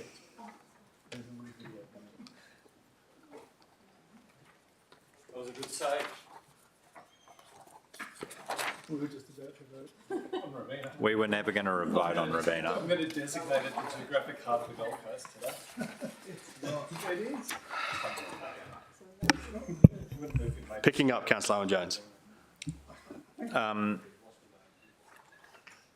and I think that it's a great thing for the city, and I welcome the investment. Anyone else wishing to contribute on this item? Councillor Vorster. Only that the motion be put. Second. So, Mr. Chair, I'm happy to do that for the next item in regards to Robina, but only acknowledging the fact that this is a significant development. I think we might give it a few more words in it. So, Mr. Chairman, while you're thinking though, so I'll make a legitimate contribution. If you would, Councillor Vorster? Yeah, because I know you love the Spit Master Plan. Yeah, look, thank you, Mr. Chairman. I don't like the Spit Master Plan, and that's been on record. I think it was a compromised process, but nonetheless, the city had an obligation to respond to the state's direction, and we did the work of incorporating the Spit Master Plan into our planning scheme. I believe that the applicants here have done a remarkable job of responding to the very limited opportunity that was afforded to them in the Spit Master Plan, because the three-storey constraint, I think, did rob a potential applicant over the site doing something spectacular. But nonetheless, this project looks incredibly spectacular. My only hope is that the actual construction firm that is ultimately appointed is able to realise the exquisite imagery that's been detailed throughout the report. Architecturally, this could be an attraction in of its own right, which I think is very, very exciting. What I like in particular about this development, and I look at page 1548, is this pedestrian concourse through the development. So this is at the bottom of page 1548, which I think provides a connection to the water and a sense of place that one might not otherwise enjoy at, say, the Sheraton or what's now the Imperial Hotel.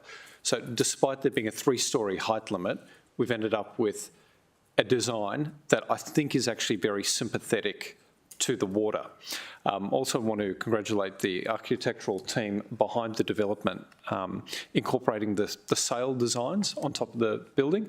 I think that's really important because the sails at Marina Mirage are iconic. I wouldn't go so far as to call them our version of the Sydney Opera House, which some groups do in that part of the world. But having this cohesive design language, I think, is really important. And yeah, just a full credit to the team there. Mr. Chairman, as you noted there, this is a very, very, very large-scale project. It will inject a significant amount of money into our local economy during construction, also during operation. But I think what this will do is set a benchmark for the delivery of every other project in the Spit. And although it might not be within the price range of most to enjoy and to enjoy fully, I think it does create an exciting high-end product for the Gold Coast that will have overflow benefits for the balance of the economy. And as somebody who does visit the Spit from time to time, I can't wait to have a walk through and see something that's refreshingly spectacular. Thank you, Councillor Vorster. Anyone else wishing to contribute? So I'd only like to say on this one that completely endorse Councillor Vorster's comments that when you look at the renders in this, which there are several dozen of them towards the back of the report, it is a fairly breathtaking architectural form that they're looking to achieve. Very much endorse the fact that it's great to see those iconic sails all be back on top. I think this is a sign of a city that is maturing, and this kind of tourism product coming into the market is going to be wonderful for our city, not just for tourists, but for locals as well, to go down there and enjoy that public thoroughfare and everything the Spit's got to offer. Councillor Owen-Jones, you wish to close? Yeah, if I could. Thank you. So since 2012, it would be fair to say there's been a bit of action on the Spit, and I find it staggering that on page 1637 of our report today, we have one properly made submission, and that was in favour. And I think that it's an amazing turnaround in regards to public sentiment, and I wish them the best of luck, and the sooner they get started, the better we'll all be for it. Take the vote. All those in favour? That is carried unanimous. Thank you, officers. What's that?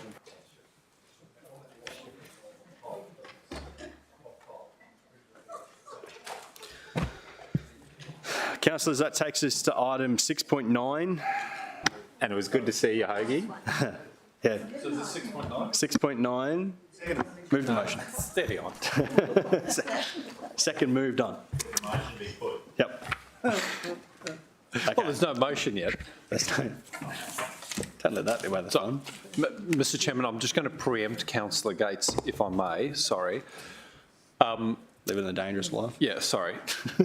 So, Mr. Chairman, today we're dealing with the Robina Central Planning Review Phase 4 update. In the past, but certainly not recently, I have made declarations concerning planning in the central part of Robina. My practice has been not to make further declarations, and that is because I'm satisfied that this review impacts a significant number of people in the local government area and therefore gives rise to the ordinary business exemption. But I did... You're right. All good? I just did want to flag with city officers that my grandparents live within the area, but not in a site that's subject to review. They live in an aged care facility at Robina. My uncle also lives in the area, but again, not on a subject site. And my wife does work for Bond University, and they've got interest in the precinct. But again, I think that's overwhelmed by the fact that we're dealing with a large body of work with huge significance for the rest of the Gold Coast. So I won't be making a declaration, but did want to offer that up in case any colleague wished to deal with that procedurally. And I needed to do that before Councillor Gates moved her DCOI, because that may have impacted my ability to vote on that matter. Anyway, there you go. Councillor Gates. Thank you, Chairman and councillors. I did have advice from the City Solicitor that Robina Projects is not mentioned in the body of this report, but I do know that when Robina Projects Proprietary Limited donated $1,250 to my campaign in 2016, they are associated with Robina Land Corporation. So I make the declaration in abundance of caution. I seek to remain in the room due to the strategic nature of the item, and I've had no discussion with any party in relation to what's before us. Questions for Councillor Gates? No. Procedural motion. Councillor Vorster. Thank you very much, Mr Chairman. I'm happy to move that Councillor Bates. No, it's Bates Motel. Councillor Gates. Oh, that is funny. Yeah. That's good. May participate in the decision despite the councillor's conflict of interest, because the interests of the party are extremely minor and remote.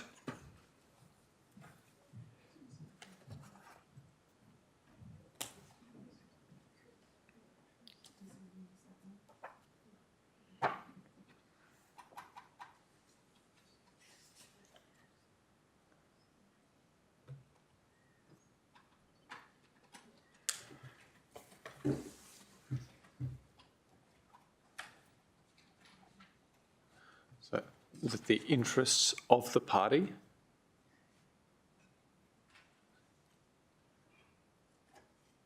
are minor and remote and may now be extinguished, as I understand Robina Group have sold their last land holdings within the study area. Second.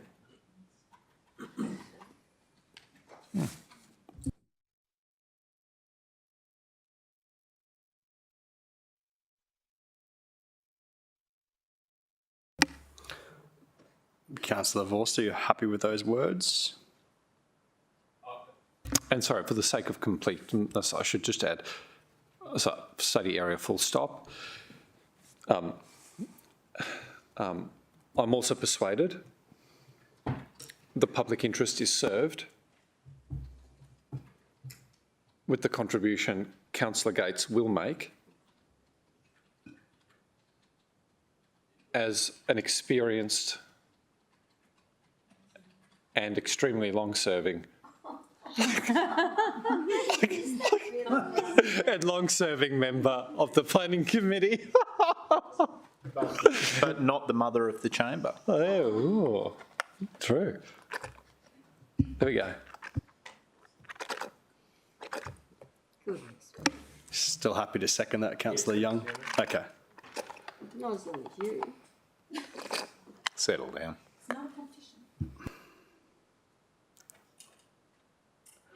That's seconded Councillor Peter Young.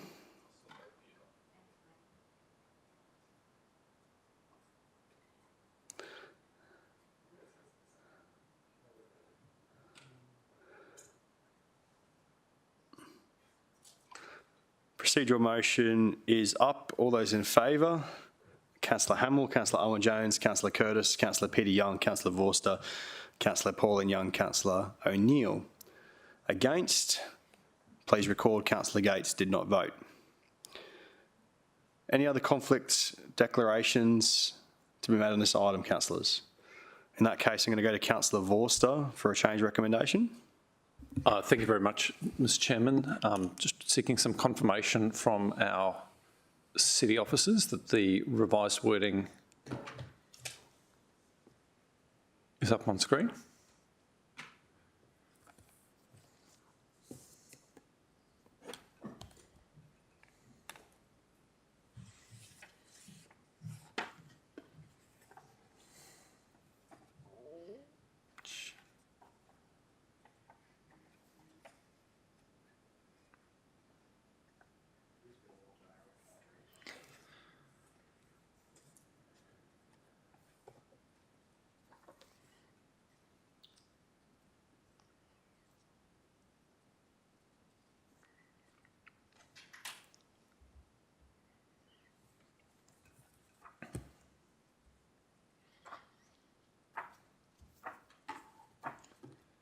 These your words. Oh yeah, wait if I have a second. Yep. Just to strengthen the report. Through the chair, I can confirm that is a revised recommendation or additional recommendation. So, Mr. Chairman, if we've got a seconder, I'm happy to talk to the delta between the two. Seconded, Councillor Peter Young. Thank you very much, Mr. Chairman. Look, you've often heard me say that Robina is at the geographic heart of the Gold Coast, and I will accept the very technical observation that it's perhaps the second CBD of the Gold Coast, which is Nerang. But the reality is, Mr. Chairman, well, it is Nerang, right? The centre? Yeah, the centre. Absolutely. The geographic heart. No question about it. You can't be wrong. Absolutely. But look, sincerely, in my view, Robina is at the heart of the Gold Coast, and it appears to strike this incredible blend between housing, employment and lifestyle. But one of the remarkable things about driving through Robina, because you can't take multimodal public transport yet, or sophisticated public transport, is that there are these incredible greenfield development opportunities. And it's not a part of the Gold Coast where we need to be championing the amalgamation of lots to deliver housing and employment, because the lots are sufficiently large that we can be very intentional around the opportunities we want to create and to create those at scale. Now, what's critically important, though, is that as we realise the greenfield opportunity at Robina, we take the community on the journey. And I have to thank city officers for carrying out a process that has given absolutely everybody buy-in into the reshaping of the vision for Robina. Whether it Year 4 students carrying out a colouring in competition, or residents who have turned up for a family fun day at a community centre, university students, people using public transport, or visitors to the precinct at our shopping centres, city officers have made sure that we have captured the community's collective aspirations for Robina. But the reality is, Mr. Chairman, that although we have captured this vision and we have highlighted the opportunity, all of that is for nothing if the state government does not work in partnership with us to progress the necessary legislative and regulatory and city plan making changes that we will need in order to enliven that vision.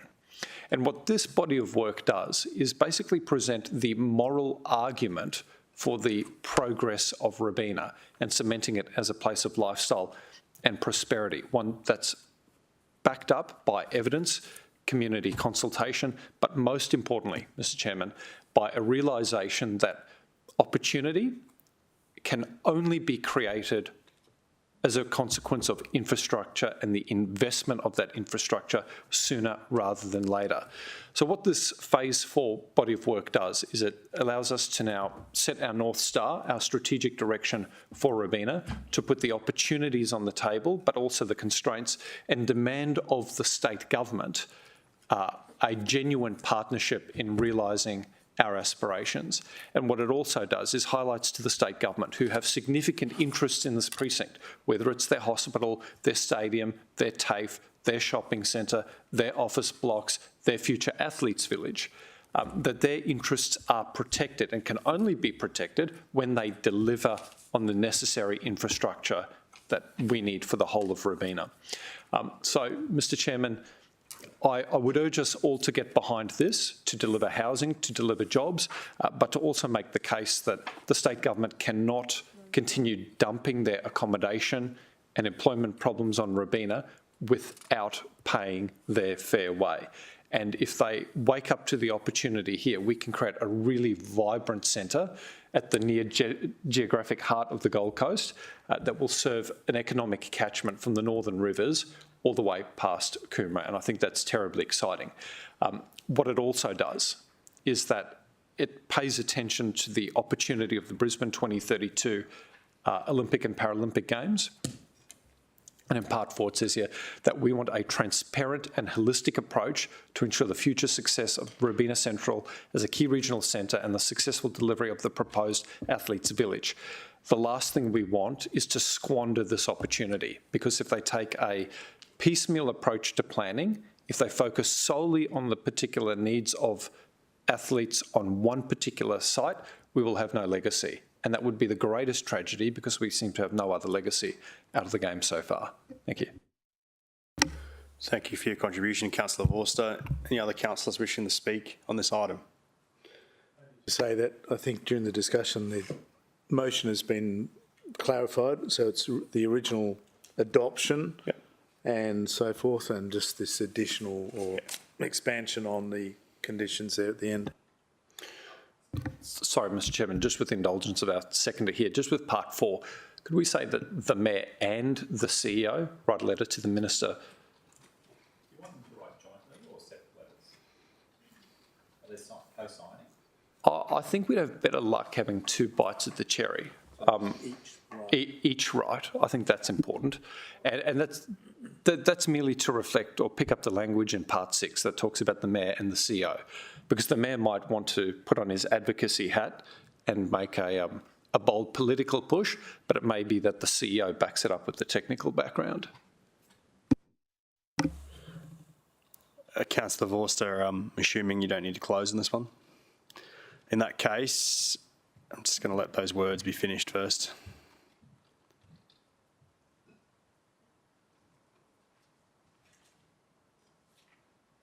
Okay. In that case, we'll take the vote. All those in favour? Carried unanimous. Love you too, Louis.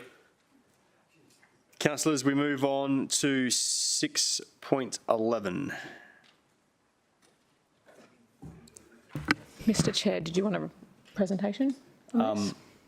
I was definitely looking to let Catherine have a chance to speak on this item. Is that okay with committee members? We'll take a presentation on 6.11, the city plan review. Catherine, the floor is yours. Thank you, through the chair. So this afternoon I'll present on the outcomes of the city plan review. We have had the services of a consultant, Kerry Doss, who has been undertaking this work in consultation with our city officers.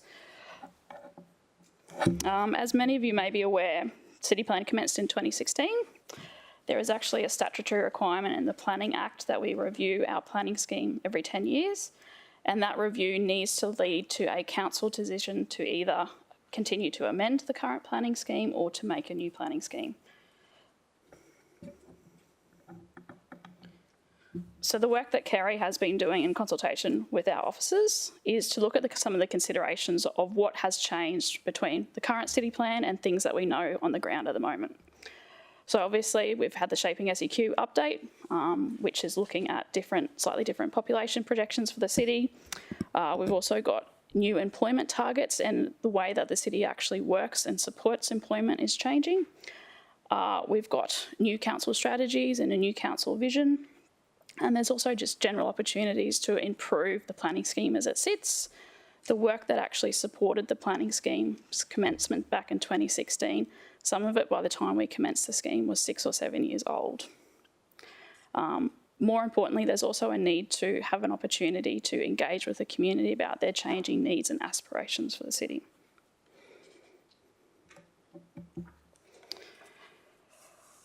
So the work has looked at essentially looking at what have we got at the moment, what are our gaps in our policy, and also what's the scope of a likely scheme moving forward. So this has been done through a number of means, which is on screen. Importantly, what we've looked to do in this process is talk to as many people as possible, people that have touch points with the city plan, either through applications, being industry groups, community groups, internal city and state officers, and work out, well, what's working, what's not working well, and what's actually missing in our scheme. This has then been used to start to scope out, well, what are the things that a new scheme may look at.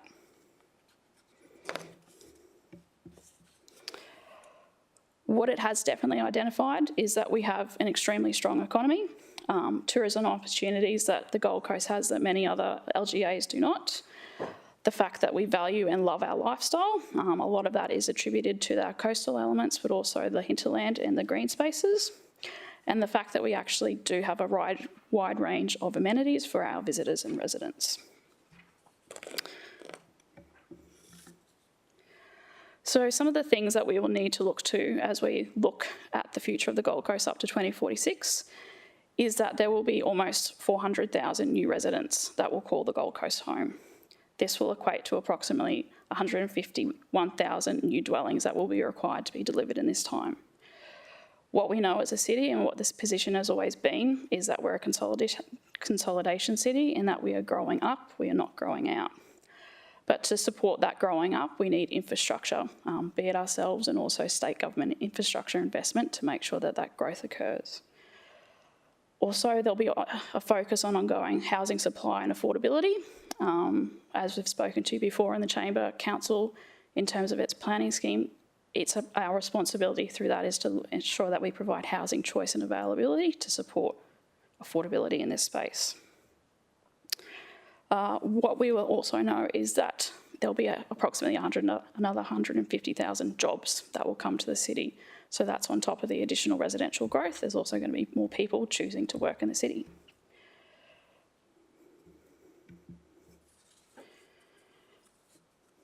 So some of the key themes that have started to emerge from this review is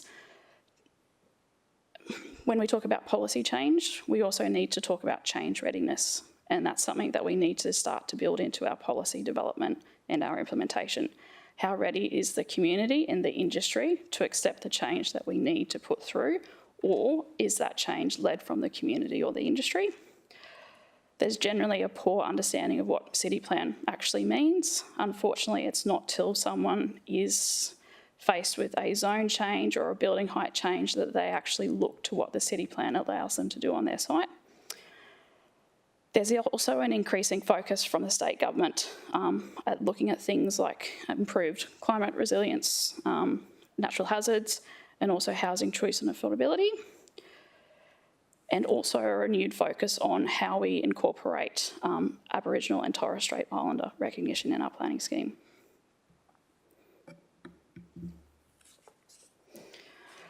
So some of the key themes that have come through the gap analysis are probably quite common in terms of there's a need to make sure that there's a stronger linkages between the city plan and our council strategies.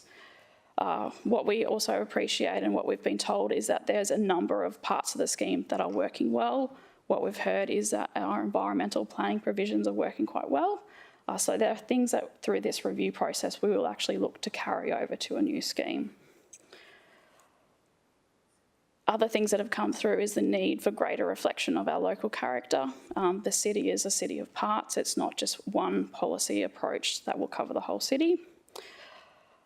Housing, looking at capacity, housing needs, but also opportunity and choice, and making sure they're in the right location for infrastructure and jobs.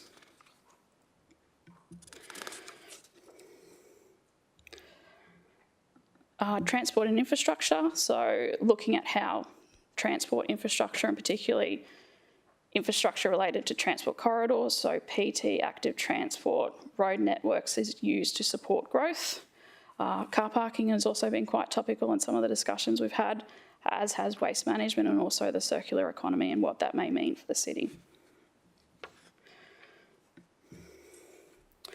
So what we're looking to do with a potentially new planning scheme is actually have a stronger focus on our change management approach, which means that we'll be having meaningful discussions with the community. We will be gauging their readiness and understanding of the policies and provisions we're actually putting to them to discuss.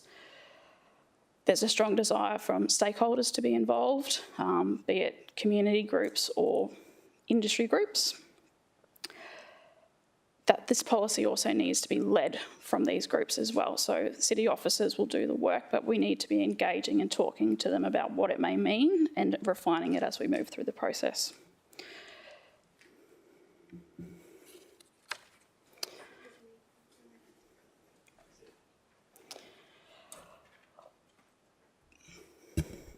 One key part that we are actually looking to do is to prepare a local growth management strategy.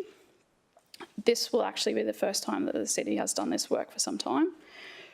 What this allows us to do is actually have a conversation with the community outside of the statutory planning process as well. So we'll be able to have a conversation about where will people live, what type of houses will they live in, what type of jobs will they have, where will be the places that they go to shop,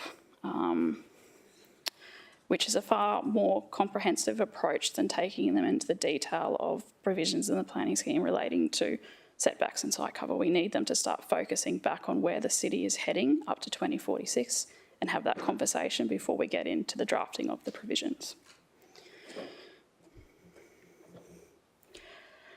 This slide is just some proposed key dates to start with. We are in the process of preparing a project management plan that we will present back to council. It will also be presented with our engagement strategy. What you'll see, it is quite a condensed work program, and we will sort of further work through that as we get into the more detail of scoping it up and working through the timeframes required to do the work.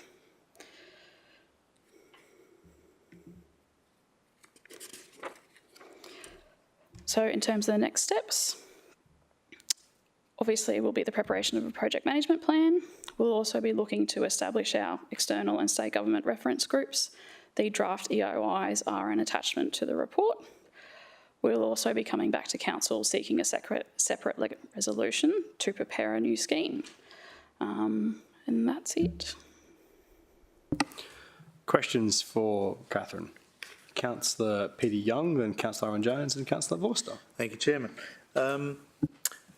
Earlier today we dealt with the flood management stuff, so obviously that's going to dovetail in with this, I'd imagine. I've got a concern about, pardon me, the investigation areas. We've had a program to progress those, excuse me again, and that's really been lagging because of lack of resources, and there's some of them we haven't even started, but I would think that if we had those firmly in place, that would be great to inject into this new planning scheme as well. So I wonder if we can try to escalate our attention to those. I know they're not quick fixes, but they're certainly going to impact upon the future accommodation. Through you, Mr Chair, Councillor Young. So what we were proposing to do is, should council support this recommendation on the 4th of December, we'll then prepare a report to come back, which will include much more detailed scoping. Obviously, during that time, we'll come and meet with each of you as well. In terms of the current work program that we have, Catherine and I have been doing a very detailed review, and Sam as well, sorry Sam, over the last few weeks. There's a lot on the program for city planning, and I did raise concerns with the chair, and Catherine and I spoke about in terms of we really need to get clear what our priorities are. And this is the opportunity to do that. So investigation areas, everything else will be looked at through that process. what I would envisage, if council was supportive of that, is when we come back with that next report, we will literally go through every resolution we have relating to plan making at the moment for city planning and then put a recommendation on what we propose to do that. It might be some might sit outside and we might go, look, we can get that done quickly, or it might be that needs to be moved straight to a new city plan. But I think it's important to say as well is that with this process, there's a lot of good stuff in the city plan that we would want to keep as well. So it's not that we're saying we want to completely start afresh, and particularly with the timeframes that we've got, we think if we narrow the scope down, obviously work with everyone here, that we'll be able to do that. Finally, just I wonder if we can be really firm about the language of this new thing and call it a planning scheme. And absolutely. So we're just really clear on that. Through you, Mr Chair, Councillor Young, you'll note through the whole report we're calling it a planning scheme, which will be good. But I also see city plan planning scheme. Yes, it will be, as you said, a planning scheme. Thank you. Councillor Young, I think that Alicia spoke to most of it, but it is a problem that after effectively 8 years of amendment package work, we have dedicated who knows how many tens of thousands of hours of officer time towards amendment package work, that it has seen a lot of other things that have just sat in the program going around and not going anywhere, that not only is this a catalyst to commence a new planning scheme, it is a catalyst to get some of that stuff that has sat there for too long out the door. And if that can't be done through internally, then we will look at external consultants to do more work. All of it back on the table in the hope that we can draw a line in the sand and kind of leave the amendment package stuff, but also get some of that work that has just sat there doing nothing for too long, either moving or through justification why it shouldn't proceed and why we're going to dedicate resources somewhere else. But very much agree with your general sentiment on it. And I think officers do too, because I've definitely got the sense from talking with officers in city planning that they are fatigued and over the amendment package process and are really looking forward to a positive looking forward to just being done with that and picking up on some new work and working with the community again and putting it into a new city planning scheme. Councillor Owen-Jones. So I just wanted to touch on the investigation areas as well. So we've got the Oxenford investigation area that's kind of been just trundling along, but is just clearly parked behind whatever the state wants to do with regards to amendment packages in 2 and 3. I actually see merit in us suspending activity in those investigation areas and just making it all part of a new scheme. And I agree that a planning, calling it actually planning is probably a good place to start. But I'm interested in making sure that we are really clear in our communication with the community in regards to what we're trying to achieve, because I think that there was a false sense of expectation regarding the timing of those investigation areas, which has been delayed by the state, and nobody necessarily wants to appreciate that. So I think we would be far better off saying this is our proposed timetable to redo the planning scheme, and the changes to the investigation areas will most likely form part of that. So we've done a whole body of work, but to me, rather than pretend that it can be an amendment package that can somehow sneak in before a new scheme, I think we're probably better off just saying it's going to be part of a new scheme. And I'd be really interested in making sure that the funding package required for this scheme is robust and full as possible, because so I think we would be better off being over-resourced and delivering than trying to save a couple of pennies here and there. I think it's an opportunity to fix a lot of things that were not quite right in regards to 2016 scheme. So I just want to make sure that we front load the funding that's required to do it, and whether or not that's in internal or external resources. I think we should be as realistic as possible as how much that's going to cost. So through you, Mr Chair, Councillor Owen-Jones, it'll be a mix of both, and we agree with that. So that next report, we've started working on the scoping, we've started talking about what consultants we think could assist us with that piece of work. We obviously want good people, good value set, but also practical solutions. And I think the workshop we had a couple of weeks ago in relation with some of our panel solicitors, there's a lot of outcomes out of that we want to funnel into this process as well. So, and my final observation is if we could embed somebody from the state in that process so that we actually don't have the nonsense of us doing a whole body of work and going to the community and saying this is your plan and then having the state overrule it. I think somehow we have to do that better. So through you, Mr Chair, I think that's critical to any success of this. Councillor Hamill and I have spoken about that. We've already started working out how we can have some pretty tough and straight meetings in Brisbane to say that we obviously don't want to go down a few years a path and then not have anything supported.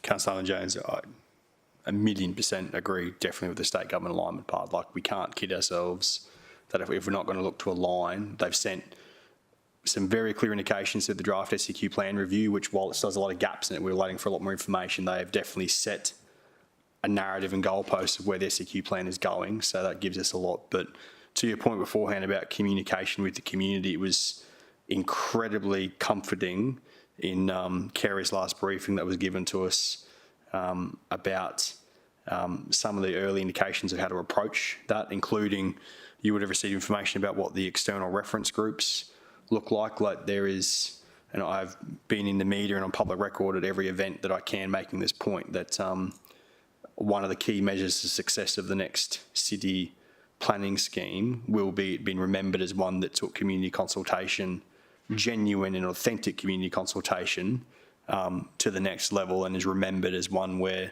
the community, no matter where they live, felt like they were listened to, and they can, not just they were listened to, but they can actually see in the scheme where their input has actually led to outcomes, which is a process that will take a lot of time and will take a lot of resources. It has to be funded properly to be able to have those conversations and have that backwards and forwards on multiple occasions. But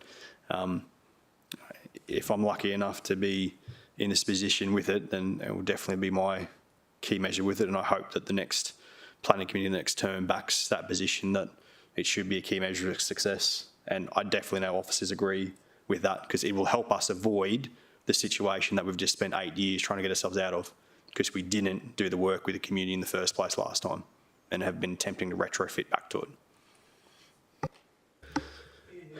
Councillors, any other questions or comments you'd like to make? Councillor Vorster. Thank you very much, Mr Chairman. Just on the community consultation piece, I think for me, one of the defects of the 2016 scheme is that it removed, and Cameron's going to roll over in his local government political grave here, but it removed local area plans. And he said, well, that's wrong because we've still got local area planning. Now, in the report, I did see some reference to local character, and I just wonder whether the intention is to try and provide some more intentional development outcomes in our suburban villages. Mr Chair, I'll start this, and Catherine will probably want to say something as well, but from our side, from an officer perspective, absolutely. And I think in the review that we've done and what we've been saying for years, particularly once the city plan came into force, is a lot of that local context was lost as well. So it is absolutely something we want to have as part of this planning scheme. I think the process that we did for the neighbourhood framework that we have done over the last few years was a good start, and there's lots of improvements we can make to that. But I think doing something like that and using that process, we've also taken things out of that, like the reference groups, that we'll use as a positive as well. So from our side, we'd absolutely want to see that in, and we hope to get support from council for that. Awesome. And which I think is a really great outcome. I've been trying to champion, trying to champion it. Mr Chairman, my other question just relates to the slide before this, just along the timeline. And I just wanted to get a sense of the impact of the state election and whether or not we will have any delays because the state might be prohibited from, getting involved in city plan making. Through you, Mr Chair, Councillor Vorster, it may. I just want to stress to councillors that this is a pretty aspirational time frame for a planning scheme. Yep. And I want to set the expectations, particularly from our side. It will be on all of us to make sure that the scope is pretty clear and defined and that we're resourced enough to that. So the interim look that we've had from the review is that we think this could happen. There's still a lot of work that would need to say. I can't promise that when we come back in whenever that next report is presented, but it will be a lot more detailed around the timeframes that this is where we're at the moment. But there's obviously a lot of work to do between now and then. I mean, I won't be there, but perhaps.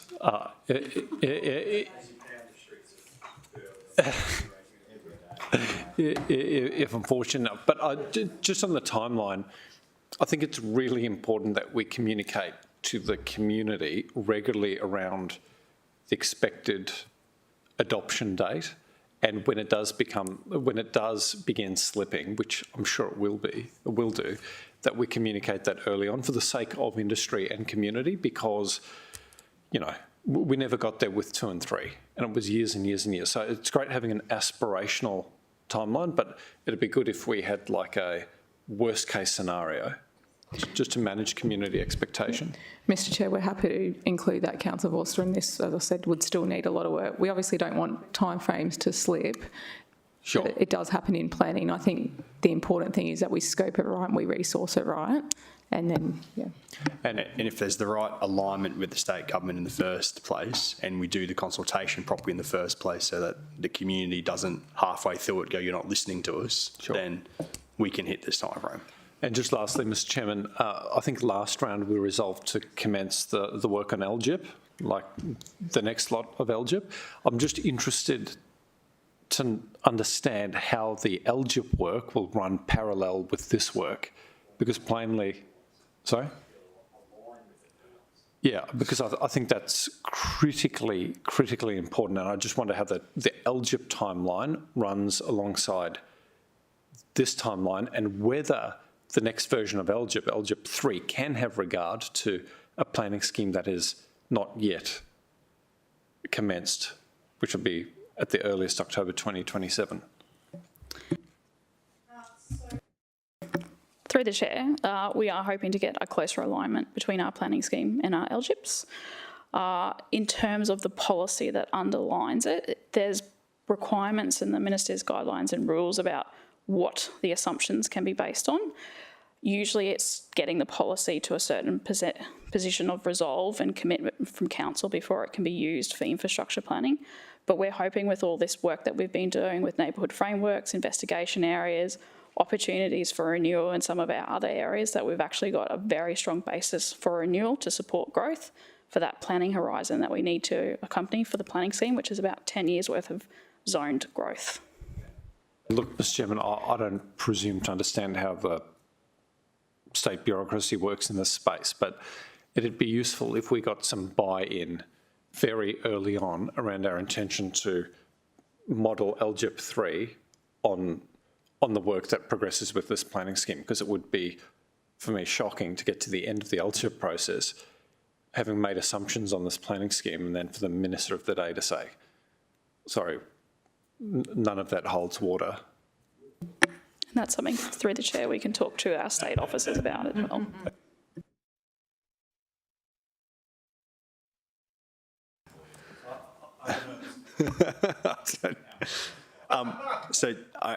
I said this before, Councillor Forster, but it's been one of the key themes that's come through from all the different groups we've spoken to, is that, so, and talking to officers, that now that the new structure is in place and we've got officers, so Nick Prassar was here, but he, for example, has raised with me that he already sees those opportunities, that there is no point his team running off and doing strategies in the transport space, that if it's not lining up with LGIP, which isn't lining up with a new city planning scheme, I do sincerely get the feeling that a lot of people are on board with that idea that we must get all those things aligned to make sure we get the best outcomes for our city moving forward. Anybody else have a question or contribution? In that case, I'm happy to move it. The item, seconded. I had Councillor Owen Jones shot his hand up first.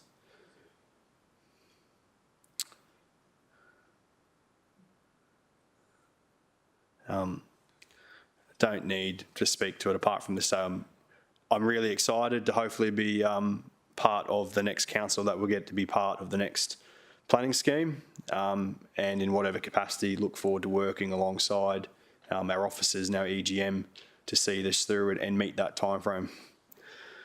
Anyone else got anything else to say on it? Councillor Owen-Jones?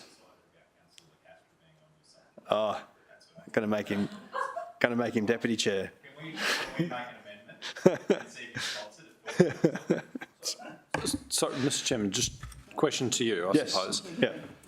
So, my recollection as a city officer back then was there was the Mayor's Task Force, the MTAG, right? The Mayor's Technical Advisory Group. Committee.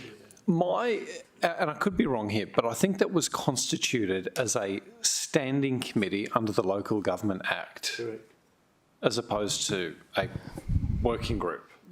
Through you, Mr. Chair, that's my understanding, Councillor Forster. So this motion does not call for the instantiation of a standing committee under the Local Government Act. It just talks about a subcommittee. So a subcommittee of what? Through the chair, the subcommittee we're actually looking to establish is to have regular interaction with the councillors. Outside of the committee forum, we need to have a regular opportunity to be briefing councillors about the policy work we've been doing, what we've been hearing from the community, industry, and seek some direction in terms of where we may be going. So, okay, again, it's just a question through you, or to you, Mr. Chairman. So, if that's the case, what is the subcommittee? Because it sounds as though all councillors will be party to this opportunity, or will it only be a group of councillors providing input? At this stage, it will be a group of councillors, but obviously because the planning scheme impacts all divisions, we will be letting everyone know about what's being discussed at those meetings as well. So what gives authority for the establishment of that committee? Because honestly, I've got to, again, not that it will affect me, but I quite like the standing committee being established as a standing committee under the Local Government Act, because meetings have to be conducted with a particular level of decorum. There's the opportunity for councillors to attend, albeit as observers, not necessarily voting on matters, and the documents being considered become public documents, at least to the extent that they can be made non-confidential. And I'm not having a chop at the Mayor, but it might concern me that this motion, if carried, could be read that the CEO, together with the Mayor, can handpick some councillors to sit on this informal committee that doesn't have the same reporting and conflict management rules that would otherwise apply to a standing committee. Through you, Mr. Chair, Councillor Forster, it's probably a language, we can make it a standing committee. I think different stages of this whole process, there'll be times where we won't be able to wait to get to a planning and environment committee or whatever it's called at that stage. So it's to ensure that the council and council laws are kept, I guess, up to date with the policy and what's happening. Sound gone off again. Happy to look at making it a standing committee. I think for us it's to be able to have that regular interaction. All councillors would be invited. They're welcome to, and because different councillors are going to want to be involved in different things as well. So, Mr. Chairman, again, it doesn't affect me, and you might have a very strong view contrary, but I think that Part 6 should read that council establish a new standing committee. Call it Sustainable City. That's a bold future you have there.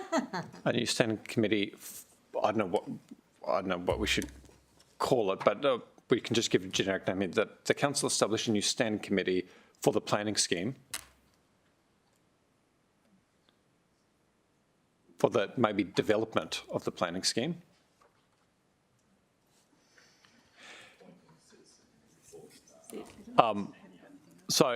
And I think that's enough. And what that will actually require is a separate council resolution to establish the members of that committee.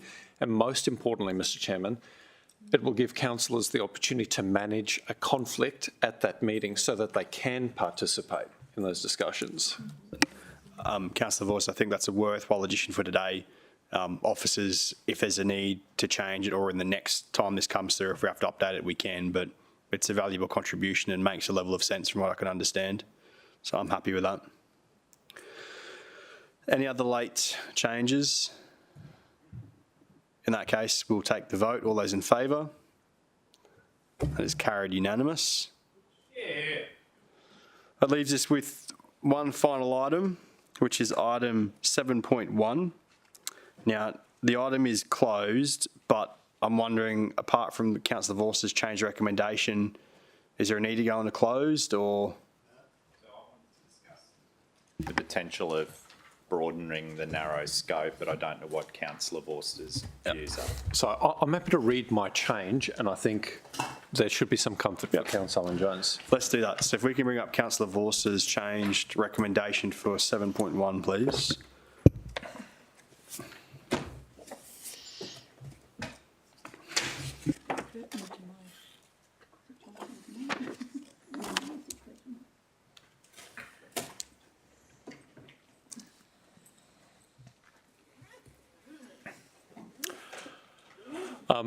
For everyone tuning in at home, through you, Mr. Chairman, to Councillor Owen Jones, it adds a thought that a review of the rate of discounts that apply to developments within the rate, donation, infrastructure charges and development application fee discount policy be undertaken as part of recommendation 3 of this report, and that will capture other community groups that provide a social benefit to council that very much broadens it.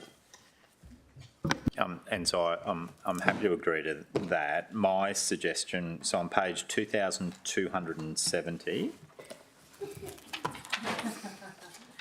the fourth last page of the package. So there's a list of things that are both determined to be narrow and determined to be broad. So there's 4 in the narrow column.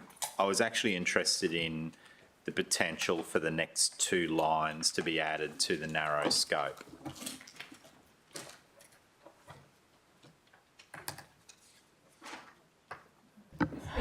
Through you, Mr. Chair, Councillor Jones, the 5th and 6th, is that? Yeah, that's right. And I don't know, I honestly don't know what that looks like in regards to fee relief. There was a conversation on the next page that talked about if you included all of the broad scope, it might be a substantial number, you know. So, but I just thought that given the current climate that we're in, that potentially stretching the narrow scope to make it just a little bit less narrow might be a worthwhile endeavour. Could we get a close so we can ask the officers right now? So it's budgetary in nature. Yeah, that's fine. So Councillor Peter Young has moved that we move to closed. Councillor Pauline Young seconds, the reason being the effects on the city budget.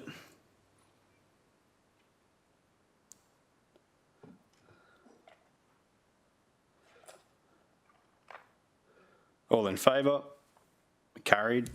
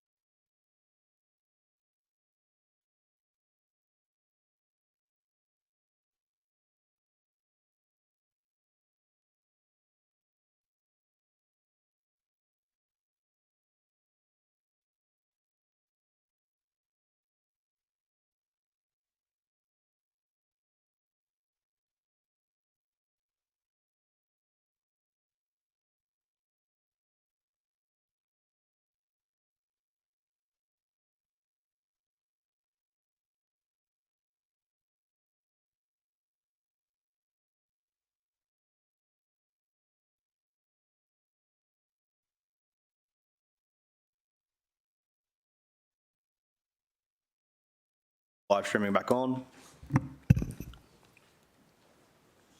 Item 7.1, moved Councillor Owen-Jones, seconded Councillor... Oh, sorry. What? Apologies. Moved Councillor Vorster, seconded Councillor Peter Young. That's a bit cheeky. Too late.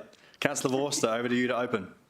Thank you very much, Mr. Chairman. This is a confidential item, so it does not give us an opportunity to explain to the community the hope that we have to have an infrastructure charges regime that responds to community need in a way that's compassionate but also financially responsible. And this body of work, of course, has its genesis in a general business item that was moved by Councillor Young not too long ago and today workshopped by committee to achieve what I think is a sensible policy direction that by mid-2024 should allow us to be compassionate but financially sustainable and encourage the sort of development that we need to meet the social, economic and community needs of the Gold Coast. Importantly, Mr. Chairman, I think we already have an incredible discounts regime, possibly the best in Queensland. Absolutely. This will make sure that we continue to have moral authority in this space and if only others kept up. Thank you. Anyone else wish to speak on the item? In that case, I'll take the vote. All those in favour? That's carried. Councillors, I'm scared to ask, but there's no general business items. Very good.